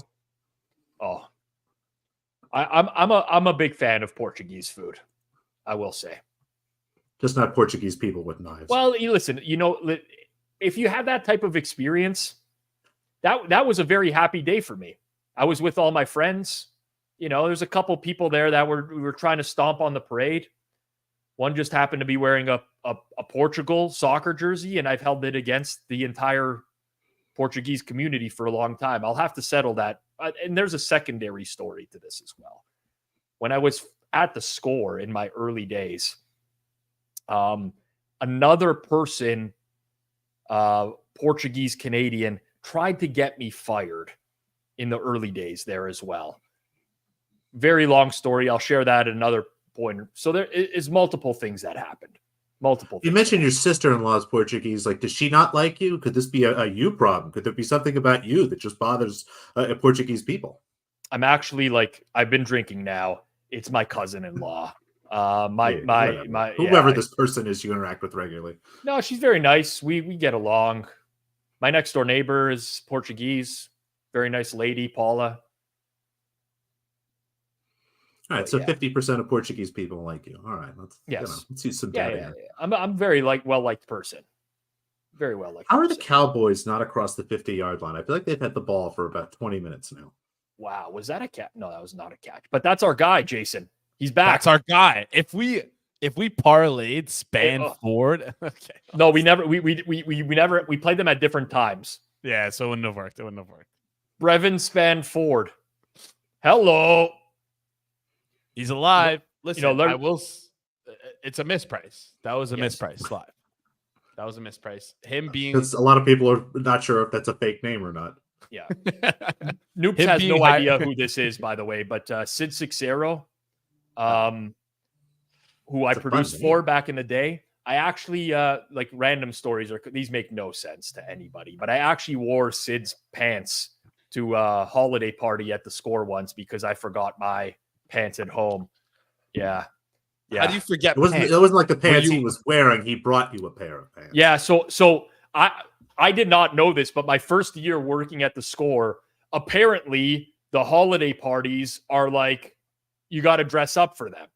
I didn't know this. Nobody told me. So I went to work that day in jeans and a polo, and they're like, no. Someone's like, hey, by the way, you got to change. I'm like, no, I didn't bring clothes. I have a dress shirt that I can put on in the studio because I have 4 or 5 of my dress shirts there, but I don't have any pants. And my intern at the time, his name was Ryan Hainser. He's like, don't worry, buddy. I got you. What waist do you wear for pants? I'm like, okay. By the way, I do this accent for Ryan Haynes. It's very. I noticed that. That's how he speaks. But he showed up with a pair of pants. I'm like, where'd you get these? He's like, don't worry, buddy. They're yours for tonight or whatever. Don't worry. I put them on, showed up at this party, and Sid Sixero noticed the pants, and he's like, hey, are those my pants? I'm like, I don't know. Hainser got them for me. I didn't have a pair of pants. Like, I think those are my pants from the green room. And we had a good laugh about it. But yes, I was wearing someone else's pants. Yes. I like the don't worry about that aspect. I mean, I would have taken the pants, but I would have look at them going, what should I be worried about? I was like 23 years old, 24 years old, something like that. I didn't know better. I made a lot of mistakes at that age in life. I mean, somebody gave you a pair of pants that it seemed like they owned. I don't know if that's necessarily a mistake. It's just odd for someone to like, oh, here's a pair of pants for you to borrow. Don't worry about it. Yeah. Yep. I An mean, odd exactly. add-on. You don't ask questions. I don't ask questions. Oh, like, what are you going to say? Somebody gets you a You pair gotta wear of the pants. pants anyway. Yeah. I don't want to drive 40 minutes home to get a pair of pants so I can wear them to this Christmas party. Like, no. So, Definitely won't yeah. go buy a pair of pants. Ryan doesn't believe that it's pants fit you. Sid was think about this. This was in like the early 2010s. Sid was a slim guy at that point. So sorry, I'm not understanding this. Why was the breakfast television guy working at the Score?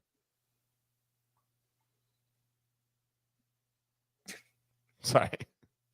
It was a setup for this joke, but I also realized that nobody probably knows who Sid Sixero is.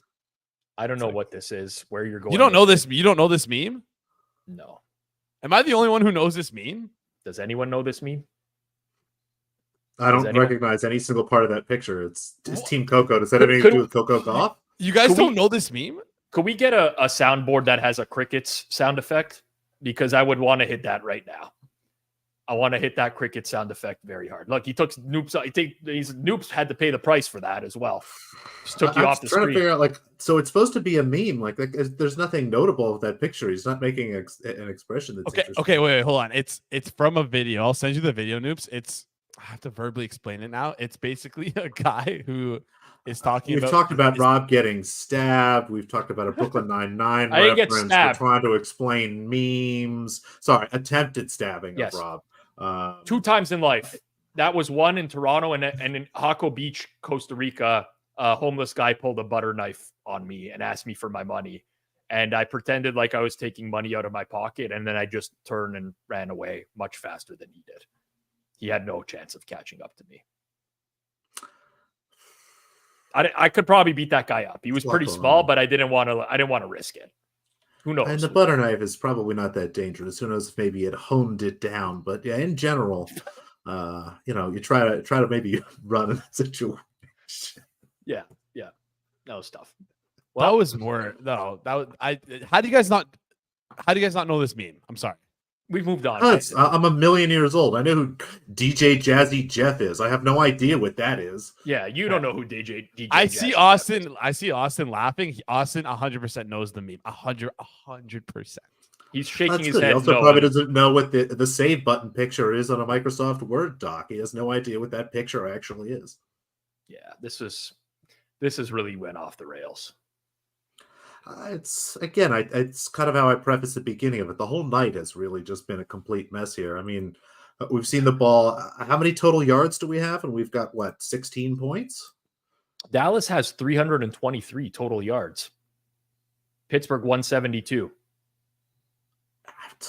Again, I don't know how many points that should correlate to. Well, that's 495 yards. Should be more than 16 points on 495. Think. Yeah. Well, Noops. It's been a splice. Best of luck the rest of the way. Hopefully the chalk doesn't keep hitting for these first touchdown scores because I want to see you succeed. I want to see you do well. Well, thank you. And sorry about the internet connection. I hope everybody enjoyed watching my choppy face, but hopefully you could hear me clearly. And I will say it was nice to see Hayward get the first one here. Maybe this is what takes the lid off the basket, you will. So enjoy the rest of the game. I'll see you soon. Thanks. Noops, everyone. Follow him on Twitter @_Noops. Great guy. And obviously we don't blame him for the internet connection. We blame producer Jason. That's what we do here at Forward Progress. I mean, what kind of show are we running here, guys? And when I say guys, I'm talking to you back screen, Jason, backstage. Listen, I'm too busy cooking up. Like I'm busy cooking up fantastic memes that like the people in the know respect. And I think that's really important because in internet culture, that's where the currency is in memes. I didn't listen. Yeah, I like that.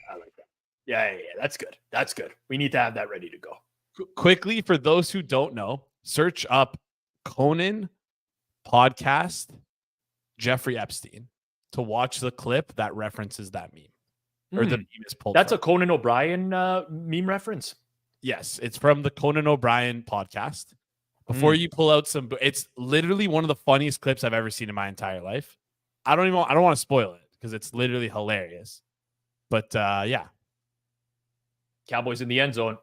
Don't tell me that was Rico Dowdle. That better not be be Rico Dowdle. It's Rico Dowdle. You lose your fantasy? Wow, well deserved. I have his under receiving yards. Well, now you don't. Now you're cooked. Later.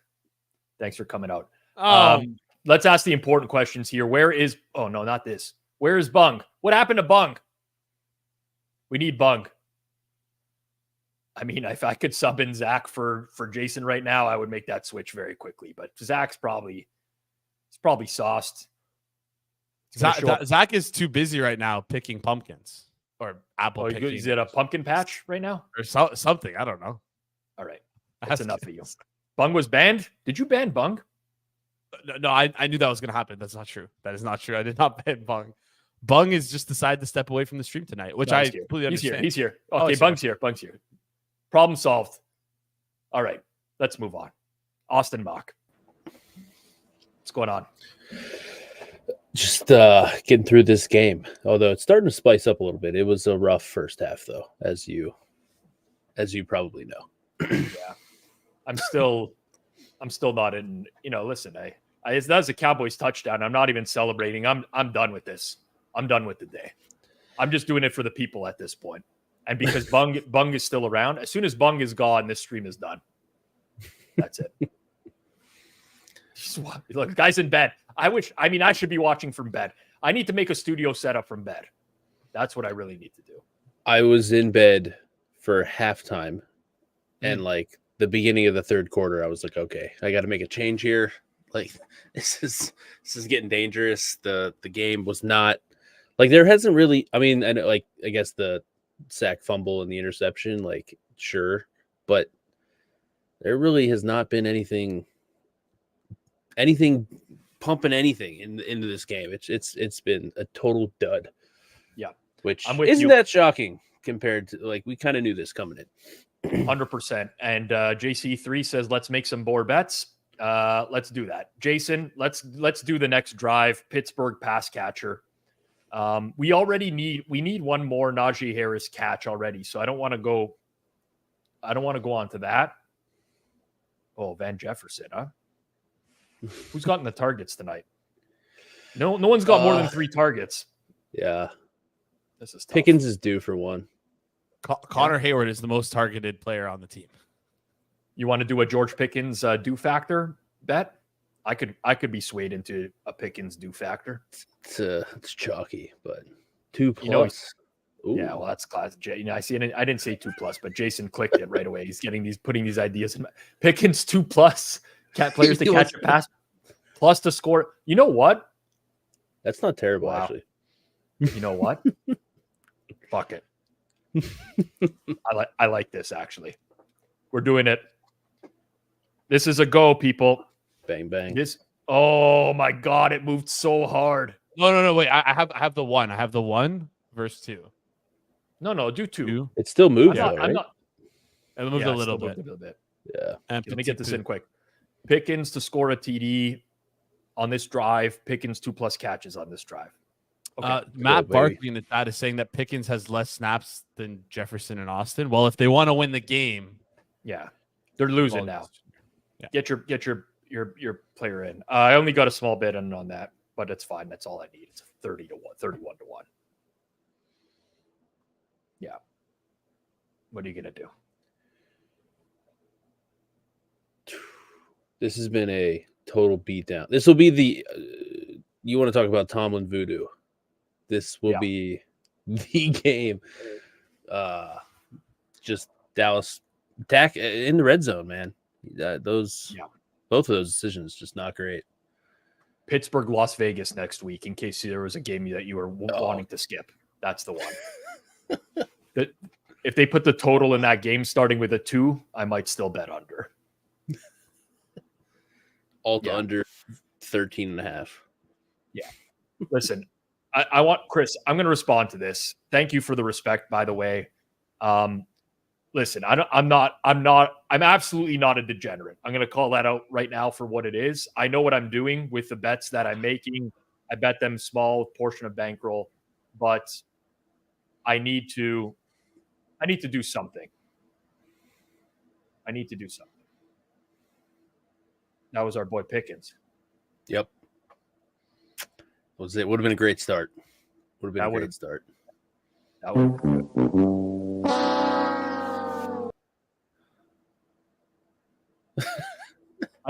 I told Jason to get one sound effect. Now all of a sudden, watch the amount of sound effect. Watch the production quality of this show go through the roof. I was here for the birth of the Price is Right soundboard. We still don't know if we're allowed to play that or not. But he keeps. We're good. We're good. Okay, I've done my homework. I've done my research. We're good. And by research, I mean I asked Jacob, and he told me we're good. It's going to be an invoice. Me? Does that count as a receipt? Obviously, was that a real play? That was great. That was what are they calling that a fumble? Yeah. Yo, run a play, Steelers. Snap the ball. Snap the ball. This is What? No. Replay assist is going to come in, right? Like he clearly threw the ball. Yeah. I mean, it's just the way it's slowly like waddled past the first down line to get to like. I can't believe that they let that play go on and they were just going to give the Steelers a first down. Like, well, I mean, we want that because we did just bet. Yeah, George Pickens to score a catch on the next drive. Yeah. Whatever. That was a quick death. Yeah. Well, what are you going to do? I mean, it's what happens when you tail Jizzy J's bets. You know? What? Don't push that on me. It was. You just started clicking buttons, and then once I see the price of it, I'm like, you know what? All right, that's not a bad price for that bet. Listen, I think the process was good. The first target, first play, or second play, I guess. Target. Yeah. I think we had a. So anytime that Fields wants to push the ball, it's going to Pickens. Okay, so I have a question now. Let's say quick 4-and-out here from the Cowboys. Are you running it back? Are we going to have to bet that on every Steelers drive now? Just go down, Martingale it. Just go down with the ship. I can't even joke about it. Here's what we have to do because I don't know why we haven't done this before. Yeah, Bung Magoo wrote in the chat before this drive started, punt. Bet the punt. And what happened? You know what? The people want to know. This has turned. Yeah, they've turned on Jason. Jason, listen. We know. Producer Jason's picks are shit. We know. We need someone to lead us. We need a BBP. The BBP. Bung in bed parlay. Bung in bed. Oh man. Yeah, honestly, maybe we'll have Bung as a special guest host one of these days. What do you think? Although, you know what? It could be a bad idea because if Bung sucks, people will turn on him. And right now, the idea of Bung is like, it's elevated. You know what I'm saying? You don't meet your heroes, right? It's like me. I'm good as a concept, but like in practice, just... I don't even know that the concept is good, honestly. Oh, come on. We were... Okay. By the way, there's a lot at stake in this fourth quarter. For people that don't remember, we'll be checking the exact time when the clock hits 0. Whoever predicted the proper time gets a T-shirt. Jason's gonna have to go through that. Oh my god. Jason, have the videos been getting posted to Hammer.bet this week? Yes. You sure about that? If I check right now, they're there. They're going to be posted. They will be posted tonight. They will be. Yeah. Okay. Just making sure. After midnight, start checking on what's getting posted. Jason said he wants his performance reviews done live on air. We're gonna do them. Starts there. That's not what I said. You said I said as a channel. As a channel. Yeah. I tune in. Yeah. Thank you. The performance review, the Pickens bet there, it's -1. Yeah, so like 1 out of 5 for Yeah. I mean, listen, that's probably the best part of his job right there. Like that's fine. I have many more complaints. Many more. Including the lack of videos being posted to hammer.bet, by the way. Trying to build an SEO powerhouse here, Jason. And by powerhouse, I mean I just want to be like some relevance. We're building. We're building. Did Bung say we should have bet punt here? Was his play? Bung didn't give a pick, did he? Field goal. I think I saw that. I got distracted. I kind of like the idea of live performance reviews the more I think about it, but it could make me turn into like a big time heel. I guess I kind of am a heel already. I was gonna say, I feel like that fits you naturally.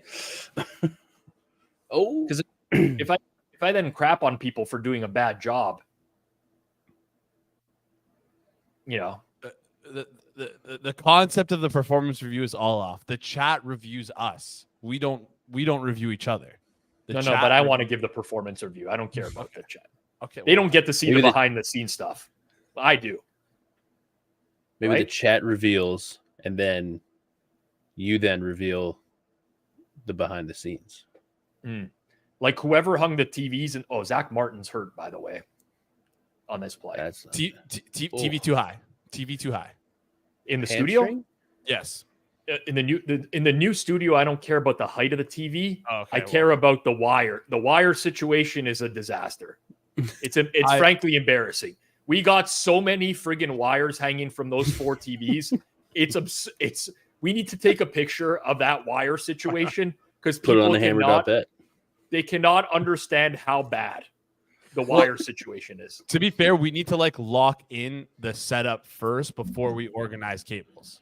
Like we can lock in the setup. It's locked in. What are we doing? What are we changing? Well, there's display ports need to be used. Like stuff needs to be routed from the PC to the screens. We need to make sure, like, if there's like an error, right? Okay. Like in our current setup, we can't have it like locked in stone because we're gonna have to adjust it.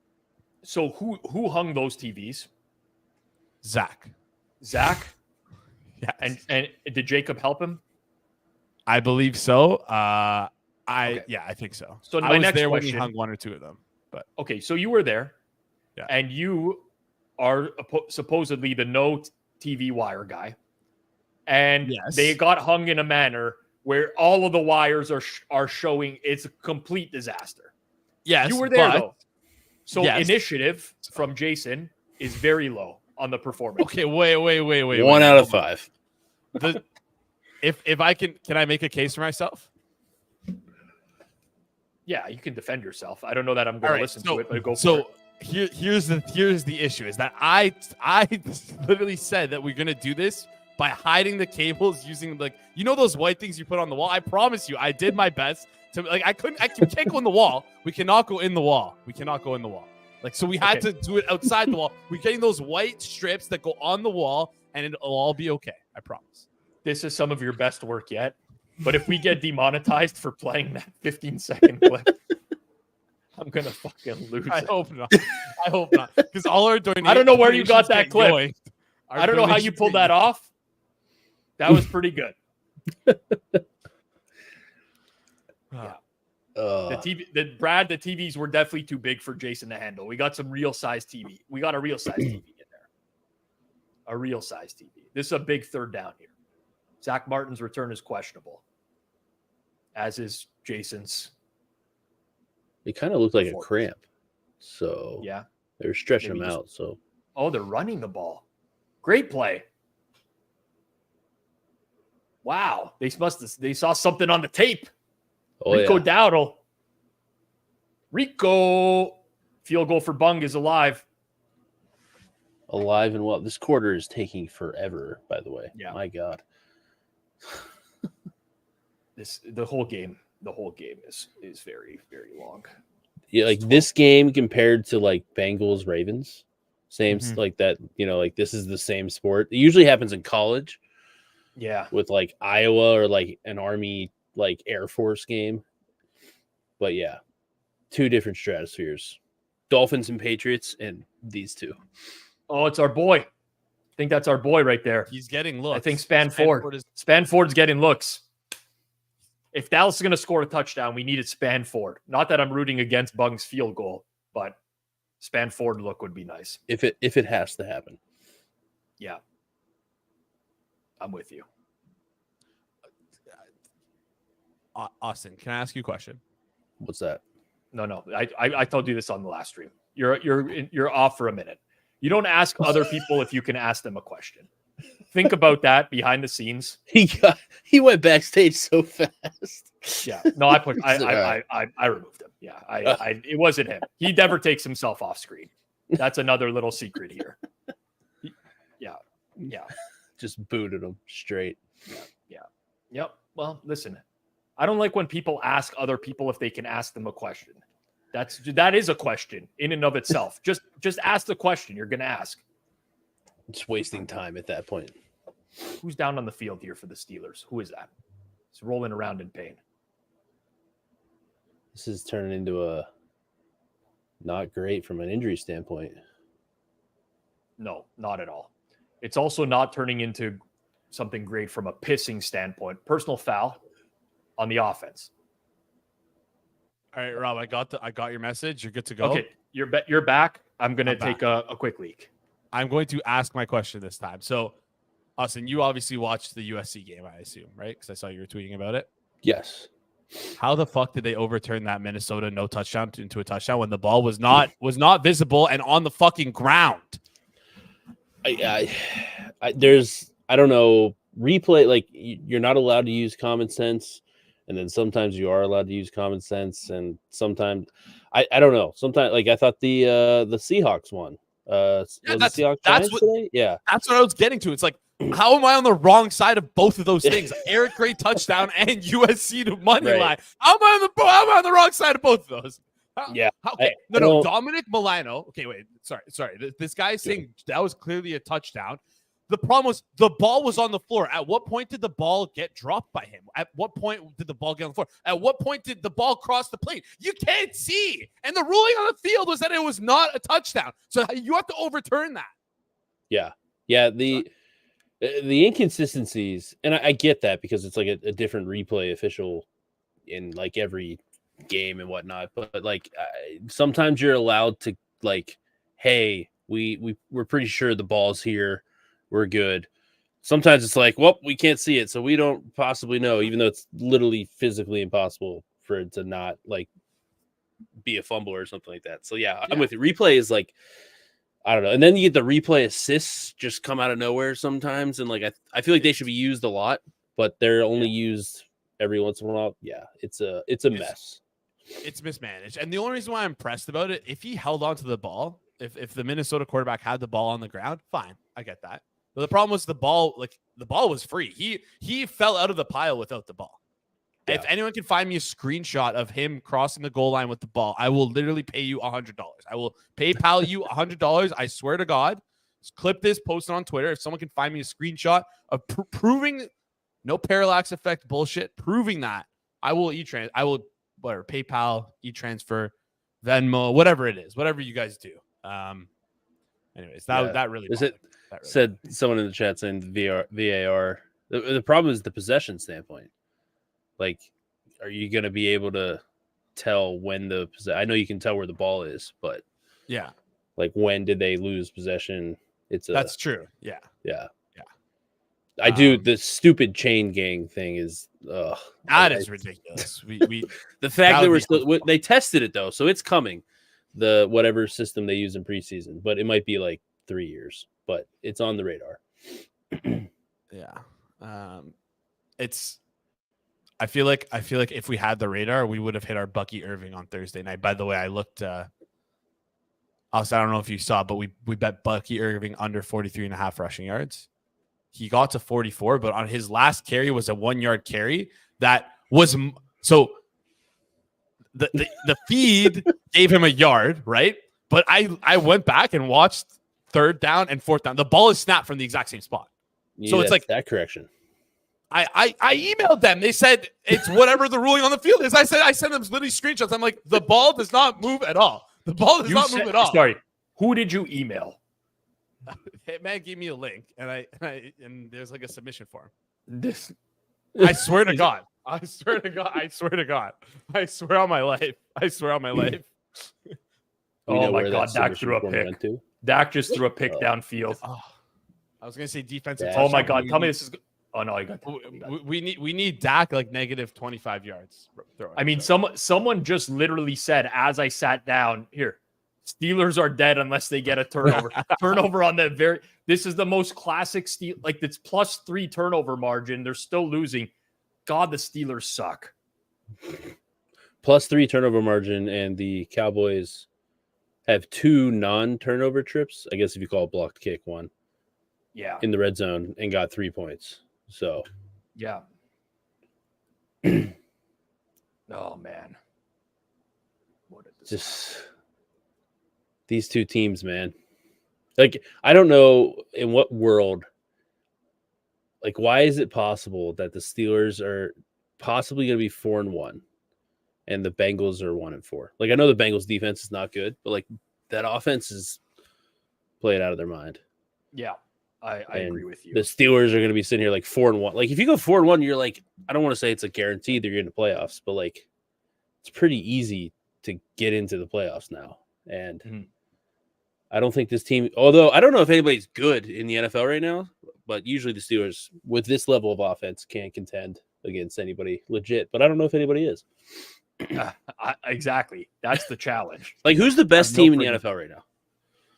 Like, if no odds or anything, if you had to like back one team for the rest of the year, Well, like, is it just Mahomes because it's Mahomes? Loaded question. Because if it's the playoffs, like if it's a one and done, you got to win the game or you're out. I'm taking the Chiefs. Yeah. If it's just to the end of the regular season, who you taking? Because I think that's really interesting. It really is right now. Because like, I bet you if you started polling people right now, they would say Vikings. I would say Vikings are they're probably like, I think if you look at like live win totals, they have to be like definitely top 3. Yeah. I would say probably top 2. I agree. Just going to relay something to the chat right here. They came up in our private chat. This will be, if you got a champagne bottle, you'll want to pop it. Get real excited. Producer Jason says, I need to restart my computer. So he'll be gone for at least the next 2 to 3 minutes. Believe he's frozen backstage right now. So this is our time to shine. That's short. They're going to have to go on 4th. I mean, they're going to measure this, but it's what was that? The play in the first half. It was a tush push kind of. Well, but it was the one where he ran right. He got smoked. He was short. Oh yeah. But like, there's sometimes where he puts his like head down and like goes for it, and then there's somewhere like, wow, they give him the first down. Okay. Tom and Voodoo. Yeah. Adam says Vikings without Aaron Jones looked mid. So for me, Darnold played not great today. His ADOT was super high. He was taking lots of shots downfield, but I thought he was really inaccurate in doing so. I think that's the Vikings' problems. Like, he's been good enough. Like, I saw people talking like, oh, they should trade McCarthy and like sign him to a huge deal. I don't think he has the ceiling to. He reminds me, he doesn't have the numbers but it's like the Jimmy G situation. Like, he's doing enough, but like, I don't know if they have that extra gear. Like, he has it. I think O'Connell can scheme it up and he can do it, but I don't know if he has the ability to push them forward. There's no elite team in the NFL right now. Like, that sounds weird to say because but there's no elite team. It's all relative. Yeah. Like, right. Baltimore is also very good, but they lost to KC in the first game of the year.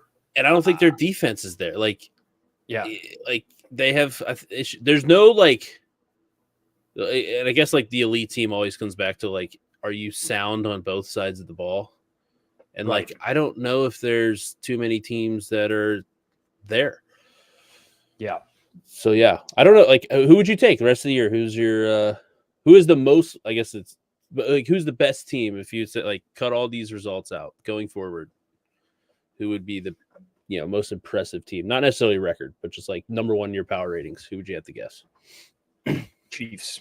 Would still be the Chiefs. That's what I'm at too. But everything they'll points, mess around. Yeah.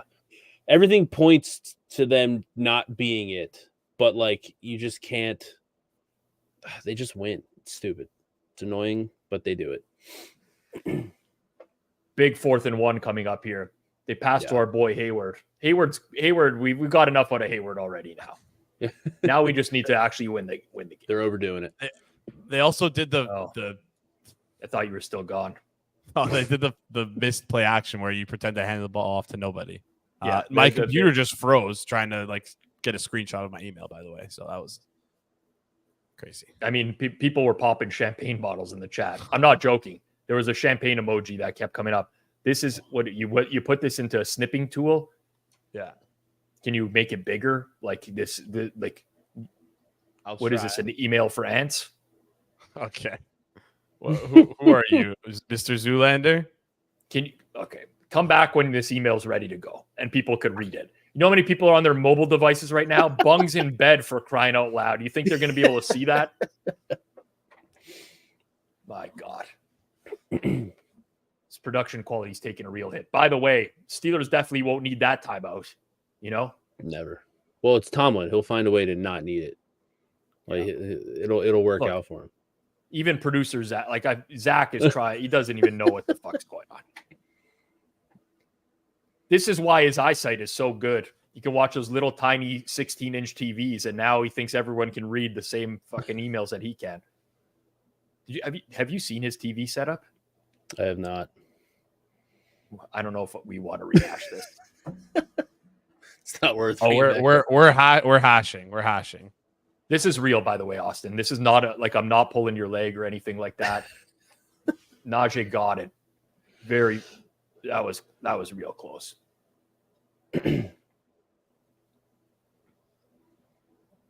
Oh boy. This is the actual TV setup. What the? All right. He stands by this, by the way. He defended this for half an hour today. Do you use binoculars? No, no. Well, okay, Wait, let me ask you this, okay, before you get on me with is that your left high horse one higher than the others? No, that's just like just the angle. Yeah, it's just the angle. I think I didn't level it, so I mean, there's 16-inch TVs. How many TVs do you have when you watch football, college football? I assume you have. I usually just have one, and then I watch one other game on my laptop. I'm not like I can't do the 4 games because I don't pay attention enough. Okay, so I disagree with that take. I would rather have 3 TVs. It's me myself. If I have 4 games on, I find myself watching one, and I don't need that. That's fair. Like my NFL setup is red zone on the TV, and then one game on the laptop. Me personally, I would rather have 3 iPhones in front of me than only one TV. That's just how I am. Who caught well, this you ball? love small screens, so yeah. He's okay. Well, I wouldn't go that far. But 16 from that far away. Who the fuck is B. Johnson for the Steelers? Brandon Johnson. Who is Brandon Johnson? Is that undrafted out of UCF? Former Denver Bronco? Brandon Johnson. I don't know. Gotta love it. NFL after dark. It's 26 years old.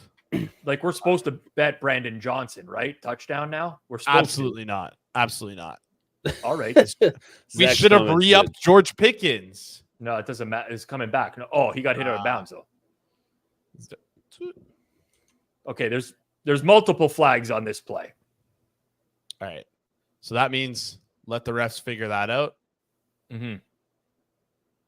Back to content. Oh. Better? Much better. Was it that hard? Okay, yeah, Elias Sports. Okay, this makes sense. So, hi, Jason. It goes by where the ball is spotted by the ref both before and after the play. You can lose yardage, but not lose a yard since football goes by. Okay, this is a horse shit response, dude. Right?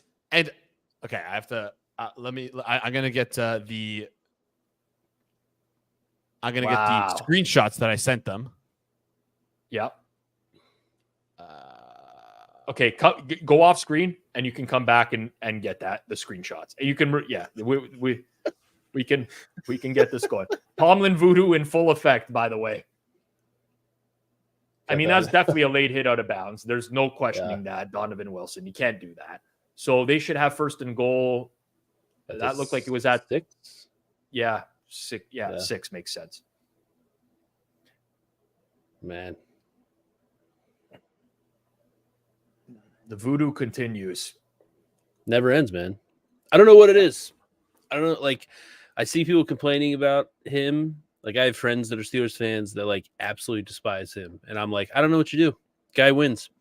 Like, they don't have a quarterback, so they're never going to win anything like worthwhile. But yeah, they just win. It's in the ugliest fashion over the last like 5 years, but he keeps doing it.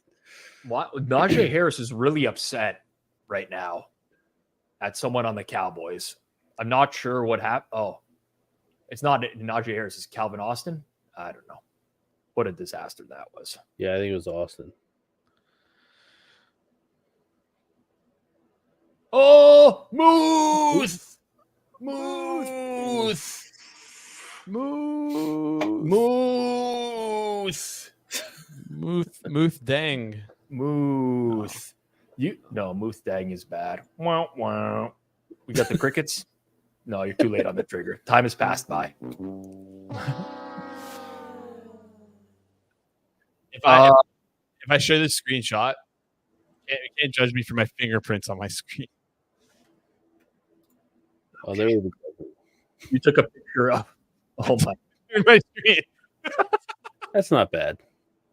Whatever, it's fine. I mean, my phone's pretty bad too. So this is the first play. So we see this is the 40, 41, 42, 42, 43. The ball is on the 43 on 3rd and 25. Okay. Yep. Bucky Irving gets the ball.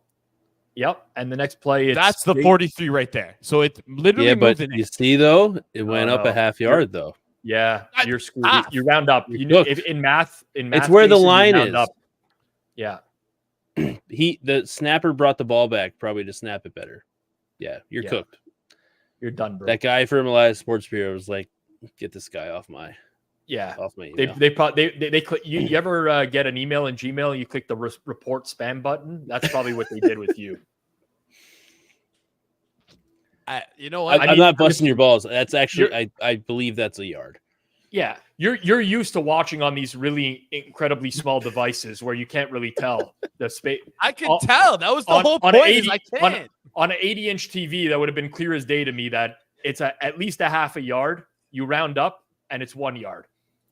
Yeah. Listen, I thought you had something there, but you just made yourself look even dumber. Okay, I will easily make myself look dumb so that the Nails could potentially have a winner from a loser to a winner easily. Yeah. Jason. Well, I did this for you guys. Come on. Okay, no. Here's what you did though. It's the boy who cried wolf. Don't you ever heard that story before?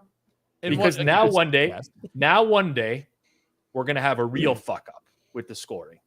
Yes. And you're gonna go type up an email. And they're going to search up your email from the past before and be like, this guy's just looking, you know, and that's it. Good thing that we have so many Hammer emails that I can utilize to my disposal to. Yeah, but maybe the hammer.bet is just flagged. We do have a lot. But it's probably not just flagged domain. Like, they Googled it. There's no videos on hammer.bet. Like, get these guys out of here. You know what? I wouldn't mind doing this, Zach, but we can't do this on Monday because I have to drive home from the office afterwards. I don't want to sleep on like one of those chairs. That wouldn't be a bad idea, though. Yeah, Jason, how much was that for you, by the way, that bet? Just so I know what you'd email over out of curiosity. A unit. Got it. Full unit. One full unit on that bet. One full unit, Mega Max Whale. Yeah. Oh, wait. Sorry. Bung has spoken. Cowboys to give up a sack this time. So I was just about to say, can we get a TJ Watt like sack fumble? What are the odds on that? Like just go nuts. How do we bet this? I don't know if there is sack props on there. Cowboys have found a running game with Rico. Yeah. 16 for 82. I mean, Cowboys offense has moved the ball. They just can't score. Yeah, the red zone trips, not great. One punt. You know what? Listen, a drunk watch along, I'm kind of down for that. I'm not going to lie. For crying out loud, I did mushrooms on a wash along last year. Now, sorry, I didn't do it live on camera, but it was done. It was the Panthers and Bears game. If you ever want to watch that one back. hit the you guys want Jason drunk on stream? I'm already so full of energy. Yeah. I don't know if you guys can handle that. Well, At what alcohol point is a do these- depressant, so Oh, okay. So are you telling me to drink alcohol on these streets? Like, listen. hey, if we're just putting ideas out there, you know. You already can't run this stream effectively when you're sober. You think I want you drinking while you do this stuff? Computers crashing. Yeah. He can't see the error code because his computer screen's an 8-inch tablet. I actually have rather big computer screens. They haven't had a shower. Did anyone try the shower orange yet? Out of curiosity, anyone? I'm still not convinced on the shower orange. I'm not going to lie. I'm confused. Do you peel pre-shower? Do you like peel in the shower, or is it like, are we going for like a plate in the shower, cut up orange slices like we're at like our grade 6 soccer game? Someone's mom just brought orange slices, and like that's how you eat them in the shower. I don't know. You peel in the shower and just huck it, like just drink. I got a Nick Herbig's out of the game, by the way, for Pittsburgh. Officially ruled out. Yeah. Yeah. I think that was a bad injury. Yeah. Which is a real problem with Highsmith, though, because they only have Watt on that one side. Yeah. Peel while the shower warms up. Okay, so Levi's saying you peel while the shower warms up. So I assume you're out of the shower, warming up, wasting water, by the way. I'm not going to judge that. That's okay. You jump in when it's cold? Yeah. You don't wait for your shower to warm up. I jump in right away. Hydro's expensive. Hydro's expensive in Toronto. So I can't do the cold. Sorry. Yeah, I mean, this is of all the takes you've had, all the things you do, this might be the most abnormal of the bunch. Well, I live in a condo, so the water heater is very efficient and just hot right away for me. Mine's like not long, but I'm not like you stand in the shower and then turn it on. I turn it on and then I step in and then get in. Okay. So it's also a little funky because is it cold when you get in though? No, absolutely not. But I'll take a cold shower every once in a blue moon. Cold shower is supposed to be good for you. I can't but do no, it. I do it. You should end your shower with some cold, usually. Yeah. But then I'm cold when I get out. Yeah. If you're looking for the health benefits, though, you know. That's true. Yeah. I don't know. Shower's warm right when I hit it. I guess you got to peel before you go before you turn the shower on. So peel, and then I guess, are you worried about water getting on your orange, or is like the protective layer of skin on the orange that like not the outer layer, but like you know how like each orange slice has like its own protective layer of skin that protects you from the water? You just got to turn your back to idea? the water and shield your orange. Protect it from splashes. It's got to be the only way, right? You don't want a soggy orange. I don't even know if that's possible. I'm not gonna lie, I have no idea how this could possibly be good. Like it's too fun. It's like one of those where it's like a experiment basically. Like how far could we take this? Could we get people to do stupid shit like eating an orange in the shower? Okay, wait, I can't. Captain Levi in the chat is saying we're overthinking it and just eat the. I thought this was a bit the whole time. I think Captain Levi actually does this. I thought it was a bit. I thought it was just water on orange is fine. Just not soap. Yeah, you do it before you soap up. I get it. Oh, the old shower PB&J. No. so gross. Oh, Wet bread is- oh. No. Oh man, wet bread. No thanks. You Just know go what, Paul? cutie. There's short appeal. I do feel a crushing Dak INT coming. Something really stupid, though. Something really stupid. Shower Like something ribs. that bounces Shower off ribs. a lineman's head. Oh, man. Hey man, That- you don't I have to get cleaned up real You know- quick. Exactly. Like if you can have messy hands and then Honestly, I think that's a great food to eat in the shower. Ribs, well, you have the bone, right? Like, how about like Just boneless throw wings? them over the shower curtain. boneless Just throw wings them where down you the- get really saucy hands. Yeah. yeah. Shower. I wonder what a shower pizza would be like. Yeah, like shower pizza and beer. I wonder if there's like an install where you can have like a shelf to put your pizza on. I will That say just when I grosses used me to out when I thinking used to about it. travel to London a lot, some partners over there. When you get hotel rooms in London, it's very often your toilet will be in the shower. I'm not exaggerating. It's very, very close. So you could technically you could eat your shower wings, take a shit all while in the shower. Are you an advocate for the shit shower orange? I mean, The shit shower orange.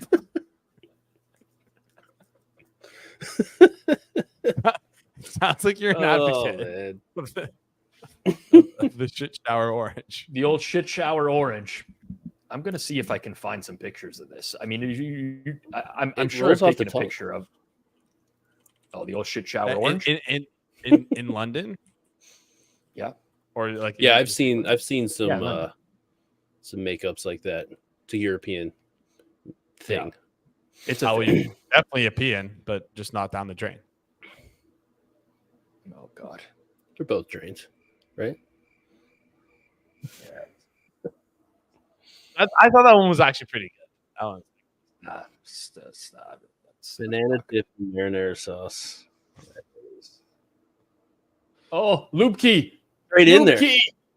Go. I don't even know what I'm cheering for right now. See, the inner Cowboys fan is taking over. Steelers need to call this timeout ASAP.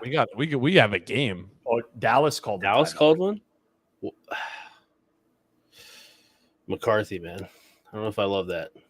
No, I certainly do not. Well, and then they sped up on Dak's interception in the end zone in the first half. Yeah.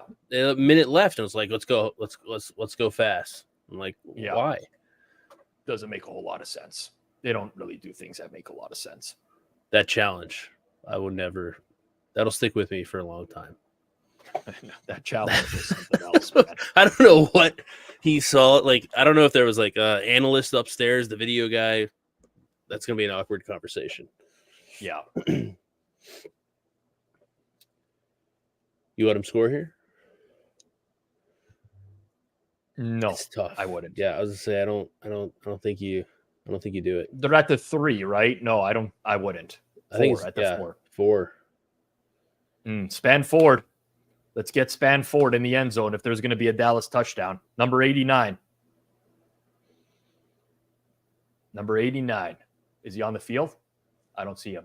Who's at the bottom of the screen? Can't tell We're who that cooked. is. No. Oh no, Spenford's is that? Oh, that's Ferguson. We're cooked. Yeah, Jakey Fergs.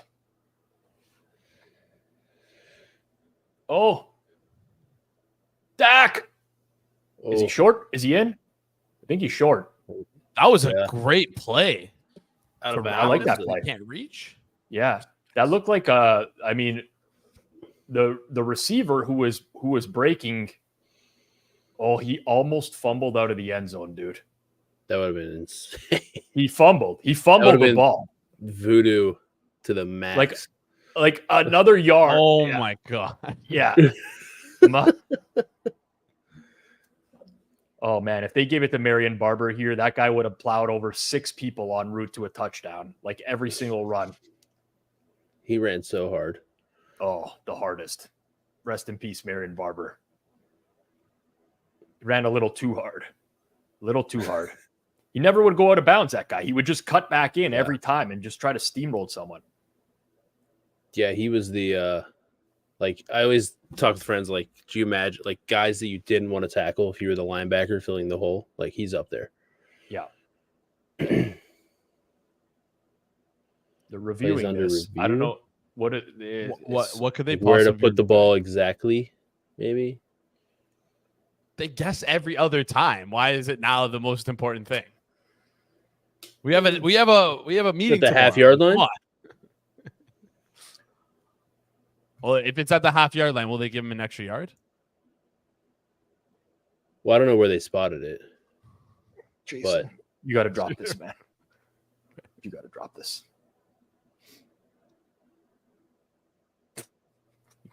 Another half-yard. Oh my God, man. Yeah, are they determining whether the clock runs? I gotta listen to what this. It's Okay, a so the rule. one. Yeah, they're ruling that he didn't get out of bounds. So they which is correct. Call a timeout, so the Steelers will have to. Well, yeah. or just not, or they're just not going to run the clock at all. Steelers have to call it. Well, they'll run the clock as soon as the ref blows it in, right? Well, there will be a 10-second runoff, so supposed to be somebody has to use it. So they'll each have a chance to call a timeout. So now they have to put it back to 47, though, don't they? Because they took the timeout to avoid the runoff. I'm too tired to go through what's happening here. I just need to see another play. Pretend I already had this sound loaded up, but like the Windows dial-up startup sound. That's what should be playing right now. Oh, he fumbled! Oh my God, he got it back! Man. Oh. Wow! You almost voodoo? got the full voodoo How the- experience. Almost 2 plays in a row. What kind It's of creeping music, in. What kind of music are we allowed to play on this channel? Like, could we queue up Voodoo by Godsmack? Definitely, That I was- have no idea what that song is, so probably not. I don't expect you to know what that is. Oh my God! If you know what song, Sheesh. Please tell me someone in the chat knows what that is. That's not a sack because it was a handoff, Bung. It was a Rico Dowdle fumble. It'll be a no game, unfortunately. Yeah, but the people know. Man. Nails know. You guys are hard. They're not soft like you. They're not soft. there's you can't do the thing that I do, where there's two people that say something and you're like everyone loves it. Like, Yeah, there's no one that said that they don't know what it is. well, the absence of people saying they know what it is and love it is like enough on its own, I think. But I just want to say that was a ridiculous play by Roberts. It really was. Oh, he had him. He underthrew him. Man. Oh, Tolbert was open. wait, is he hurt? That's like I hope he's not hurt, but like that Just the gives us an feelings. opportunity to get spanned forward into Yeah. the game. Here we go. This is it. Yep. Okay. I'm giving people homework tonight for that meme because that. What? Huh? No homework. You're not For the- giving anybody homework. What the fuck are you talking about? It's just the giving people meme. It's a funny video, It's but like 12:51 a.m. Eastern time. No one's going to homework. Bung Magoo is in bed for crying out loud. No one's doing homework. Bug Magoo's gonna have a great laugh tonight when. I'm sorry. Okay, I'm sorry. I'm thrown off by this comment. What is this? What is this? What is this? Out of the blue. When is it? Andrew. When did this even Andrew when did Branson. this start? Andrew What is Branson. that? Interestingly enough, he has the first initial of Anthony Glenn. Could it be the same person? I don't know. Ah, one in the chat if you're Anthony Glenn. I feel like Austin doesn't know the lore of Anthony Glenn. No, Jason know. Banda guy. I banned a guy and he was very mad about it. He's this very, morning on the very Pizza mad. Buffet. Extremely. So I upset. banned him again. Just keeps coming back. Yeah. Is Wow. Pittsburgh going to blow their time out here to see what the Cowboys? Yeah, Tomlin's Is taking it. that Spanford bottoms? No, it's not Spanford. No. Is that Spanford top screen? What number is he? We have to figure out. Is he 86? He's 89. 89. No. 89. What's his number? I thought 89.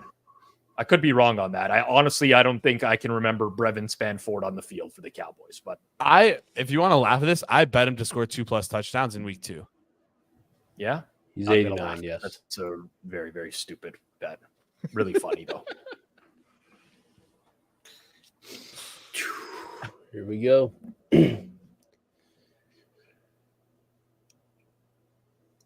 I honestly have no idea what they're going to run here, which is interesting because It'll be like what's the dumbest thing you could think about them running? A pitch wide.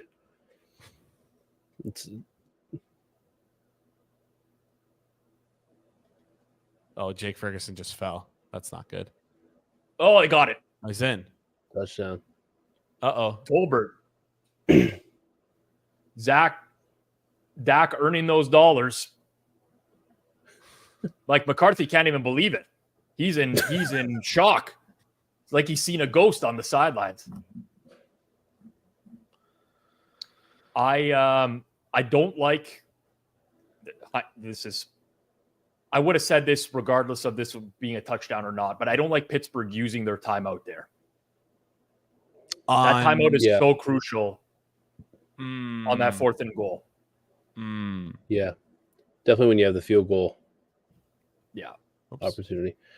The thing that's funny to me about it, unless you're in like a horrible like matchup or something, which I think will rarely happen, like they could just switch up their formation again after the timeouts. Yeah. Like what you know, and again, unless you're like, we are screwed here, we have the wrong call.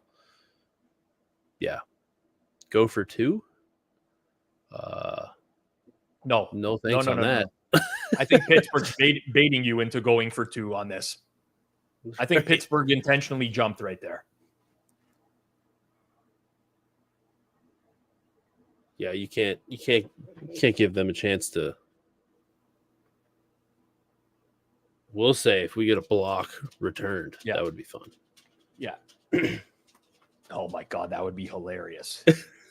There's been a bunch of long non-offensive plays today. Yeah.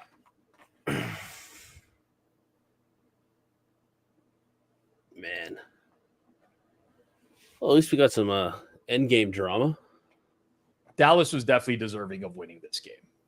Yeah. Without question. This is probably this is just pure domination today. I mean, Pittsburgh is really trying to affect the outcome of who's going to get the forward progress shirt right now. Could say it's fixed.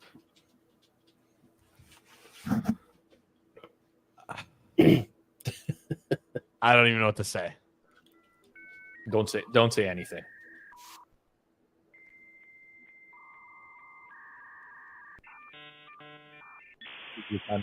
Listen, and that's what you came up with.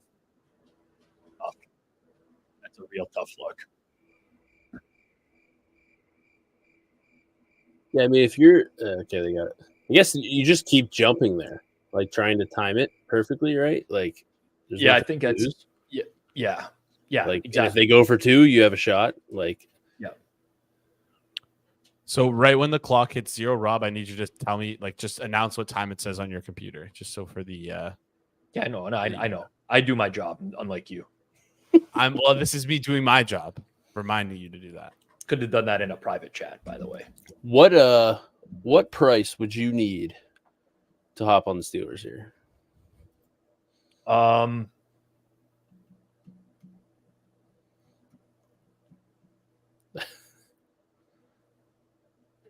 $25-1. Yeah. More. 30-1. What do we got? 1,300. No.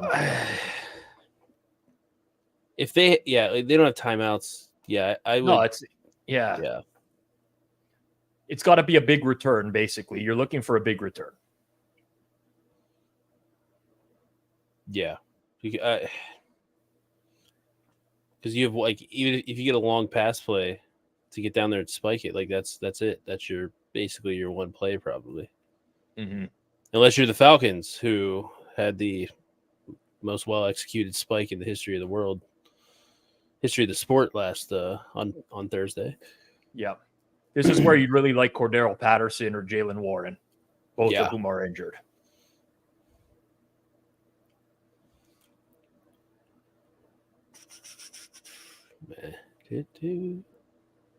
Yeah.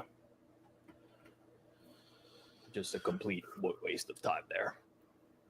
15 seconds. That was Shamklin. Yeah.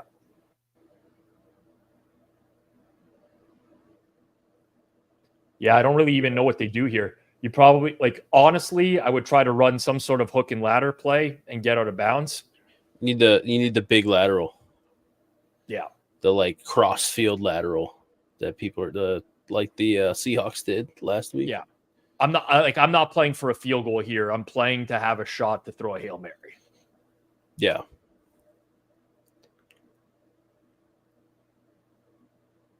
I mean, Fields is going to take forever. Oh, and it got dropped. Who dropped that pick? Overshown? Yeah. It would be nice if we can get a Najee dump off. Oh, that would be unreal.